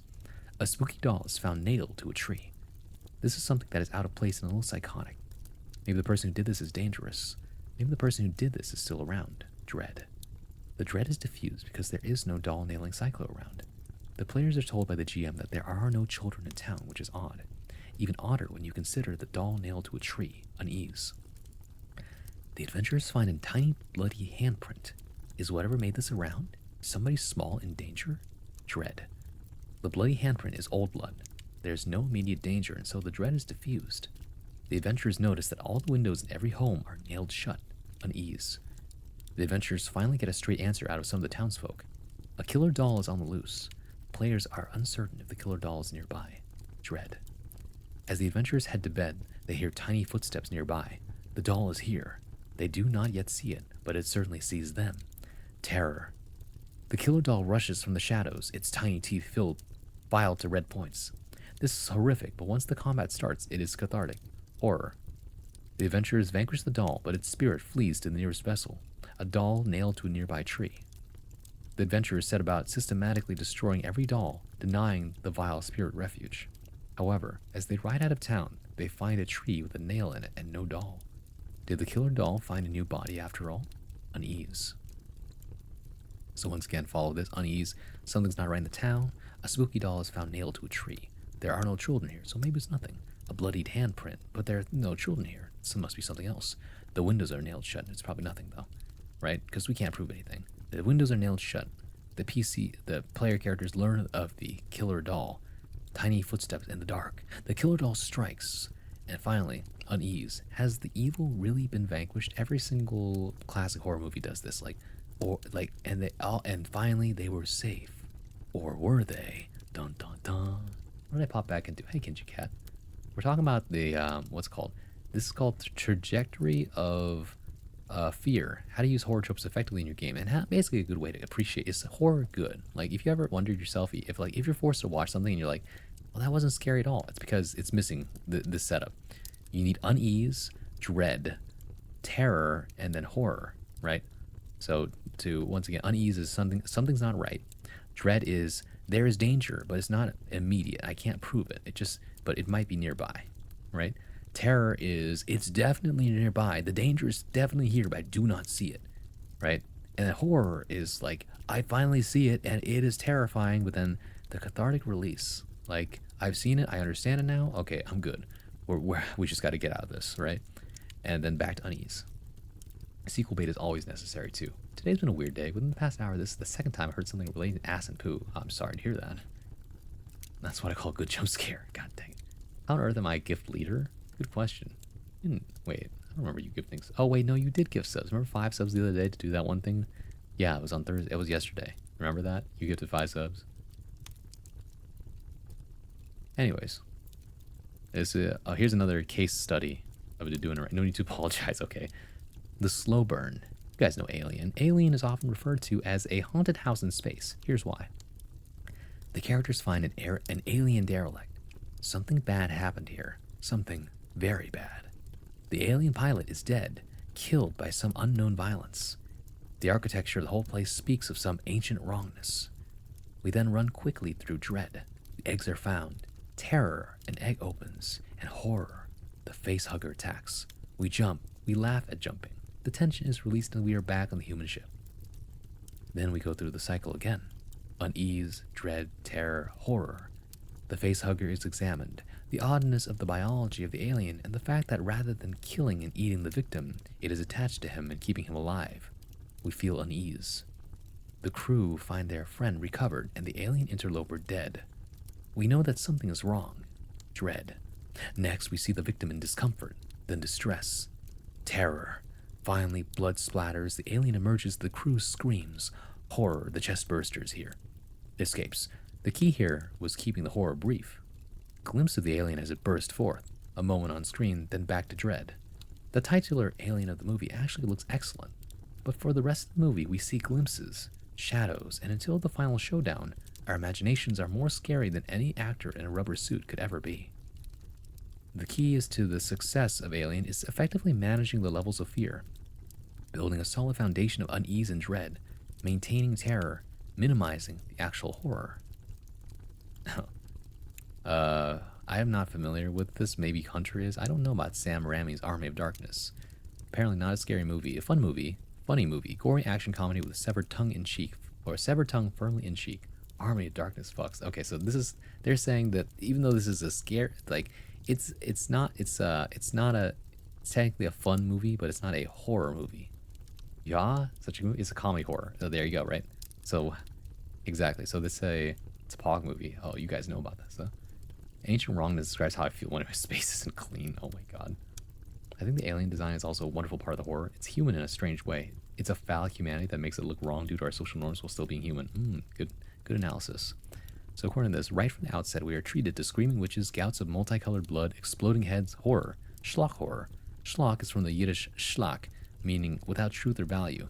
There's no buildup of an unease, dread, terror for the horror to release. We jump literally straight into the action with no foreplay. As a result of the lack of unease, dread, terror, the scenes make us jump and laugh, but we are never scared. If Alien is a horror movie disguised as a sci-fi, then Army of Darkness is old-style slapstick disguised as a horror. Tricks of the trade. So how do you apply these lessons to an RPG? Or writing in general, really? Firstly, avoid reliance on gimmicks. Dim lighting to set the mood can make the character sheets hard to see, music can make it harder to hear you and for you to hear the players, and jumping out at your players with a scary mask on only works once or twice before they come to expect it. Gimmicks can help enhance what is already there, but as in real life, there are no substitutes for substance. By all means, set the mood, but don't rely on that alone. The first step is to establish normality. The characters are constantly wading through demons and undead. You have nowhere to go to get your scares. Set a baseline. Lovecraft was a master at setting baselines. When he spent precious words describing the town of Newburyport in his 1931 story, The Shadow over Innsmouth, he is doing so in order to set a baseline for the decrepitude and wrongness of the neighboring town of Innsmouth. Innsmouth has a wrongness to it, but we only know and feel that because we have started our journey at a normal town. The next step is to establish threat. This is where your deviation from the normal comes in, the start of your journey into darkness. In movies, this is easy to do. Before the title rolls, you get to see a grisly murder, and we find out that the killer is huge and has an axe. Job done. In an RPG, you have to rely upon other methods. A local warns the party that a witch that skins the unwary lives in the abandoned mine, or they hear from a traveler that the village they are headed towards has a dark reputation and legends of werewolves. Showing the handiwork of the menace is great too. The brave knight impaled 20 feet up a tree. The corpse missing all fingers. The graves of past victims. After normality, create unease by establishing the threat. The movie The Ring establishes the threat early. See The Ring, and 7 days later you die horribly. Once normality and the threat have been established, you can set up your signpost. These are ways for you to show the monster without actually showing the monster. In movies, you can cut to a monster's point of view as it stalks the victims. In RPGs, different signs are needed. A good example of in-game signposts can be found in the Silent Hill series of games. When the monsters are near, there is a sign, usually static on electronics. In my games, I like having blood-red flies proceed in a company and infest the undead. If my players encounter red maggots or flies, they know that undead are nearby, a particularly nasty type of demonic undead that will provide them with a very tough fight. Signposts allow you to hint at the possible presence of danger without actually showing the danger, giving you the ability to build dread. Once you have your signposts in place and the players are feeling dread, the next step is to disarm. You build the dread, but you want to be able to disarm it. The figure in the dark was just the village goodwife fetching water from the well, not werewolves. The flies were regular flies, not red demonic flies. By going as far as dread and then disarming, you break tension and allow players a chance to relax. Just like a roller coaster has some ups and downs before the final drop, you'll want some ups and downs too. You see this disarming maneuver all the time in movies. The music builds. Is the Mad Axe Man? No, it's the friendly cop come to check that the protagonist is alright. The final step is cloak, then dagger. In order to build terror, you need to show your signposts, or werewolves howling in the woods, to get to dread. Then you get to cloak. This is where the character almost sees the danger, but not quite. The movie Aliens has a great cloak scene. The Marines are counting off the ammo left in the sentry guns, and both guns run down to 0. Then their motion detector shows the threat getting closer. Closer. Closer. This isn't a mistake, not a false alarm. It is obvious that the danger is coming, but is not here yet. This builds the terror. They know that the aliens are coming. Another great example is the British movie Dog Soldiers, or movie. In one scene, the wolves are about to attack and are just outside the range of the light. We can see them in the trees, silhouettes. It is obvious what is about to happen, that an attack is imminent, but not yet. The classic film Zulu has a similar scene where the Zulu army lines up, chanting and singing, but too far away to see details. Next comes the dagger, the attack itself, the horror. At this point, it's best to show, not tell, and better to hint than show. An actual fight will be frenetic, fast, confused. The player characters don't have time to measure the creature they're facing, to see that it has 5 eyes. They just know it's huge and has a multitude of eyes. Keep descriptions oblique, rather than describe the zombie as having rotting flesh. Describe the slime that characters feel splash off as they hack into it with axes, rather than have the character see that its eyes glow red. Say that the scene is lit with a red glow that seems to come from inside the skull of the zombie. The more you can imply, the better. With implied details involving all 5 senses, an encounter with a simple farm animal in the darkness can become the stuff of campfire stories. Hi, Fleet. Dog Soldiers mentioned. Wow, you really do know your stuff. This is my boomstick. Oh. Fun trivia. Evil Dead, Hellraiser, Jason, Freddy are in the same universe. Really? This is why I appreciate H.P. Lovecraft. His format and style and stories were unique even with their faults. You can recognize both and like the story without throwing away either. Yeah. For real, I love Evil Dead and Hellraiser so much. Go find the lore. Politics is like Aliens versus Predator thing where Predators had a like xenomorph skull in the background. Dog Soldier. Anyways. Remember, lines and veils. Before each new game, especially in horror games, have the chat about lines and veils. Lines. Some topics are just too upsetting. Oh, that's right. Basically, make sure that you never cross boundaries. Set up boundaries, alright? But this is only for... This only applies if you're like writing something for someone or playing a game with somebody, right? Veils, let's see. Graphic violence, but not graphic intimacy, so make sure you get that checked too. Landmines, okay, right. Once again, the third thing, make sure that do not cross this line, speak up about it now. I'm sorry I've hit a landmine, end of story, etc. Right? Put your boundaries up if you are actually going to be doing something with anybody. Right? If this is too much for somebody, be considerate. Let's see. Amber Wolf, hello. Welcome in. This is more for D&D? Yeah. This stuff is not really... the ending part's for D&D stuff. The beginning part is the good stuff, though. Like, for everybody who is either a writer, a filmmaker, or a game maker. Right? This is how. I I think horror is a great way to push social norms. I think so. I don't like seeking out horror, but I always acknowledge when good horror is being done, right? If you okay, for everybody who hasn't watched the Minecraft video we're talking about, close your ears for a second or something. But Hunter, I was gonna say, right? The reason I loved the King in Yellow video was because the unease was always there. The feeling that there's someone there and I can't prove it. You never really see it, but the person in the video does. And that's like, I'm so freaked out, bro. I don't see it, right? And the second thing is that I love that the main character is a very capable person, so smart. They knew everything, they did everything right, and even then they couldn't outsmart it, right? That was the other thing. Dread is like, oh, you hear the whispers, they're coming, they're here, and like you have to hide. It's like, oh, that's the terror. The dread is like, oh, there's definitely something following. The uncertain or the unease was like, oh, this is weird. There's a whole cave. There's like trees. There's like, what is this? Something doesn't feel right. The dread is knowing something's following you. Something's like, oh, I cannot see it, but it's following me. The terror is here and the whispers come. It's coming for you. It's here. And then it keeps going back and forth, right? Have you finally escaped the danger? Did you finally manage to, get out of there? And it goes going back and forth between unease, dread, and terror till finally you get to the very bottom of everything and you see, or we never see it, but we see the cause of everything. And it's horrifying. And the implication, remember we were talking about the implied horror, is that we never see it, but we see the reaction to it. And the whole time, the person in the video, right, had stayed calm, had done everything right. And when they are the one that freaks out the most, we know whatever that is fucked up. It's terrifying. It is enough to send you reeling, and that's like insane. And then we go right back to unease. It's not over yet, etc. Yeah.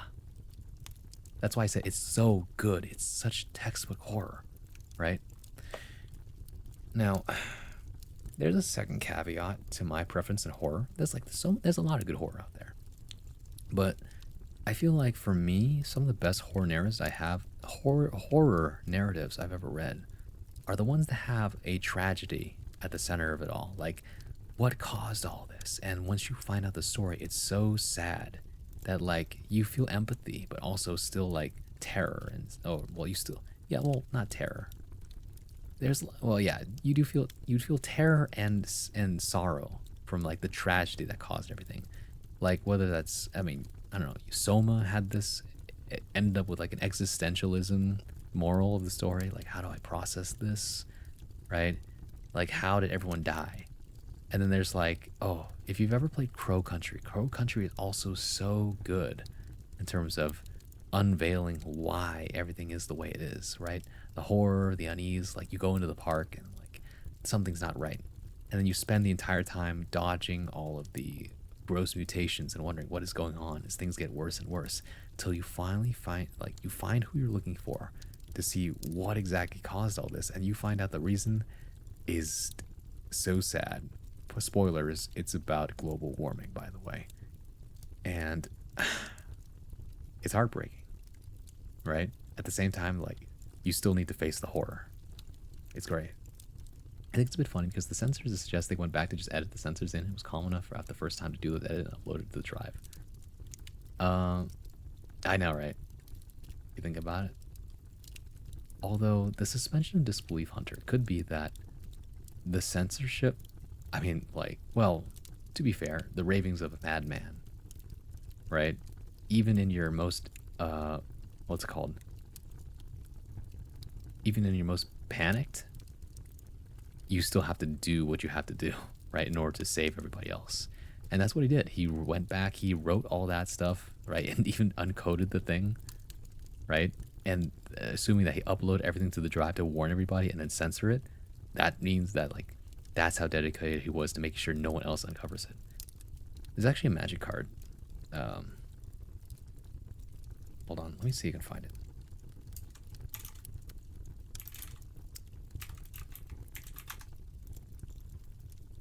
There it is. Arcanus the Omnipotent. No, that's not right. Damn, where is it? Oh, there it is. Let me see if I can. Hold on. Open a new tab. Grab this. This MTG card is actually so sick. Look at check this out. Arcanus the Omnipotent. Look at the flavor text. He has journeyed where none have been before. Now he returns to ensure that none follow. Like, oh, that's so sick, right? It implies he saw the horror. This is basically Malzahar from League, by the way. Saw the horrors, came back, said, no, we are locking that away. You are not passing this, right? It's crazy. It's really fascinating how horror seeps into all of this. I know, right? Isn't it crazy? Isn't it great? But anyways, I think we're pretty much cleared. I finished my poem for the week. Ooh, wow, I really did get it down to 1 page.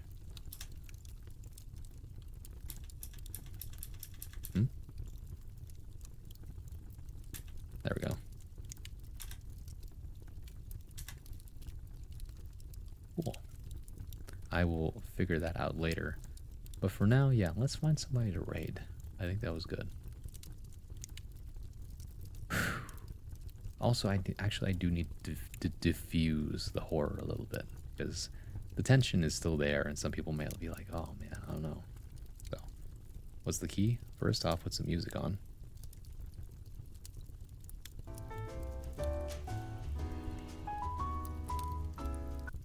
No, actually, I kind of wanted to hear this song instead.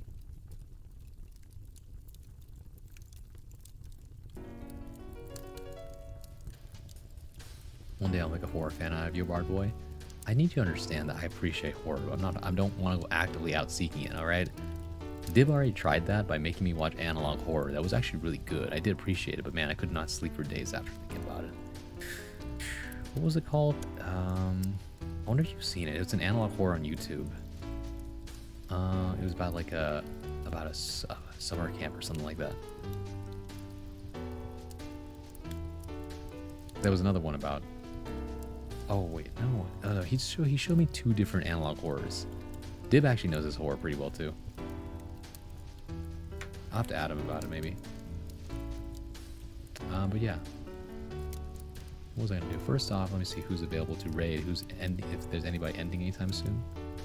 You just need to open the lemon configuration. Hell, I have such sites to show you. I don't really want to. You know? Let me see here.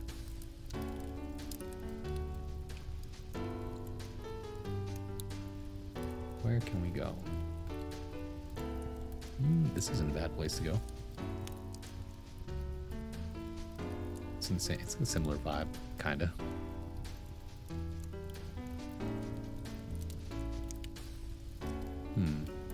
Yeah, I'm down to right here. Or, actually... that's a little hectic. I'm not sure I want to raid you guys there. Let's see. Hold on a second.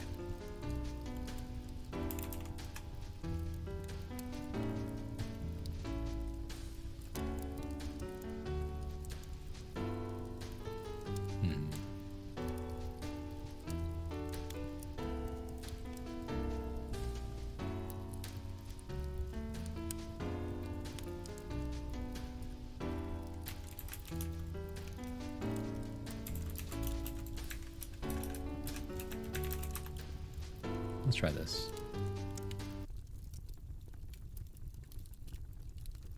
Actually, no.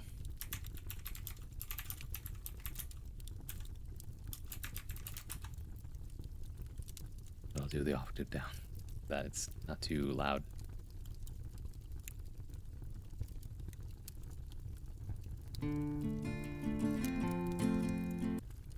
Okay, yeah, that's good. Just go ahead and, go to the right place.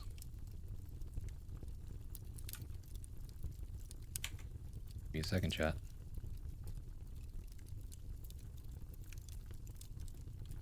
Oh, not that button. Ah, here we go. Then finally just go this way.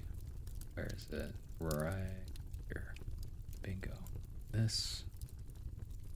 Yeah, we're good to go. My writing streak stands strong, though, at least. Oh, yeah. Today was a good day. I agree.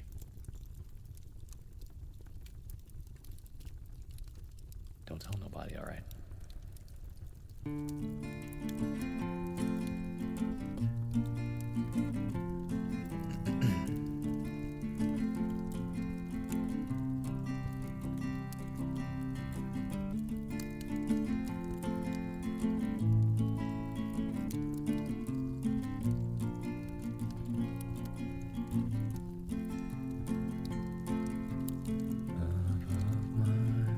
Someday you will die, but I will be close behind.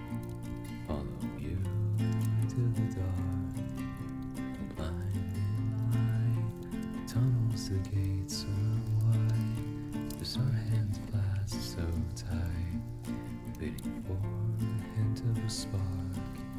If heaven held aside that they both are satisfied. Illuminate the nose of their vacancy signs. There's no one besides you when your soul embarks. Then I'll follow you into the dark. Catholic school, as vicious as Roman rule. I got my knuckles bruised by a lady in black. I held my tongue as she told me, son, fear is the heart of love. So I never went back. If heaven held aside that they both are satisfied, illuminate the nose of their vacancy signs. If there's no one beside you when your soul embarks, then I'll follow you into the dark.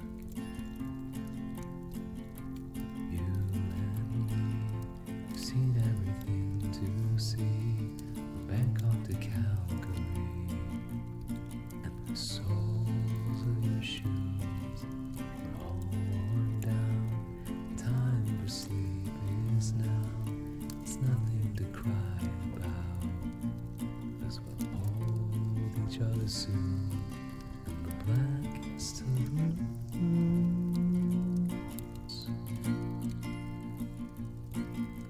Heaven held aside that they both are satisfied.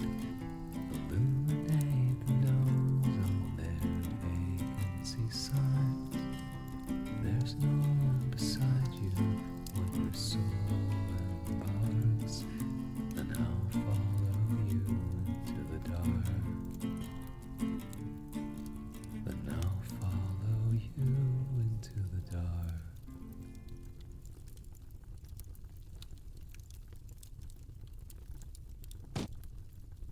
I don't know what that was. All right. Follow me. We're here.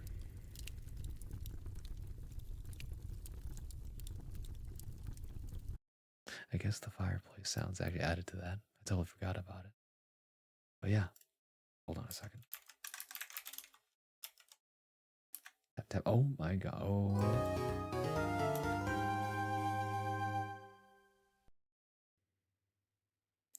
Vasia, you fool. You fool, Vasia. Oh no, the herd's here. Hello, Ava. Awkward. Sia. Woodger. Tomb Train. Nontron just. Of course, sorry, raid to just a raid. Braun, read more short horror, quick. No, doing that. Also join the end of stream. I mean, yeah. Continue, Mr. Bartman. How's everyone? Y'all like Hellraiser? Oh my. It's a long story. We read community submitted works using my weekly prompt. After that, we talked about horror stories because, like, there's so many good narratives hidden behind horror. You just have to get past that and to appreciate it. And then after that, we decided, okay, I'm gonna rate it out, but at the same time, like, right, you know, I don't want to like just rate you out on horror stuff. So I decided I'll sing you a small song. So, well, now that you're here, I guess I have to sing another song. Oh, you guys like Hellraiser? Damn. I'm not gonna read another short horror right now. Hold on. Can I sing you?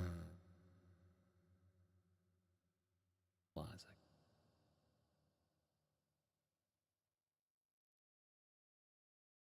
Thank you for singing. You're welcome.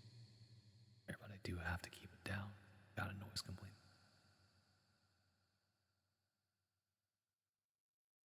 It was nice hearing your voice for like a minute. Okay, hold on. I'll sing you another song. I'll sing you another song. Okay, relax.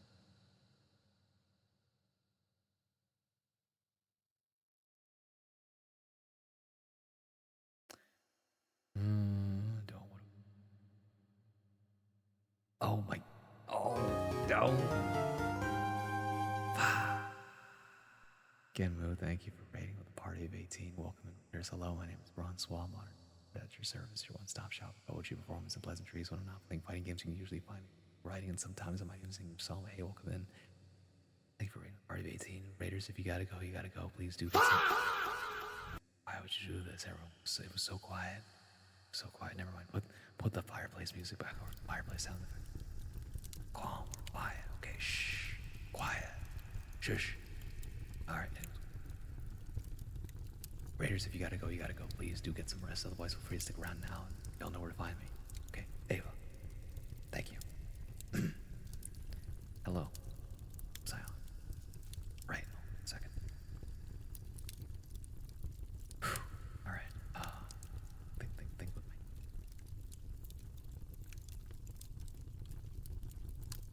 Brain be too fried right now. I understand. Don't worry. Thank you for entrusting me with your community. I was about to raid out, but then I got two different Guilty Gear. I love fighting games. So true. I play a lot of fighting games, but that's fine. I had to try so hard not to yelp and screech. Oh, fun. Why? Oh, okay. Colon D. Or colon, well, no, sorry, colon 3.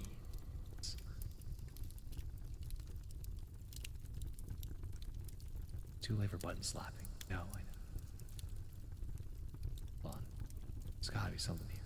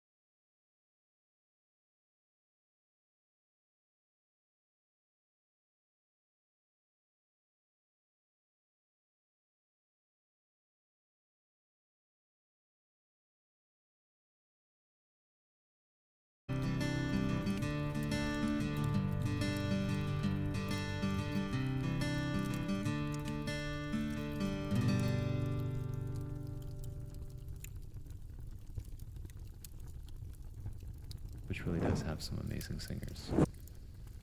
I've only been finding singers here recently, but everyone's so good. It's so funny because not even streaming in the singing category, right? I'm supposed to be rating out. It's fine.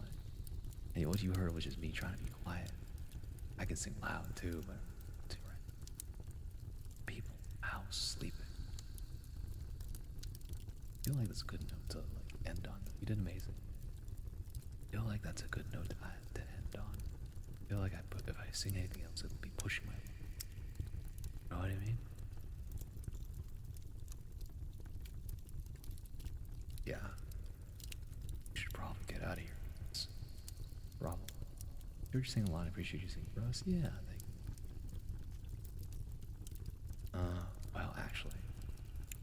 No, I can't. Oh, it's too good of a. It's the ending song. I can't. We don't get out of here now. We'll never get out of here. Gotta get out of here, guys. Oh, gee. Oh, my chat box is all messed up. Oh, okay. Okay. Do I dare push it? I don't know. I don't know if that's a good idea. I feel like that's a bad idea. I'm not sure. Now, obviously, you guys do what you need to do. Let me check. Is the place I wanted raid still live? It is. Never Twitch stream. Everything works perfectly. It's true. And it's not a VTuber stream if it isn't scuffed. That's how it goes. Alright. How much time do I have until the ad break? 15 minutes. Okay, technically. Then again, singing. Even if I feel like it, because I saw a song. Oh, I love singing that song, but I shouldn't have. Oh, there is one other song. Sing to help you guys sleep. What was it called?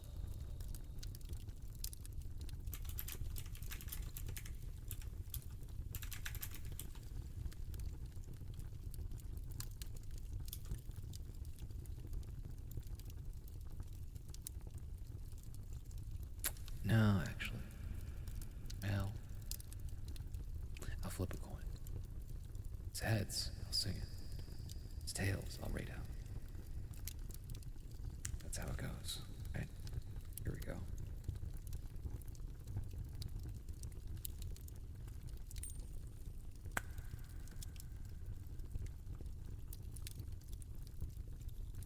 Oh. Okay, that's tails. Alright. Let's raid out. Let's raid out. Let's get out of here. Okay. Alright.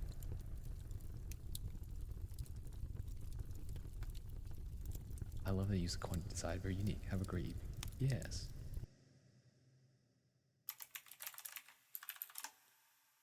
Bye, ye brawny the writer boy.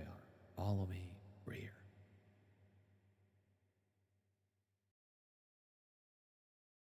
Hit it. Thank you everybody for coming. Thank you for sticking around. Thank you for spending time with me. I really appreciate it. If you're watching the VOD, thank you so much for taking time out of your day to come see me. Hopefully I get to see you live one of these days. And as for the rest of you, we're going to be rating Shinswa. They currently have follower subscriber only chat, but you know, it is what it is. It's actually, they're going to be their birthday, if it isn't already. Actually, it should be their birthday already. Yeah, it's their birthday. So let's do happy birthday, right? Hold on a second. If you have the emotes, I can type this out real fast. 1, 2, 3. Then. Yeah, if you have the emotes, only one more for good measure. Oh, jeez. Hold on a second. Yeah, use this one if you have the emotes. If you don't have the emotes, feel free to use, hold on a second. If you don't have the emotes, feel free to use this one instead. I'm working on a chat. I'm going as fast as I can right now. 2, 3, 4.